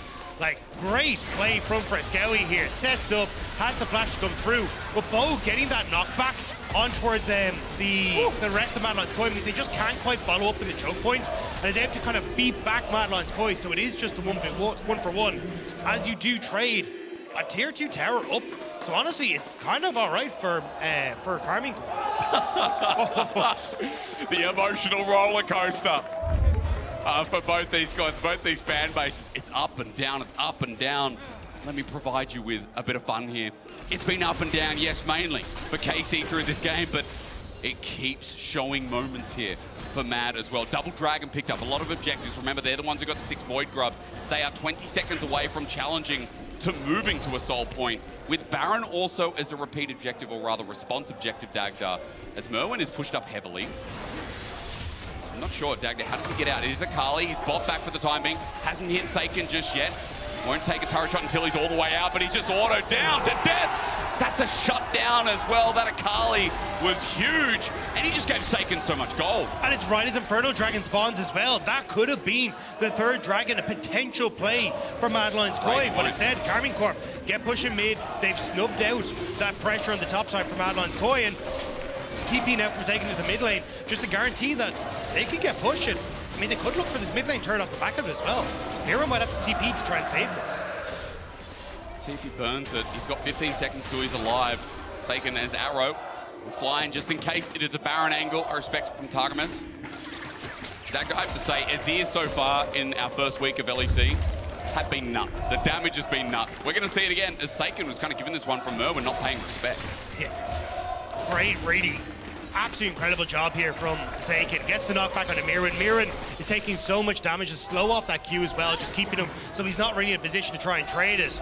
And Seiken, I mean, look at the Karmine Corp fans there. That is incredible, and they know it. This is Seiken, not the best of game ones. Those initial 10 to 15 minutes were a bit scrappy, but that is a play and a half to make on the stage. There's the Valorant players there, so we're crossbreeding a bit and getting excited for both. I will say, as we get into this mid-game, Dagda, as we continue funneling through with Baron now staring us in the face, as we get closer and closer to finding out what a team fight looks like, we are hitting the second item power spike for a lot of these players. Infinity Edge picked up for upset. Also note that we're sitting on a Sundered Sky for Bo as well. What else across the board? We've got crit damage now applied for Merwin with the new Shadow Flame. There is a lot of burst actually on Summoner's Rift right now. I think the big thing that I'm noticing though is just Mad Lions Koi are fearless now at this stage. You got Supa, who's got the Collector coming through now. He's like, and also sorry, the Stormrazor Surge as well, or Stormrazor as well. He's going to be in a good spot, so he can start to be aggressive in these team fights. Yep. You've got a strong front line with Oyoya, Mirren as well, hovering off to the side. I like his positioning, so I think Karmine Corp, you can kind of see they're scared. They know that Mad Lions Koi have good control over the map, and they can't really push up into a position where they can threaten this last outer tower. Side note, that ward's still in the brush. Remember, it's a longer brush now. Control ward not going to spot it out, I believe, from what we can see in Observer's angle. So KC going to walk through. Now clear that away. Look for some picks here and see if they can get Mad Koi separated. Because there's a long timer. We've got 3 minutes towards the Dragon. We've still got this mid turret up that is so pesky for KC to try and open the map. Yeah, you need these mid towers, or mid lanes, side lanes pushed out before you can really try and attack this mid lane. You can see already Seiken's moved up, you've got Cabo starting to move down, but Mad Lions Koi have been doing a good job of pushing in these side lanes and making sure that they're not really in a position to group as five. Pick potential just to check out if the Baron is being started, but you can see Karmine Corp are very aware this map is dark and they're not really sure where the members of MDK are. I like that Super's hovering behind the wall. He ain't showing. His information gained, his information gathered here for KC. As they continue to hover over the river, we are just chilling. We're just vibing, I feel like, until this next Dragon, unless anyone missteps that leads to a Baron. I mean, there's so much tension because I feel like, you know, from both fan bases, from both countries, there's a lot on the line for this one, even if it's just regional pride. And I think, as you say, the rematch for EMEA Masters is the big one too. That too, Karmine Corp were able to take it, but Movistar Riders were not able to take that one home for Spain. And here, Frescowi, Supa Navarro looking to see if they can right the wrongs that they experienced on that day. So they're looking towards the Baron, but I don't think they have enough control. They have a lot of damage, and they're just going to start it up. Frescowi spotting out where Karmine Corp are. 10 seconds till that arrow's up on Targamas. Keep an eye on that one at 9k, and look at the gun selection. This is so sneaky as Baron pulls him back in. Bo is now here, though, at 5k. MDK trying to pull away, but the arrow comes through and hits hard while Cavo and Merwin hit on the side, but the ulti's beautiful. Frescowi runs on in as it's huge. Seiken is down. MDK have 5 members, but on the backside, watch for Merwin again. Akali does it right. It's now for the Renata passive, looks for Bo. Won't find it in the end. They get a kill on KC, but they've had to run away. They have lost their most important player in the mid lane. Yeah, Seiken down, Targamas down. The turn from Mad Lions Koi was so good, but Oyoya getting that ultimate onto Seiken as he just takes that one misstep wrong. They get 2 picks, but it does stop the Baron. We'll have a look at it off the back of this. Seiken's trying to spot out where the hell MDK are. They see them, and then just look at that. Frescowi pips him with the Q, which then means that the Banshee's Veil is down, and they can set up for the cover with the ultimate from the Renata over the top as well to keep them all in check. Mirwin is taking Cavalshard out right before he goes in with the R2 to finish off Targamas as well. Merwin is playing on a nice edge, close to getting the reset here, but I think more importantly, MDK are playing on that edge with their team fighting so far. They pick up the kills, and they pick up an opportunity to move towards this Dragon next with a little bit more gold than they would have had. Heading towards 3 items here, almost avoid stuff up in that top side for Merwin. His ulti up in 5 seconds as well. KC hovering around the Baron. They've cleared the vision. Seiken is starting this one up. They will do this quick with an Azir. And look at Mad coming into Fog of War. They need to get the turn though. TP from Mirwin onto the back end. They want to try and cut them off here. Gonna be spotted out. There's Ace in the hole. Seiken chasing him up. Level 16 versus level 15. Seiken is huge. This is here on top of you is going to be rough as we look somewhere else, but we want to see this 1v1 turning into 1v2. Upsets, damage, also massive, but Merwin got a big task to play as Cavendish stops the reinforcements, but Merwin finds a kill! How does he do it? Makes it a 1-for-1. That was insane, Akali play. As KT now have to play up the back foot. Upset's not there, but they still have more as Elioya snipes the ulti. Seiken now sniped himself. Frescowi with a 2-man. KC separated. They run into the jaws of the Mad Lions. Hear them, fear them. It is Mad who find the advantage against France. And they will find the Baron off the back of it as well. Mad Lions Koi playing it slow. Miram buying the time. They pick upset, and they might have just picked up the win with that team fight as well. This talented roster coming out of nowhere, Dagda. I apologize for putting them in C tier. What more can you ask for as we see this drawn-out fight take place again? And you can see they chase onto Mirren on this top side, but there is a second skirmish that is happening on this bot end. Cavalshard gets confused by the wall, the new map, doesn't really know how to try and get in here, and Upset just gets too close to Mirwin. Really good job, dodges away from the Peacekeeper and is able to get out of that. And now Frescowi, look at his position here for Supa. Supa has been protected by Elioya, protected by Frescowi, and they're waiting for Carmine Corp to commit onto this. Poke's taken out, Bo goes in, Frescowi immediately keeps them at bay, but they might have to do it again as Dragon now is being taken by MDK. Oh, we're fighting again. We're getting exactly what in this matchup. Cavalshard in with a 2-man stun. Supa gets hit in the back line with Ace in the hole, but Cabo can't finish the job. Look at the guns, look at the Aphelios time. Bo runs in as well, but Super Hot Fire is breathing that out. Mad Lions Koi are coming alive in the LEC. Supa is on an absolute tear with this team playing so well to keep him alive. And now with Baron up creeps, with towers falling, Mad Lions Koi will crack open the base of the French representatives. It's only a 3K gold lead, but the base is in tatters. Say what you want about either of these teams. This has been an entertaining one, Dak. It's delivered on multiple levels. The Baron power play is also delivered in the tune of 3.5k, and Mad now with an open base have an advantage in this game that would lead them to 2 and get him a massive win against what people thought was the top 4. Mad Lions Koi, they had to play the early game slow, keep Carmine Corp at bay, but the second they feel strong, they immediately pounce. Cabo tries to get onto Supa, the cleanse comes through, Seiken still steal the Dragon, but I mean, you're happy enough as Mad Lions Koi. You've already got Supa in a great position. Bo goes in just to get a little bit extra into the Mad Lions Koi's pockets, and now with mid cracked open, you know, I wouldn't be surprised to see Mirwin start to move over to that, push in alongside Frescowi, just try and get some of these outer turrets finally down and in their favor. Mirwin actually going to stick with the crew. Starts to wrap behind, but Upset spotting him out. But don't sleep on Seiken. As Targamas arrow goes up, Seiken is the shining light for KC. If those French fans want a victory here, I think you look towards the mid lane and you see what this Rabadon's Azir can do. Still up 1,200 gold over Frescowi on the other side. While Frescowi's ult have been huge, it is up to Seiken to send MDK into the grey screen. Carmine Corp still trying to find those moments to come back though. Cavalshard keeping the wave at arm's length, seeing if maybe he can find that flank angle or at least stop the pushes from MDK coming in hot.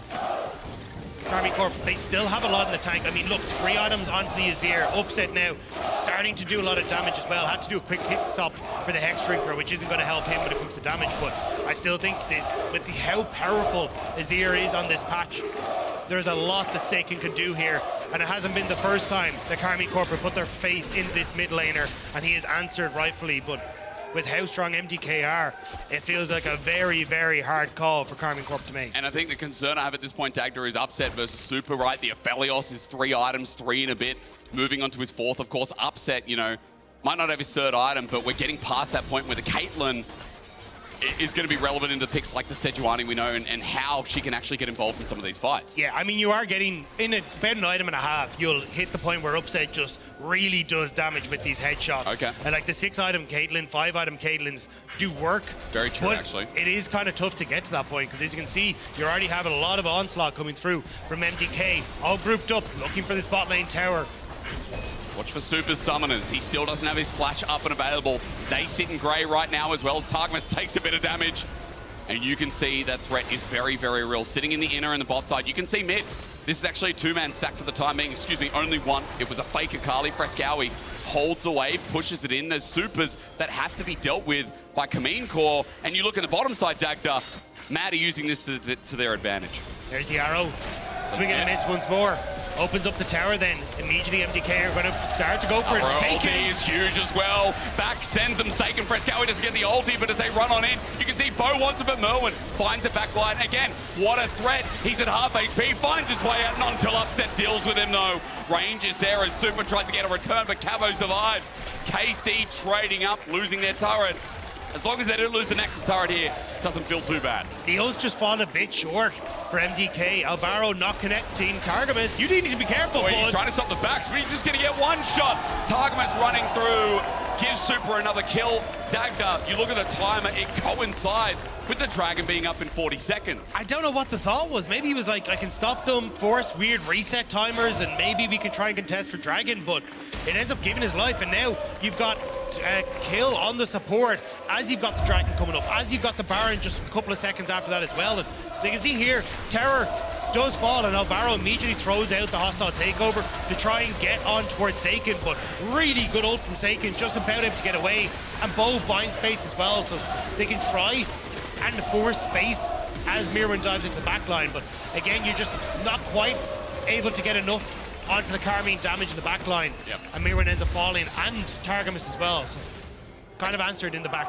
Yes, it also answers your question from before, at least your statement that this Caitlyn still will be relevant on the specific target. Seeing Nara Merwin, damage huge. Now with the Bloodthirster as well, so sitting on a high portion of health is going to matter a lot as Baron respawns Dagda.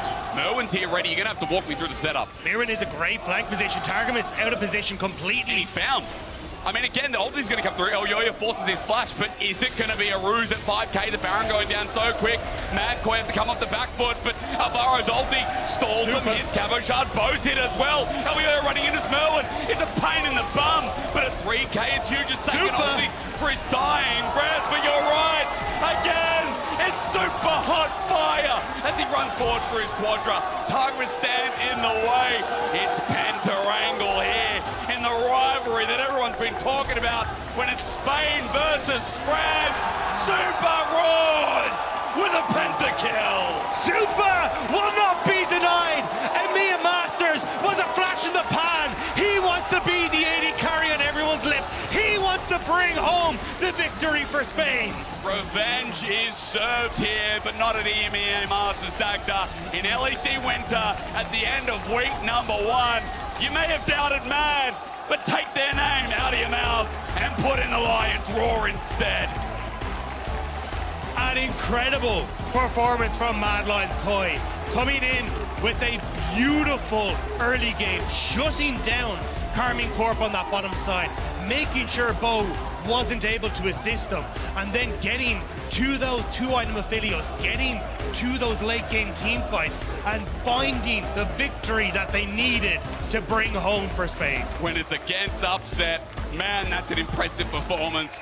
Idolize that man, but now Super as well as, ladies and gentlemen, our key player of the game at LEC on X. You know the drill. You know who you're voting for. You saw it on the bottom of your screen. I have to say, Dagda, there's one man who's going to get it. It's Super. Let's be real.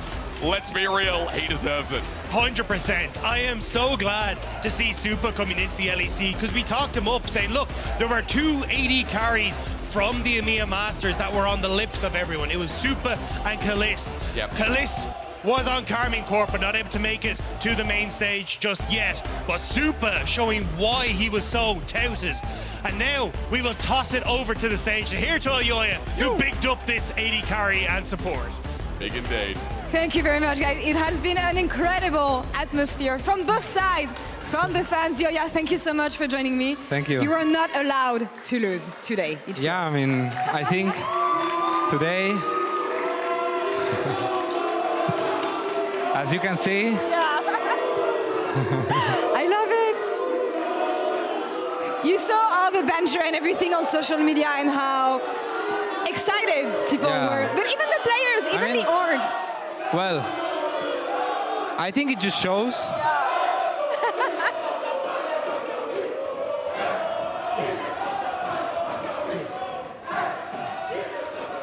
I don't know how we're going to go through the interview, honestly. How does it make you feel to see this kind of mood in the studio? Really because, good. yeah, you've been playing for years. This is the first time we have this, And, like, right? It's so crazy. Mike? Yeah, I mean, it's just so crazy that this is the crowd now. I know. Like, this feels so much better than past years, you know? Yeah. Like, just having this, you know? Is it Like, motivating you? Yeah, when you play on stage, it's really knowing that they're motivating. going to cheer for you? Like having either this and like this, it's just really good for both, you know? I don't even mind getting booed. Right. I don't even mind losing yesterday. I think it just gives much more life to like all of these things, you know? Honestly, like I think it's just better for the esports. it's better for the esports, it's better for the fan experience. We want this every week, please come. As so many of you guys every week would be amazing. But I want to follow up on the Mad Lions Core project and ask you actually, because when I talked to your support, I mentioned the fact that people did not believe in you, and something you said that I found really interesting was, you know what?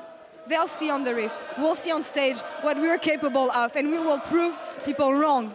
Are you happy of the first steps of your team, Yoya, so far? I think it could have been much better. I think yesterday's loss was really disappointing because we know we're a much better team than what we showed. But I think for a first week for rookies, it was quite fine. It was quite fun, and especially... Thank you, fans. I remember when you came to the LEC, you were the rookie within Mad Lions, actually. Today, it's like the Ninja Turtles meme. I don't know if you know it, but you're the big guy. You're the big guy taking care of the kids, and I know that this is a project you are passionate about. Tell me about playing with these guys, choosing them and helping them getting ready for the LEC stage.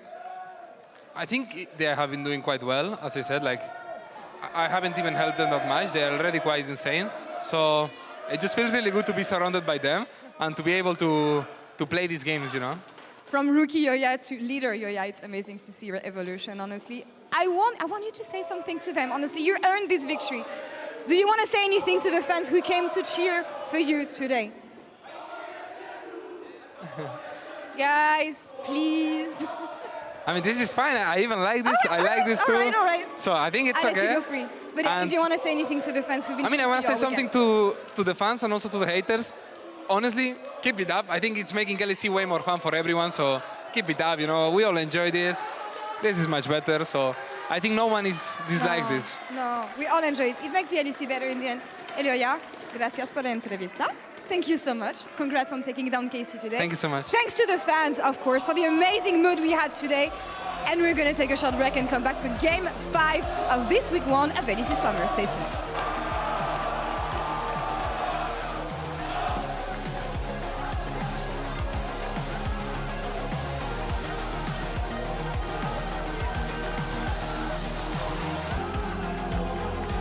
Here's the follow-through. Tarkman's flashes on in Aldaro. Just burned the flash before the damage comes through from an upset. First blood over to a Caitlyn bot. A kill over to Super. Also big deals. Capture the off. Gets flash on. Ignited down. Execution. Irwin is cooking again. Level 6 for Mirwin and immediately gets the kill on Cavalshard. Time to try and get one back for KC. Super buying it off. He's got Zephyr. Bow flashes under turret. How dangerous is it? The answer is not at all. He survives. In the rivalry that everyone's been talking about when it's Spain versus Strand. Super roars with a pentakill.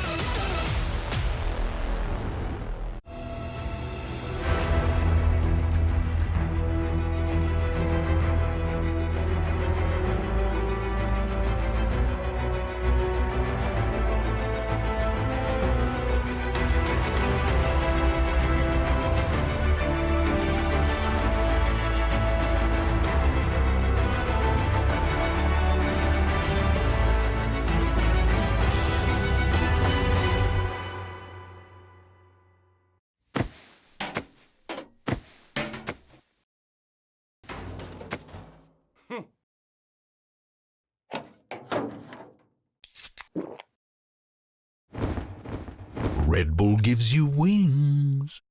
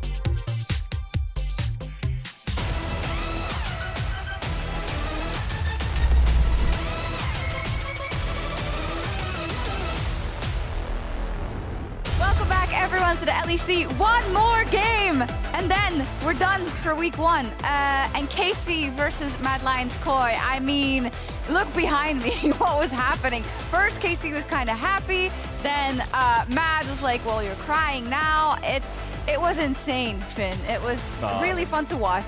Kudos to Mad, like what a bounce back. Everyone doubted him the first week, and now they come in and put on a performance like this. Supa with a pentakill, his first week. Crazy. He's also our Kia player of the game, Supa, because how can you not, Broxa? I thought Reckless was in Korea, but I guess there he is. He's been here all along in the form of Supa.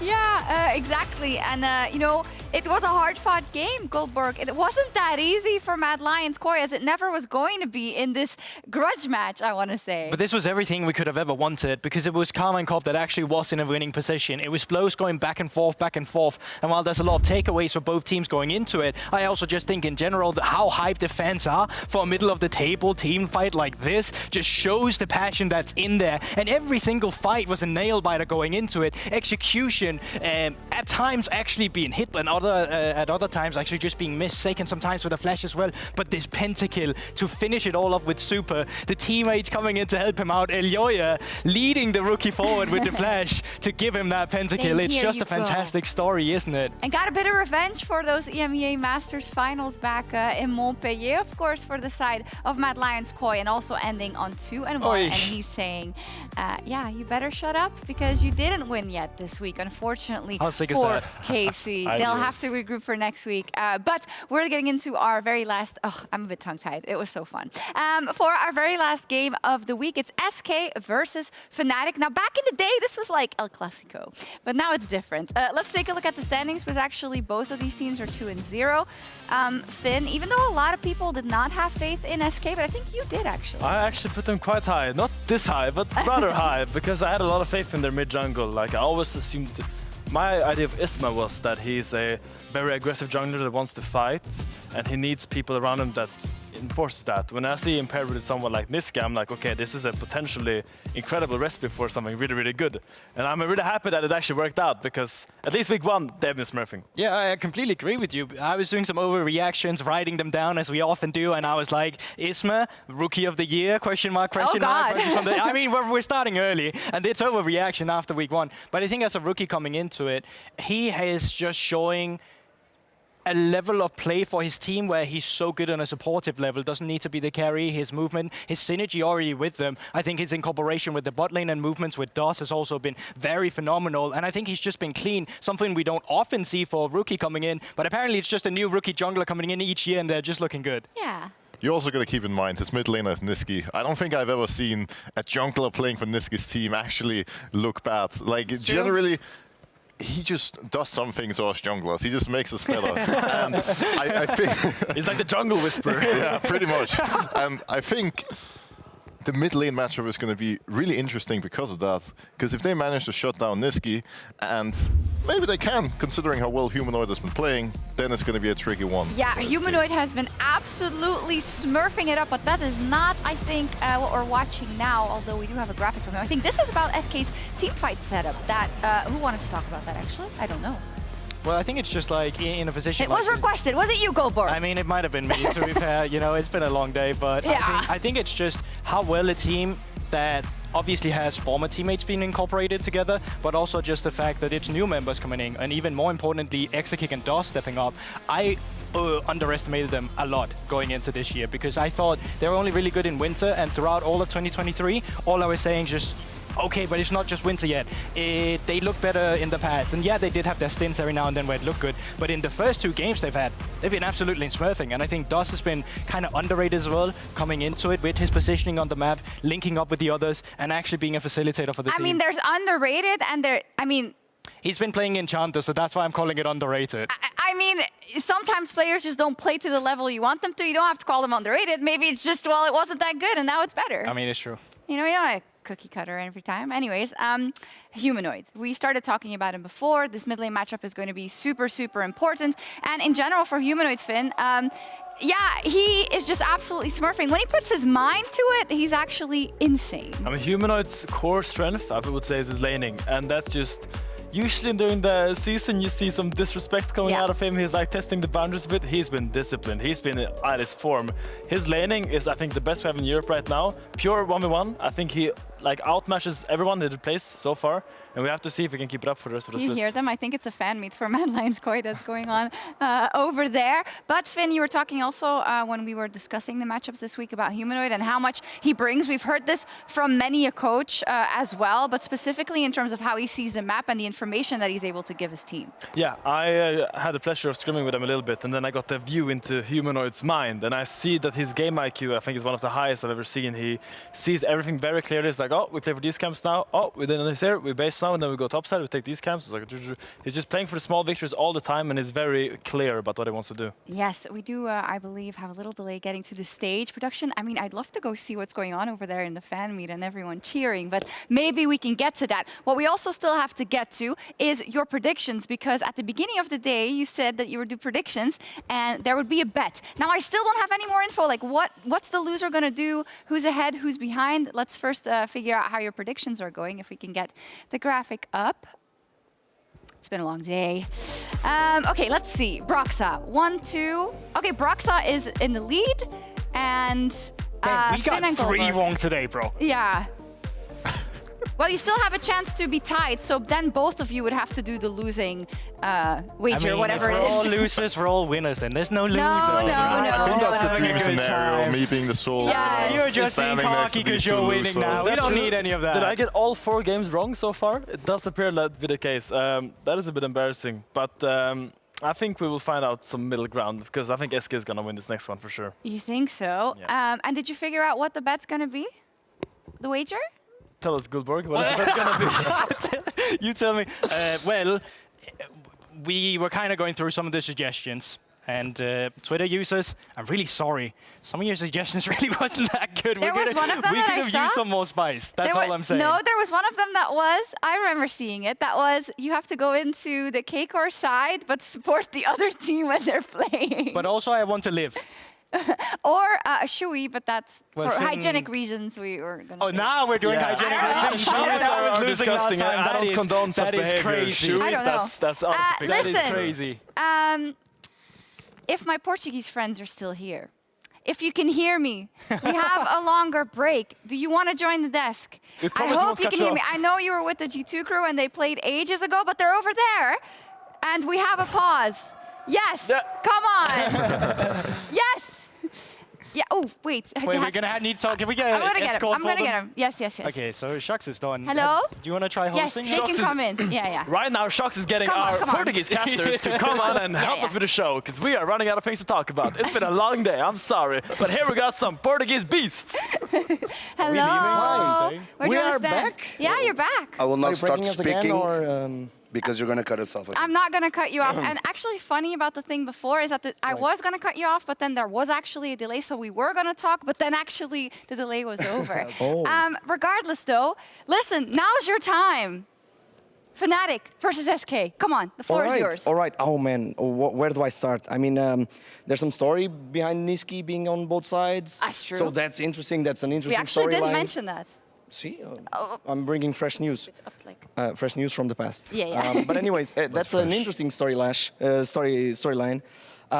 But anyways, I do feel like Niski has been the real knight in shining armor for their team SK, and that's how they announced him in the video. So that's like foreshadowing in the best way possible. Yeah. So my wild guess here, my hot take is that Niski and SK are going to win the game, and Niski's going to be the MVP. Okay, but we are looking at Humanoid though. Yeah, I have a little opinion on Humanoid. I don't think he's at the best of his game at these days. Okay. Like the first game, I think he had some bad calls playing. He could do a little bit better because we know how good Humanoid is. Yeah. We know. So he's not been responding to the expectations, I think. But today, he can reverse that and be the Humanoid we know. I like this because all my analysts were like, Humanoid's so good. He hasn't made any mistakes. He's playing at his peak. He's insane. You're telling me... Oh, you're telling me I'm talking about Humanoid. You're telling me Humanoid can do more? I've been seeing you. Now I'm getting cut off. Well. No. knowing my friend over here, what he wants and what he means to say is he wants to see Humanoid playing his Silas. That's what he wants. That's what he wants because for him, that's the best champion ever. And Humanoid when was playing that. Yeah. And I remember Malmo semifinals. Yes. Jesus, what a performance. Yeah. It was good stuff, indeed. Unfortunately, Silas is not in a great position right now. No, he isn't. But that maybe won't stop Humanoid. The players are there. That means we are going to get into Champ Select pretty quickly. So, obrigado. Oh, de nada, Thank you Shox. so much. Yeah, I'm glad Thank you for finally having got us. your moment. And we're going to Wow. head over to the desk and to pick some bands. And we'll see you. See you soon. Thank you so much for not cutting us this time. Bye. Bye. Such lovely gentlemen. Yeah, Oh what a my banger. gosh, They just got the best amazing. story ever. Such lovely gentlemen. Do you want to share a screen, Broxer? Of course. Okay. Oh, they're so loud. Oh my god, it's kind of... I love the Fnatic fans, but actually coming after the Mad Lions and KC It's a bit tame, fans, isn't it? Come on. You gotta get that energy up. Oh my god, like, anyways, so let's see what we get in the draft, the very last draft. Take it away, guys. Yeah, as we see here, Nightshare is looking deeply onto Humanoid's chest behind him. And probably thinking about what to draft him. What did you say? Well, He's looking at the human's chest in the screen behind him. Is he? Yeah, he What was does looking- that even mean? Can you analyze that for No, us? I think that was a micro expression of confidence. Now he's hiding his mouth with his book, clearly not trying to let anyone lip read what he's gonna draft. Okay. So let's get into some draft stuff instead. While I do appreciate the narrative over there.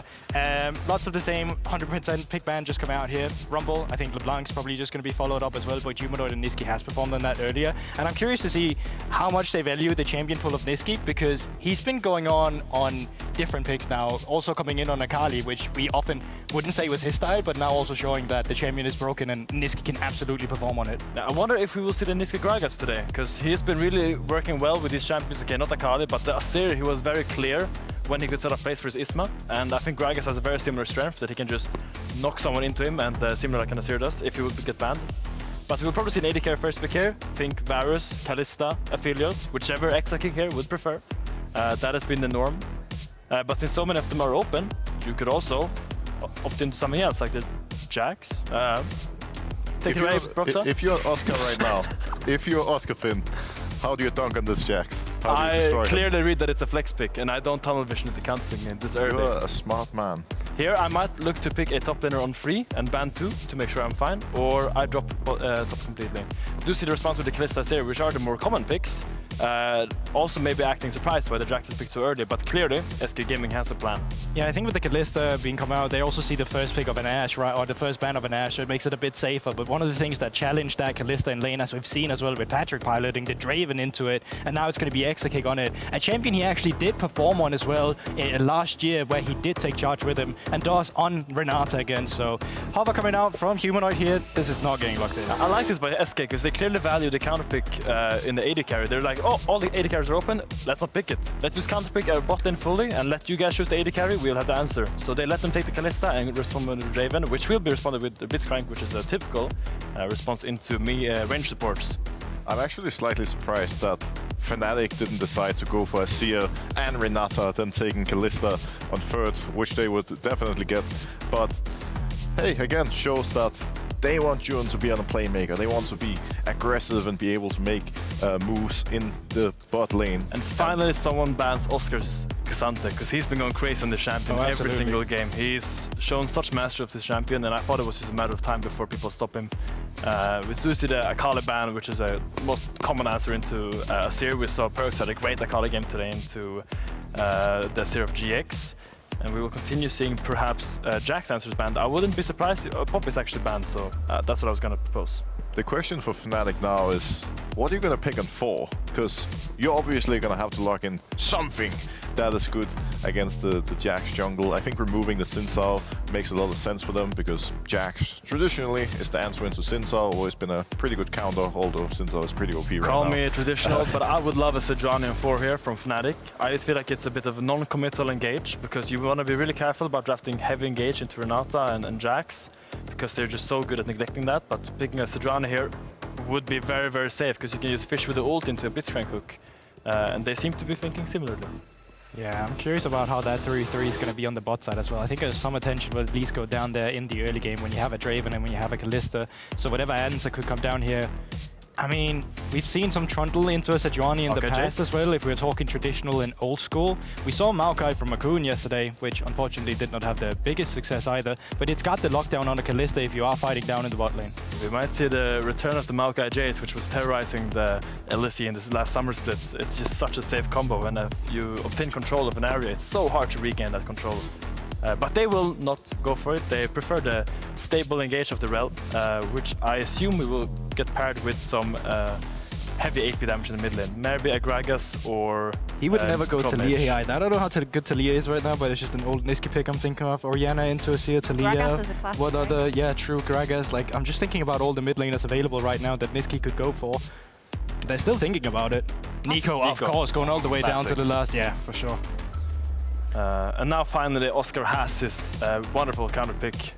He's hovering the Renekton. I would love a GP here, but it's a bit hard these days with GP surviving the Jax, especially if you have a Sejuani. It's not the strongest 2v2, but Renekton obviously being a super strong 2v2 together with the Sejuani, the W of Renekton together with Sejuani E.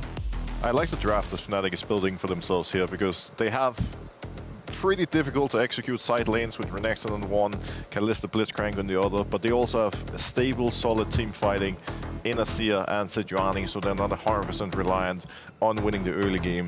But early game is really where the magic is going to need to happen here with the champions that have been locked in. I expect a very explosive game, lots of fighting, and then we'll just have to see which team comes in the most prepared. Yeah, I'm curious about that bot lane. You were talking about Kalista earlier today as well, Broxer, saying that could be a bait, but also just one of those picks that is high risk, high reward potentially. Like, you need to make it work. Like, if this Kalista ever falls behind, you're too reliant on Humanoid and Azir perhaps, and while he has been great, it's going to be difficult for him to get the same leads as he had yesterday against Nisqy on this Nico. It will be. One of these two teams still has a chance of going 3-0 in the very first week of the LEC 2024, which would be a huge boon going into the rest of the season, and it's an absolute banger to close out week 1. Let's head over to our casters. A banger is putting it mildly, Shox. It is going to be a blast because it's our battle for first. Our battle for first between SK and Fnatic is, I think Shox opened up saying, bit of an El Clasico, but it's way past that. So many changes and an environment here in 2024 winter that is nowhere near the same. But I think the biggest thing we can say is that it's surprising to see that it's between Fnatic and SK, because I'm all about power rankings for the first week. SK weren't up there. They weren't. But they've surprised us. And again, Dagda, I know what interests you the most here, and is the fact that we have a good mid jungle to talk about. We knew Fnatic's was going to be good. We've seen it tested on paper, tested at Worlds. SK's, now that was untested, and it's come in, to use that word again, as an absolute banger. You know me too well, man. We've been casting together for what? Go into year 4 now? Yes. It was 1,000 days, but now it feels like not at all. But yeah, I'm very excited about this mid-jungle matchup. I think Isma, I mean, GB was talking about it at the desk, potential for Rookie of the Year. But Humanoid is on the opposite side, and that is a very difficult person to go up against. 300 LEC games from half of Jankos, but still, I mean, the impact that this man has left on the LEC and the legacy he is no doubt going to continue to make is something that I think a lot of fans are going to have memories of for a long, long time to come. Absolutely. I mean, again, look, Humanoid has been I politely disagree with the Portuguese casters. I think he's been amazing. As the game's been paused. It's because we got to celebrate Matic. Which means now we obviously have to bring up the Portuguese casters to the caster desk so they can defend. I thought I could just get through that one. Yeah. You know, just leave it there. I think Humanoid has been smurfing. I think he's been crazy in lane. I think he's been our best performing mid laner. What do I know? I've been here for 3 days. However, take it as you will. Yeah, it's a small sample size, but I have to agree with you. I think Humanoid has been absolutely fantastic. The fact, again, he's getting to play the Azir that he had an incredible performance on yesterday. He was taking the Akali on day 1 as well. I think the thing I've appreciated about him the most is how well he's been at, hey, I'm going to take control over my lane and very quickly have these moments where I'm going to lean into linking up with Razork to find a pick, right? They got Bo on day 1. I think it was around the 8 to 9 minute mark. They quickly made that pick. You see them yesterday as well, where they were finding these moments to lean in and find the enemy jungler again on the opposite side of the map as well, or in their own jungle as well. So I think this is where, again, you're going to be looking to see if you can have that contention here from the Fnatic mid jungle, or Isma and Nisqy are kind of going to get to play the control style that they've been playing, which is working with Nisqy to see if you can set up with DOS around that mid lane, that 3v2 essentially coming out in force, and trying to make that work in Nisqy's favor. DOS has been really impactful, and I think, again, we were quite low on DOS. I know, from what I saw last year, there were some fleeting moments which weren't too appealing. DOS has definitely started off strong, and here in this game, I think that's what we need to see, Dagda. They're talking about it on the desk, because Exeking is so strong, he has broken the camera. In the meanwhile, that's what we're expecting out of this Draven. That's what we're expecting out of the Kalista. Bot feels like everything, Dagda, that is going to determine at least this early game, or maybe holistic game, as we go through in the last one of week 1. Yeah, I think it'll be a case of seeing if you can open up the opportunity for Jund to land some of these hooks, can set up alongside Razork when you eventually get these ganks, but it is going to be on the opposite side to see if Isma can lend himself to getting Exekick ahead. And I think this is a very different story from what we've seen from SK, right? Like we were talking about, DOS has looked good on the roams, but it hasn't been as much about the 2v2 in that bottom side of the map. So I'm curious to see now where you're taking the Draven and you're trying to go and contend with things, how it's going to work out. But Isma wants to stop off top first. I'm surprised at the blood shattering strike. Hang on, all in. Irrelevant is going to get first blood. We were saying it's about mid jungle, but So relevant is that now topside. Yeah, Oscar didn't get the chance. Immediate flash into the CC, the follow-up counter-strike, and Oscar is just dead. Great gank from Isma. And, great time. And now he gets to move back into the bot side. You can even look at the passing that Razork went to. Started on his red into his bot side and is now moving back up. So he's not even in a position to try and steal away the camps from Isma as he makes his way down into that bottom half of the map. I mean, that's huge. The trading was already big, but 500 gold lead. Irrelevant able to push in the wave as well, Dagda. So teleport now burn. Irrelevant walking back to lane. He's got that extra summoner to use if there's any mistakes up there. But also the longsword Ruby Crystal start as well to add on in.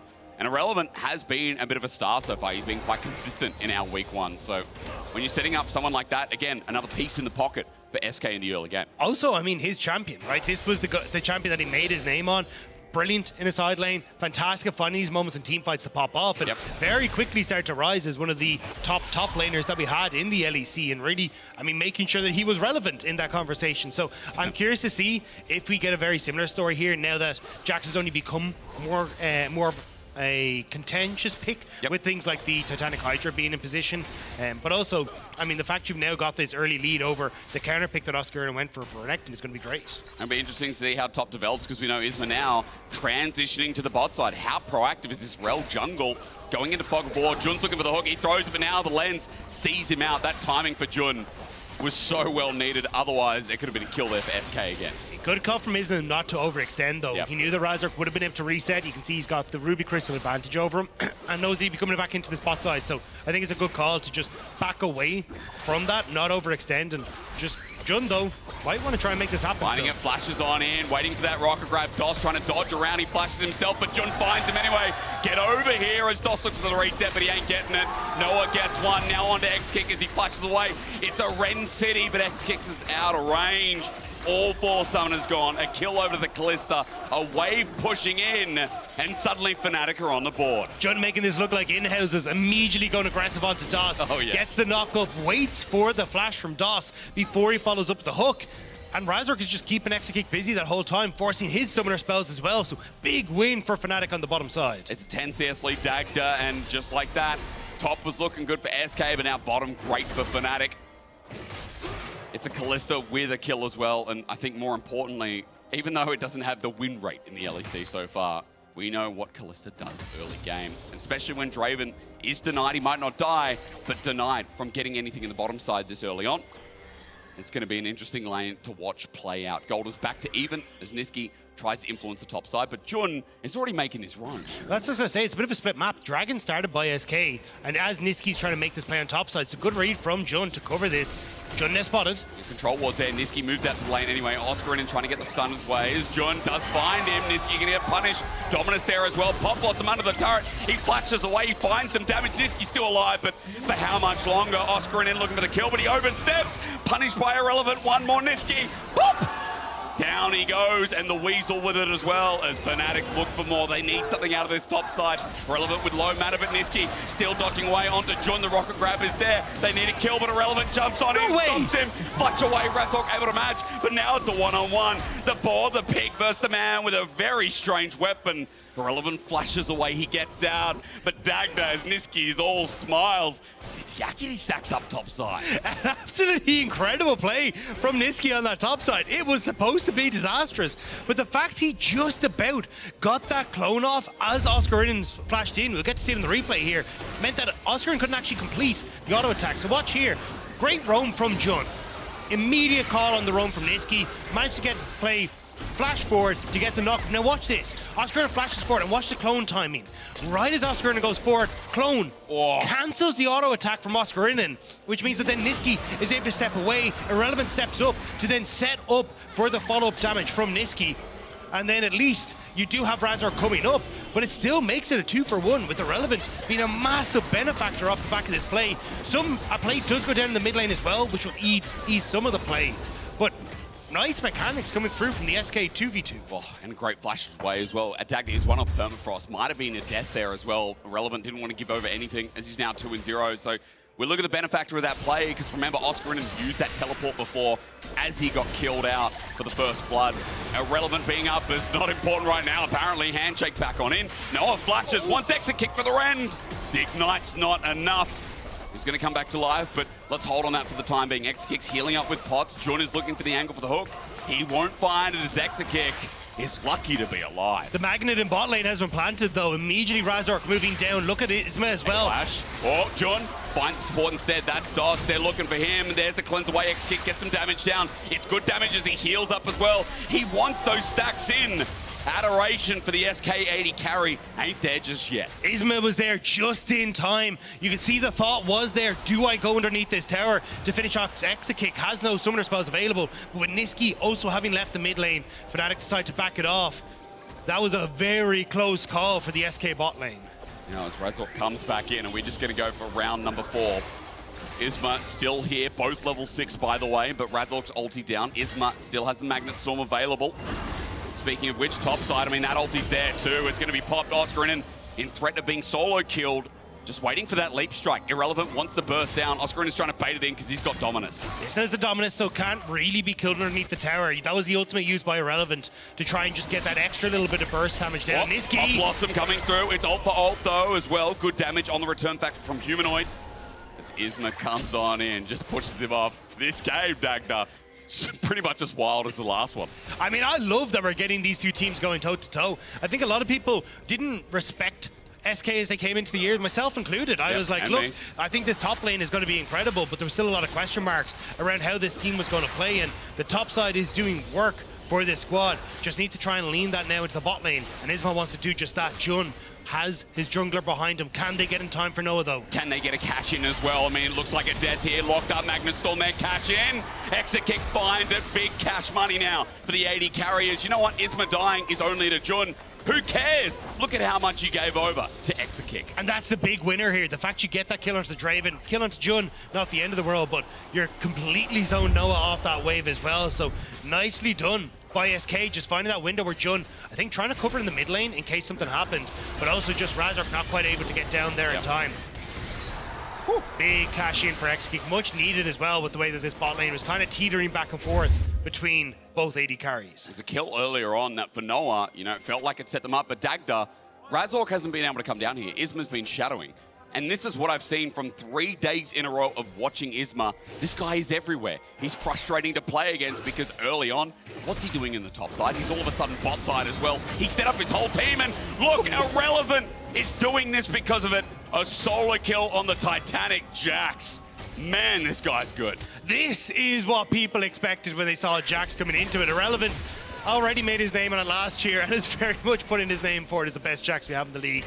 Incredible stuff up against Oscarinen. Now getting turret plates 2 for himself, and the big advantage. You're going to see 1.7k gold lead for that Jax in the top lane is absolutely absurd. It's huge, Oscarinen. I mean, again, there's no pushover, but on this Renekton in this game, you can say the opposite, 1,200 gold, as you mentioned. And with Dragon up and available, let's see if that transitions across. Oscarinen just used his teleport to get back up into the top side of the map. You can see that Niski might find a pick here onto Humanoid. He's caught out on his ear. He can't move. Irrelevant also made the move down. I told you to watch him. He's now 4-0. Humanoid definitely made to look human in that one. SK doing a phenomenal job of getting in there, picking him off, getting the Dragon for themselves. Jun and Noah are still sticking around though. Maybe looking for a hook as SK go back to lane. Ooh, close one. Trying to predict it on the axe from Exakick. But Dragon goes down. It's almost 2k gold lead. Let's do proper math. 1,500 here. It's looking good for SK here in this early game against Fnatic.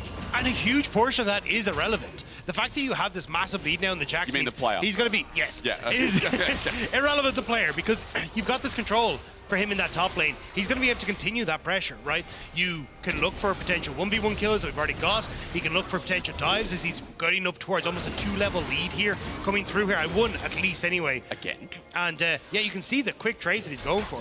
And if you've already got Isma in the area, he's finishing off some of these crabs, or the void grubs even. It's going to make it very, very difficult for Oscarinen to hold on to towers. And suddenly you start to be able to use Irrelevant to move around the map, start taking these side lane structures down. He can then lean and threaten these dives with how much gold he has. It's very hard with the amount of lockdown that SK have to escape what SK are trying to achieve here. I mean, it's not like there's one lane going so well, right? Noah is getting turret plating in the bottom side, so that's great while the Void Grubs are being taken. Fnatic invading bot side, another big plus sign to try and get some gold back into this game. But top being down by almost 2,000. The Draven being able to cash in as well. Irrelevance teleport Dagda, a nice finger you've just used on the screen to show us that that TP is now back up and available as he hits level 11. And that's exactly as Fnatic try to make their way into this bottom side of the map as well. This is where Irrelevant could try and use that to get in towards this bottom lane, or completely ignore every little drip and drab of damage that Oscarina wants to go for and just take more of this Terror's health bar. Because he's got Void Grubs, he's got 6 of them now as well, right?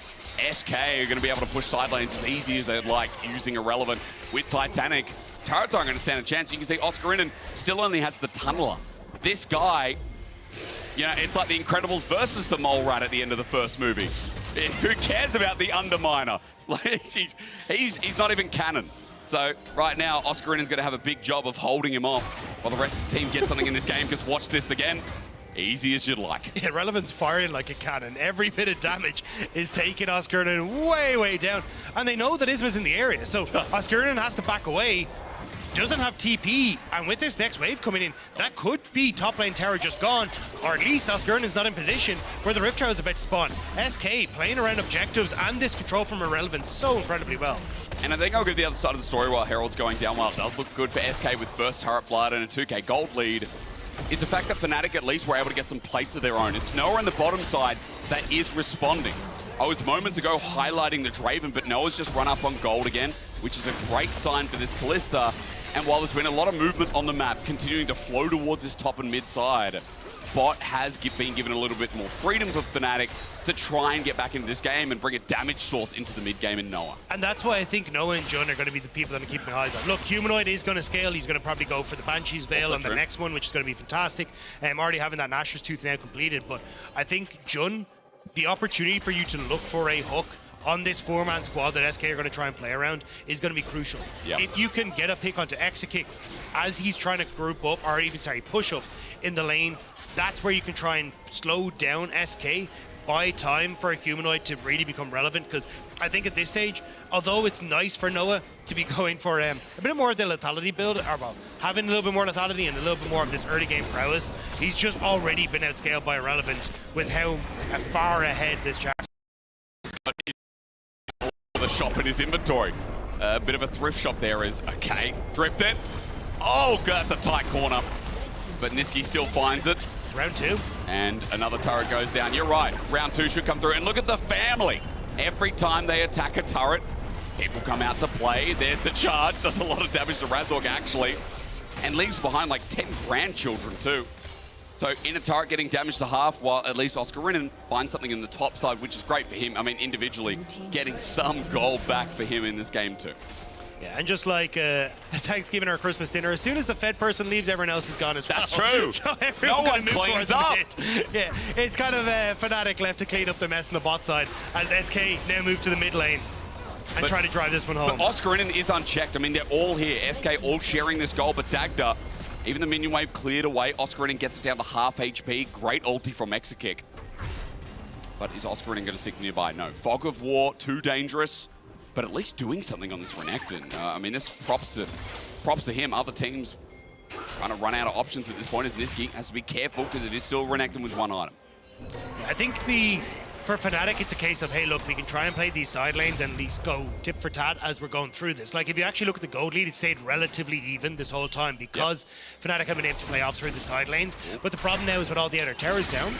This could be a solo kill in the waiting. Niski going to pop the Blossom, and Oscarina already popped the Dominus. Flash away. And that's a big summoner spell when you have things like Dragon up as well, when you're going to be looking for picks over the next couple of minutes. Yeah, in the words of Yankos, you are balanced. It was a 0-3 Renekton, basically near one-shotting Niski, but still gives that tier 2 Terror, and big win for Oscar. Huge. So SK are going to try and trade this for Dragon. That's going to be third Dragon, which is nice to get Cloud Soul, but it's not going to be the massive game changer, I think, coming into this one. Having some extra gold onto Oscarina, trying to get him relevant, though, is going to make a pretty big difference. I mean, on top of that, for Fnatic as a whole too, Dagda, gold is even. It doesn't feel like it should be. It doesn't feel like it is with how big Irrelevant is. He's just picked up the Canic Rookern, by the way, as well. So 2-item jacks here. And I mean, X-Kick from the earlier cash-in, it's amazing that Fnatic have held that gold lead or gold gap so close. Yeah, I think the big problem here for Fnatic is that Irrelevant with that Kanik Rookern is just going to be so difficult for Humanoid to try and take down. Even rushing towards the Void Staff at the moment, maybe goes for Crypt Bloom, but I think it will just be a straight up Void Staff. Yeah, with the blasting one now picked up, like he's going to realize, hang on a second, I've got to try and get through this Jax with a ton of MR, that big magic resist shield, and then he's going to be just wailing on me as well. So I think for SK, if they can continue to play through the strength of this top side, fantastic. But if you start to make these slow mistakes where Fnatic are doing a good job of trading back and forth, again, gold now almost even, thanks to the way Fnatic have been playing, SK still need to find a way to break Fnatic properly. 3 minutes 50 until that Dragon Soul comes up. Baron going to be spawning soon as Relevant just pushes the play onto Humanoid. Looking for the adoration again, but X-Kick is pulled on in. Denied. Another stack down. And Irrelevant started off that play, but it is Fnatic who ended as Razork off on the side. He's tanky enough to delay as Isma wants to trade it off. He crashes down. Dagda, are they going too deep? I mean, the question is here, because Fnatic are moving. Jun has the hook available. Razork not tanky enough, it seems. He flashes over. Isma feeling it with the Shattering Strike down, but he's under turret. Holy moly, Jun with a hook there could have shattered the dreams of SK as Razork, was able to burn that summoner to get out. A lot invested by SK to try and make it happen, though. I mean, they saw that Humanoid would have to reset, so they wanted to make the pick, but two flashes invested, and you're going to get Oscarinen taking that bot lane tower again. Fnatic just playing the map out better, and SK over-investing and over-indexing into wrong parts of the map. This is the most useful 0-3 Renekton I've ever seen. Who cares if he dies at this point? Oscarinen is starting to be worth not too much. X-Kick lost his adoration on death. And as Oscarinen runs for his life, I mean, at least he's buying time so Humanoid can push topside. Yep, Oscarinen also baiting out. Razork's actually here. Wait a minute, Irrelevant jumping on with Dominus available.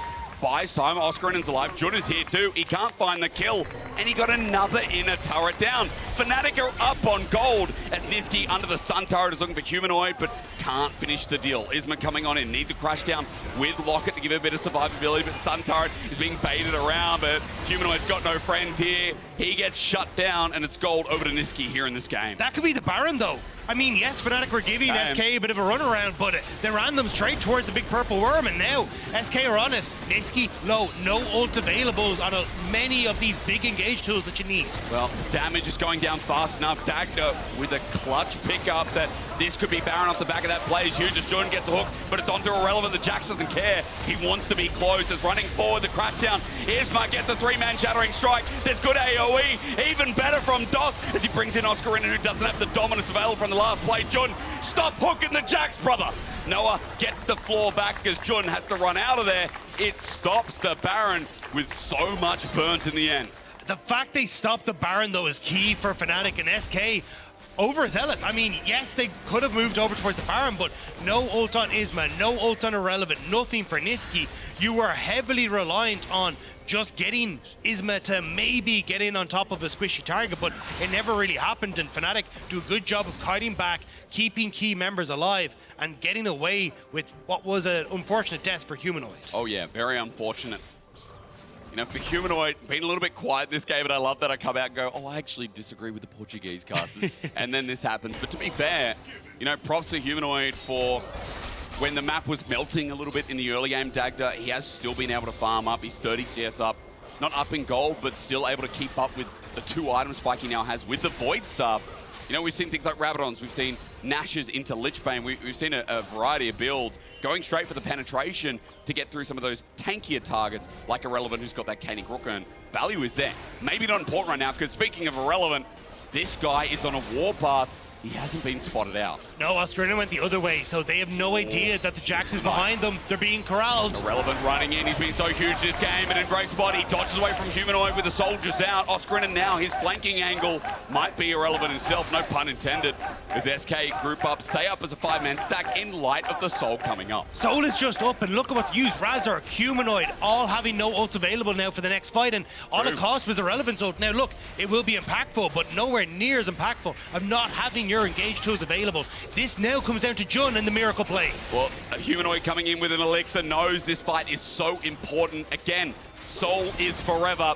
But Fnatic, even with their gold lead, are running into this one trepidatiously as Niski from the back end. X-Kick's not in the fight as well. Dragon going down the fight starts. Isma isolated. SK need to get in, and they do! Niski again! Jun pops down, pops off, X-Kick catches in, and Jun catches out. SK have the numbers advantage, and this team that we did not expect is blowing away Fnatic. SK needed a new home, and like the wolf, he's blowing down the home of Fnatic, absolutely destroying them in that play. Razork gonna spot out that SK are moving over towards this Baron, but it's not gonna matter at all. They're gonna be able to pick this one up very easily. Well, again, goal might go back and forth as it has throughout this game, but with the Baron, it is most certainly going to go the way of SK, and more importantly, it's going to give them the map that they want, Dagda. I mean, what a build-up to this point where SK are now in the driver's seat. And this could be the moment where, at the end of week 1, it is just SK that is sitting 3-0 in the LEC. Yep. I don't think a single tier list saw this coming. I don't think Fnatic saw this coming, because they all jump in onto Isma here. And look at Niski. Manages to go with the Pop Blossom. Irrelevant sets him up beautifully. Catches Humanoid as he tries to dash his way out. And then you've got that beautiful Renata ultimate, the hostile takeover over the top of it. Just the cherry on top of a brilliant fight from SK. I mean, again, Pop Blossom from Niski. I think he and Humanoid have been great in these first couple of days, but here on the Nico, a huge setup to now net that Red Bull Baron power play, which starts building up. A 1K gold lead, Dagda, it's only that. And even though Soul was denied for the time being, we got to see what happens, because we have a Jax in the side lane with Baron, which I feel like is a big plus. We still don't have great wave states for SK though. Even though they have the Baron now, it's like, okay, Relevant's pushing this in, but look at where bot wave is, nowhere close to tower. Humanoid pushing out top lane as well. So though you did get the Baron, it's going to be tough for SK to really like crack open the base off of this push. Should get the outer turrets, but I think we will still see this next Dragon fight. We will still see even potential to go towards another Baron or even Elder Dragon as this game goes on, unless Fnatic make a big error. But Dagda says it's not over. That's what I like to hear. The Fnatic fans are out here. I mean, I'm not sure if it's just one SK guy or if it's grown a little bit. On day 1, I heard him shouting. He's got a lot to compete with, but hey, if SK start 3-0, I'm sure he's going to have a lot more friends pretty quick. As SK hold control after taking down the inner turret on the bottom side. Keep your eyes on the mini-map as well. Top slowly being pushed by Niski. Thank you to our observers who are trying to stop this back here. With the Proto Belt onto Humanoid, they do so. That might make the push a little bit easier, as inner and mid seems to be the transition. Just making sure the Humanoid can't get in. We start to work on this mid lane tower, but a lot of members of Fnatic here and Irrelevant. Going out with a static, brings in, that and again, Irrelevant. That's not what you want, Doss. That ulti was beautiful. Again, having a good start of the split as the Fate's call to get him out, but Isma! It's the rookie jungler who blows us away. He'll sacrifice his life, but with the inner turret going down as well, it's open season as SK make it a trade. More gold in their back pocket. I tell you what, this guy is feeling himself on the LEC stage. Yeah, I mean, great engage from Isma, nesting the turret and the turnaround kill as well, but it doesn't mean that he has to give his life, so SK going to slow down the pace again. Going to start backing away. Not having that big engage tool is going to make things a little bit more difficult for them to continue up, but Oscar Ernan overextended. Slice and dice out, stand aside. Exekick has got some damage here, and he's got Doss boosting him up. Flash away. Renekton now his backline access mitigated here with the core summoner down. That's what I was going to say. Massive summoner spell to not have for an upcoming Baron fight or even for the Dragon Soul in a minute. Like, that is your access to people like Exekick in these fights. And here, I mean, this was a really great play to start things off from Fnatic, right? You get the stun of Irrelevant, and watch Jun bending the hook in and around Isma, is trying to protect him. Just barely sneaking that in onto the Jax in the back line, which means that Doss has to unload with the takeover, hostile takeover, that's what it's looking for.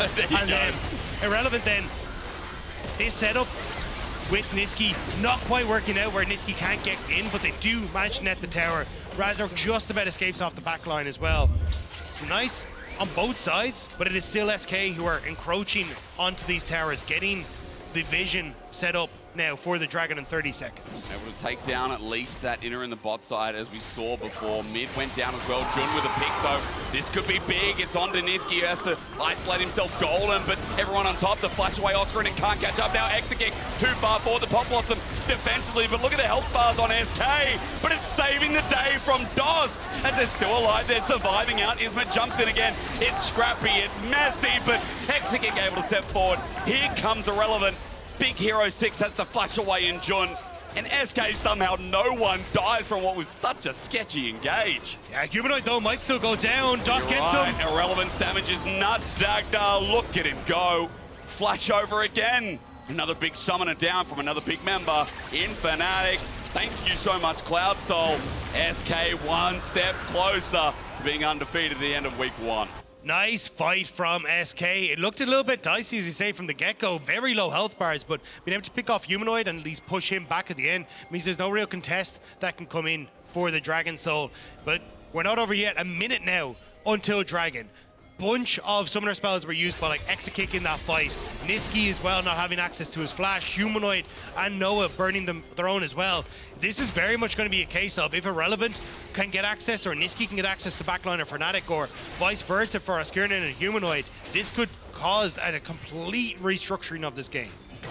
Again, what I like to hear, Dagny is speaking music to my ears. I don't know if you're doing it for me or for everyone out there, but our last game of the week, our last game of the night, and we're isolating ourselves to watching for this Baron that comes up in 40 seconds because, as you're saying, and so rightly so, it's one swing from either side that can change things up, especially in this 3-item territory. We have Terminus picked up with Gwinsu's for Noah. It's those classic 3 items that the on-hit makes so deadly. I think more importantly as well, let's wait for Humanoid's Rabadon's Death Cap. Big spike that could change the fate of this game as well, as SK hold control for the time being with 15 seconds left to go. Yeah, you just won't get that Rabadon's Death Cap completed now. Humanoid is just going to have to do it out. He's trying desperately to catch the waves. Maybe he can TP in, but... It's a fake. Hang on. Pop Blossom, do they know? Yes, they do. Pop Blossom's out. All right, Oscar Rinnan can count. The TP back. Humanoid's going to reset. I think that is the Rabadon's Death Cap now completed. There it is, picked up right before the fight. They got enough gold. Now Fnatic just need enough vision to set this one up. Isma trying to get the flank. Just got spot on a ward there, so Fnatic were aware that he's in the area.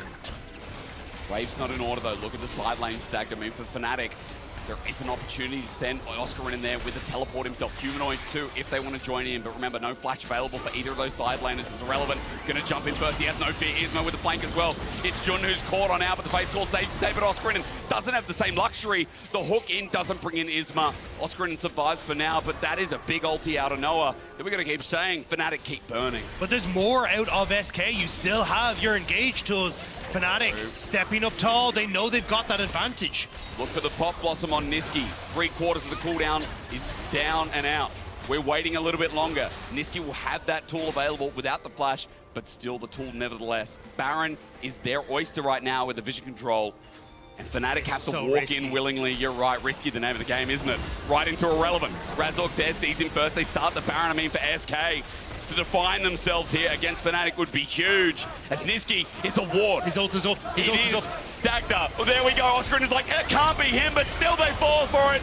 Niski, you handsome man, finds his moment in the sun. Down goes Oscarin, and again, Doss's ulti sweeps through, silences the Fnatic fans, and brings SK into a beautiful 3-0. Week 1 of the LEC, and SK are going to be the ones standing tall. Niski finds the opportunity with his ult just barely coming back up. And just like that, the game is done. The undefeated team at the end of week 1. We didn't think it would be SK. We thought Fnatic G2. But we were wrong, and we admit it. Ladies and gentlemen, bow to your new kings of winter to kick us off. 3-0, undefeated. It's SK.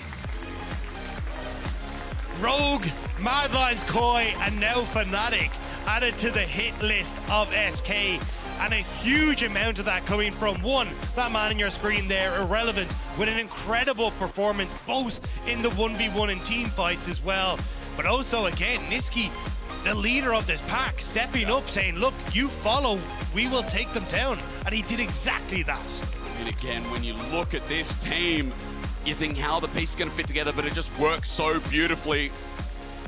So damn well. An impressive team, 3-0, undefeated. Let's look at our key player of the game at LEC on X. Don't forget to vote Irrelevant, Isma, or Niski. I ain't going to put the bias in this one, Dagger. I just always tell people who I'd vote for. But either way, it is so well deserved. This team's exciting to watch. It's only week 1. I might be overhyping it, but they deserve it. I 100% agree. I mean, even when we were talking about a Euphoria, I was hyper excited for this top side of the map. I think Irrelevant showed last year just what he was capable of in that top end of the map. Isma now coming in with Niski, an incredibly strong 2v2. And Exekick and DOS showing up again. It feels like Winter 2023 once more. I mean, DOS was a real standout again. Had some criticism last year, I think. Has come into this split really strong. You know, Exekick on the Draven too, bit of a showcase. I think the biggest standout for me, Dagda, is Irrelevant. Consistently 3 games. Niski, we already have a high bar for. I think Isma, a lot of people who, you know, watch secondary leagues know how good Isma is with Movistar Riders, but Irrelevant for me, a bit of a standout. But ladies and gentlemen, we're going to throw to the stage because there is an interview with Isma waiting. Absolute legend. Thank you so much, guys, and Isma, thank you so much for joining me for your very first LEC interview. You have so many people cheering for you today. How do you feel?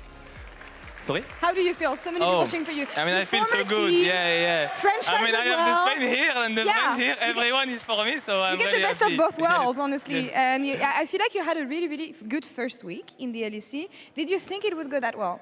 No. No? I didn't expect it to go that well. I expected to have like way more pressure on myself. But to be honest, the scrim have been good and all that stuff. And my team, I mean Niski particularly, is really helping me, like in-game calls and stuff, very confident, and he'll test me a lot. I want to talk about Pisky, as we call him, a bit later, but I want to quote something that you told me backstage in the makeup room earlier. I was asking you if it was different compared to when you were on stage at Montpellier, at EMEA Masters, because there were many more people. You told me that you were actually more scared when you stepped on the LEC stage. Yeah. Can you explain to us why? Yeah, I mean, I'm way more stressed on the LEC because it's better players and you have 9 games, right? You can go out really fast and you have way more pressure. In Montpellier, it was 1 best of 5 and you already make it to the final, right? Like here, I have 9 games and you are always afraid to drop like after like 9 games, you know? So I have way more pressure on the LEC stage, but it's going very well for now, so I'm grateful. How did you react when you saw the stage for the first time? Because you came from Media Day, Scream on stage to test everything. But yeah, first reaction, tell me about it. I mean, it was kind of amazing because I've watched this like 8 years before, and now I'm here, so it's very amazing, you know? Like, I'm very grateful to be here, and for now, I mean, I'm just living a dream, you know? So I'm really, really happy. I hope the dream continues for you. Isma, you were telling me about Niski. I'm really glad to hear that he's helping you, and we've talked about the fact that Niski wants to step in this position of a leader, and I think that's the best way to do so, especially when you're going to do this with your jungler. So tell me about you two, how you're working together. Is he nice to you as well? Yeah, he's very nice with me. He's very nice with me. I mean, he helps me in-game and out of the game, like how it works, like how to have less pressure, you know. It's very nice, and in-game as well, he's very like clear on all the call, like very confident, with a very confident voice, and he's helping me like so much, you know, because I still have a lot of pressure. You had a lot of experience in ERL before stepping into the LEC stage. I want to know, as a rookie, what is the main difference in level when you compare the team you were facing off against compared to the players you have right now, especially in the jungle, because we have really, really good junglers, including you, of course, this year. I mean, overall, I would say the mid-game is very different. Like, they are playing way better in the LEC, like in mid-game and macro stuff. And I mean, the junglers are more aware, you know, more aware of what's going on the map. They know what they have to play for, like when to reset, when to drag tempo and all that stuff. I mean, a lot the tempo actually. Like they know when to base, when to gank, when to not gank and all that stuff. And they punish me as well way more. Like for example, this game, I did a dive bot and then I tried a gank bot through the lane. And he punished me very well. Like he was 1 level ahead, like 20 CS, you know. In ERL, the jungler will probably not do this, actually. I feel like you're going to adapt fast, given that you know exactly what you felt upon. We're going to toss to PGL soon, but I feel like it's French interview, French PGL. I say French because Niski said he's French. I'm sorry, Shox. Anything you want to tell Exekick and Niski who are waiting in PGL right now? A message for them on your first week.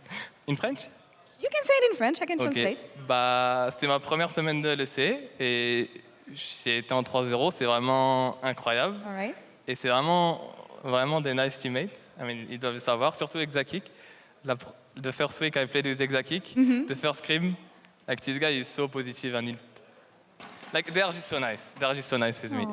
Nice teammates all across the board. Isma, thank you so much. No problem. Welcome to the Thank LEC, you. of course. And Shox, back to you. Thank you, I think. welcome everyone to the post-game lobby where, hello, can you guys make some noise? We're in the we're in the fan zone for SK. That's a bad camera angle. There's actually more people here. We'll figure it out. We'll figure it out, I promise. So, Niski and Exakik, congratulations. Insane start to the LEC. Yeah.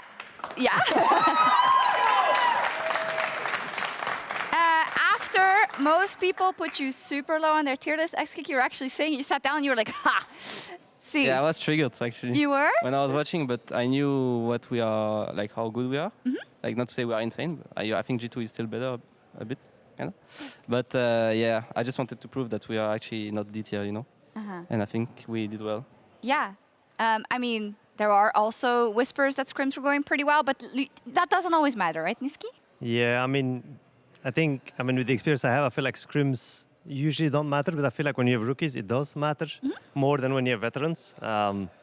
Just because, for example, in MAD, I think our win rate was probably 20% or maybe 25%, but then on stage, everyone was just showing up. But I feel like with rookies, they have to show up in scrims, and then they should mimic how they play on stage. And I feel like for us, it's slowly going that path. And I think that's what also Asian teams are really good at, is that they are very disciplined, and in scrims, they try hard a lot. Yeah. And then on stage, they just play the same way. And yeah, I think that's why we kind of went 3-0. I mean, I won't say easy, but like it felt pretty easy to play the games at least. So yeah, I'm happy. It was relatively comfortable, I think, when you were watching the games. The key player of the game for this one is irrelevant. Oh.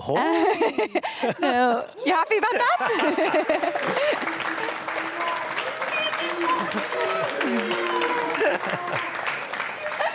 I mean, I think he deserves it this game.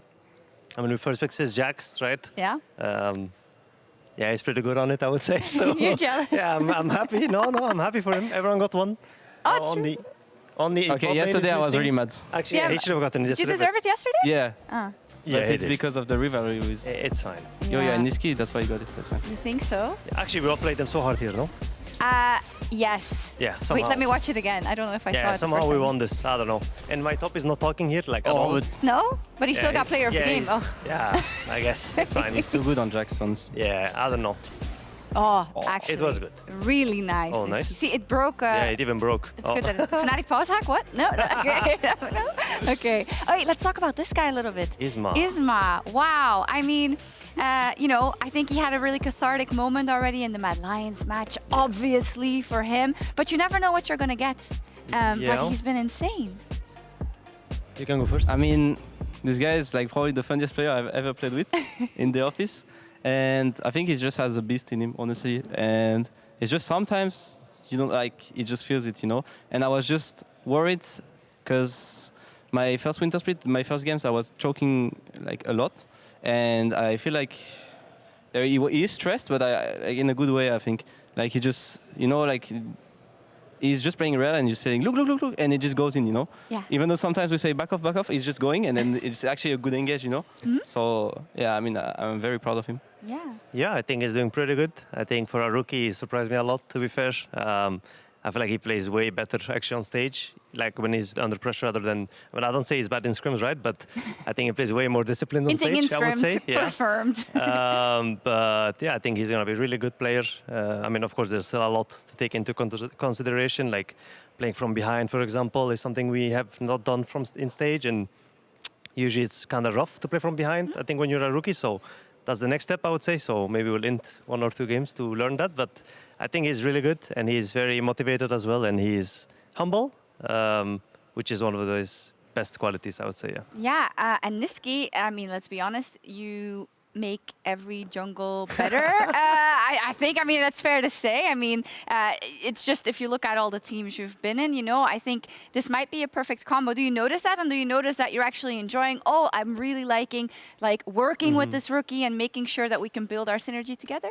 Yeah, I mean, I would say that in the first days, I was actually like, is he actually like that good, you know, in the beginning, because he made not mistakes, but like I feel like he didn't have like the full understanding of like how mid lane worked in general. But I felt like anytime I tell him something, he does it the next day or like next game, and then he reviews, and he always asks for like, oh, what should I do here, or like, what do you think if I do this? Yeah. And I feel like he's gotten it all in like 2 weeks, and I feel like it will just improve from now. And yeah, I would say our mid-jungle synergy is really good, and I guess I do make my junglers better, especially if they're French. Yeah. Yeah, exactly. Maybe it's like, is it like a Spanish thing? Maybe. I don't know, who knows. Anyways, Exa, you were talking about last year, how you had some issues getting kind of into everything, but then you guys were really good in winter, and unfortunately, you could not keep it going. It was almost, it was a bit sad to see, I'm going to say it, after all the hype and all the outplays you had in the beginning of the year, that as a team, but also as a bot lane, it really didn't work out.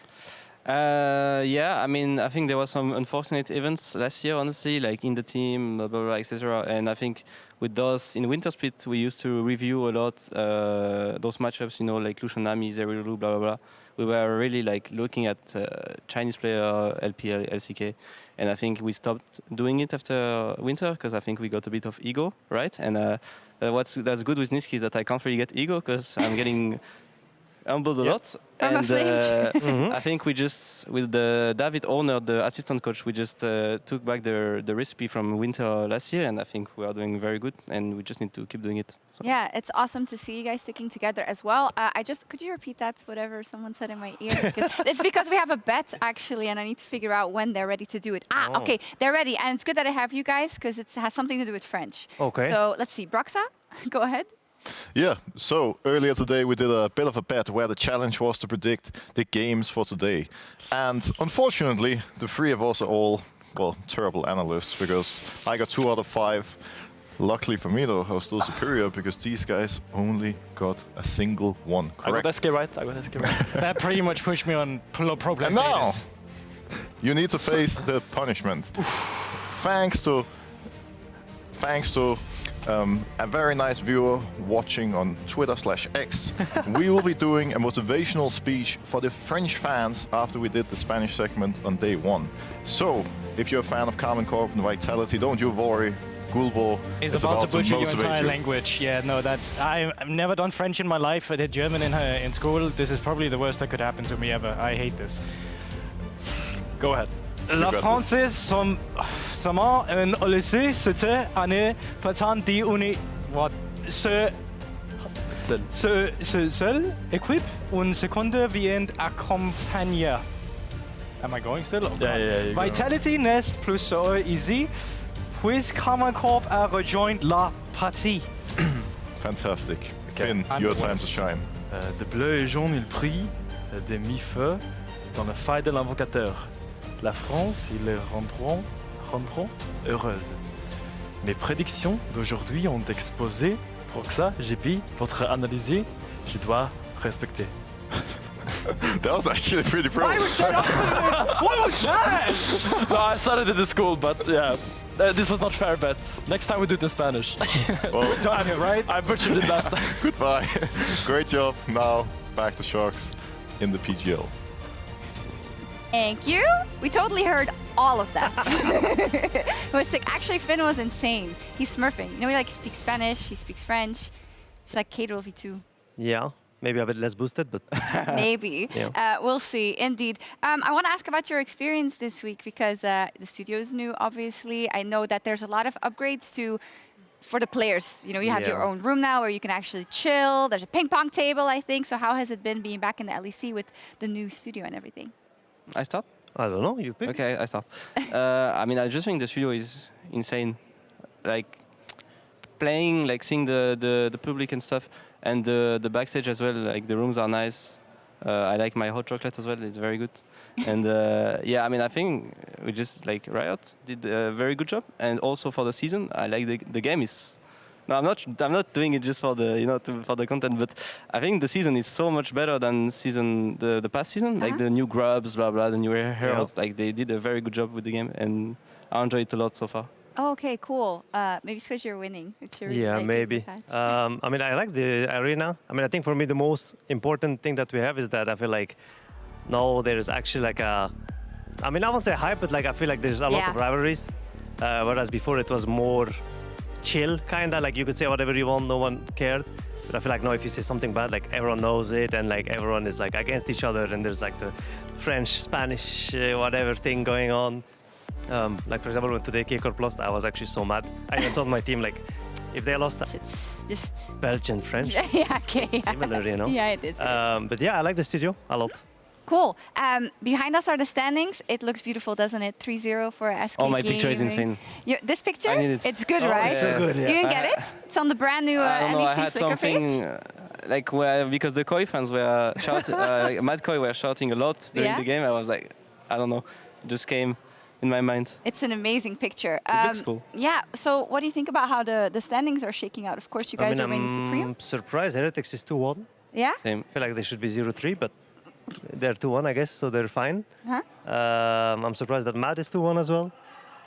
Am I reading between the lines here? No, You think they're actually, both stuck? they're both fine. No, but I'm surprised because I actually thought Heretics was the worst team coming into this week. Yeah. But they showed up, and I guess other teams are kind of bad as well. So I feel like G2 and Fnatic, I think, are probably the best teams as well. Like you at the top guys. with us, I would Yeah. say, yeah, for now. It's only Takeoff is first week. also good from Yeah, I think screens. KC will probably come back. I mean, they're pretty good in scrims. Not that we lost to them, right? But they're good, and I think they just need some time. Also Vit, no? I think Vit was decent at Yeah. least. I think for me, like last probably would be Heretics Rogue, but it's not on the standings. Yeah. But yeah, I mean, we are 3-0, so. I mean, yeah, you're happy. right. Like, Vit, we saw some good things. I think KC, we actually saw a lot of good things. I mean, but they did didn't play win. G2 and Fnatic Yeah. in first week. Exactly. So it makes sense, you know. So, you know, Yeah. yeah. We're apologizing for them. It's fine. I believe in think them. that'll be it. I think I have to take a look at the schedule for next week. Who are you playing Who first? do we play? Heretics. Oh, you just okay. slacked them off. Excellent. No, I mean, Heretics should be free. Yeah. Free? It's Okay. kind of washed, so You can't keep winning, or can you? we can. You can. We will. Yeah, you'll see. And then G2's playing Mad Lions Koi. It's cool. And let's see who KC is playing. KC Giants X, okay. Yeah, Should be their first win, hopefully, or else Twitter will be on fire, probably. we'll see.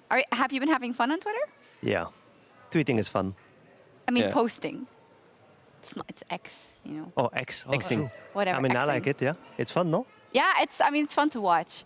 I know that there's some players who just like to watch, and I think Wonder, or Flacket was saying that Wonder actually, he doesn't have a lot of inspiration because it's not really about them. Like, it's about True. the Spanish versus the Yeah. French people. So we're gonna But I see. like it. Yeah. It's fun. We're gonna sign off. It's been a long week and I'm yapping. Okay, thank you so much, you Thank two. you. Thank you. Congratulations, insane week for Thank you, SK. thank you. Thank you, all of you in the studio, Thank for you. coming to the first week of the LEC. We'll see you all next week. We'll be back on Saturday at 5 p.m. CET. And thank you so much for our first week. I hope you understand what it's going to be like this year. It's going to go crazy in the LEC. Good night.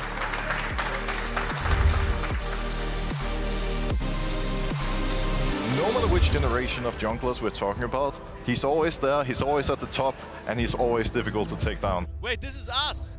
Oh my god, it's Croatian flag and us. Oh my god, it's us again, guys. Oh my god, it's the MSI trophy, no way! Oh my god, it's Jankos with more hair. Oh, true. Health bar low though, doesn't see VTO in the darkness, and that could be critical. Shield slow, coming out, knock up there. Shockwave, pull back the kill! I can ult Jarvan after sit together, we're winning this. No flash rumble too. Nice, one pet guys, huge. Huge. Look at No flash. Oh, he has flash. Okay, nice. Okay, GG, nice. Holy sh**! To threaten him here, he should be able to battle dance back shortly, but instead is going in! That is insane confidence from a rookie, knew exactly what he could get done there. Larson, an Emperor, hunted. Trying to dash away, broken, but there's nowhere to go. Yes, there is! Look, Aphelios, no flash. Yeah, Aphelios is dead. Well, no flash as well. He goes low, okay? Okay, No no flash. flash. Can we win bot? Can we win bot? And go on. Thunder, eat Thunder and win. Go on. Play as fine. Oh, baby! Careful, Aphelios. But there's no follow-up. Odo Omnin was already out there. He might get the reset onto Yangos, but Perks comes in and makes it messier. Odo with another one in the back, and boy, oh boy, are we doing the switcheroo. Help on us here, guys. Yeah, help Lasers. Coming. Okay, don't go too deep. As it says, don't go too deep. Yeah. Coming now. I stun him. We have to come. Yeah. You guys. Azir first, Azir. And again, Dr. Dolby sweeps through. silences the Fnatic fans to defend each other here. The follow through, Tarkman's flashes on in Aldaro. Just burned the flash before. The damage comes through from upset. First blood over to Caitlyn Bot. A kill over to Super. Also big deals. Catch Minoff gets flashed on. Ignited down. Execution. Irwin is cooking again. Level 6 for Mirwin and immediately gets the kill on Travel Shark. Time to try and get one back for KC. Super buying it off. He's got Zephyr and Bo flashes under turret. How dangerous is it? The answer is not at all. He survives. In the rivalry that everyone's been talking about when it's Spain versus Scratch.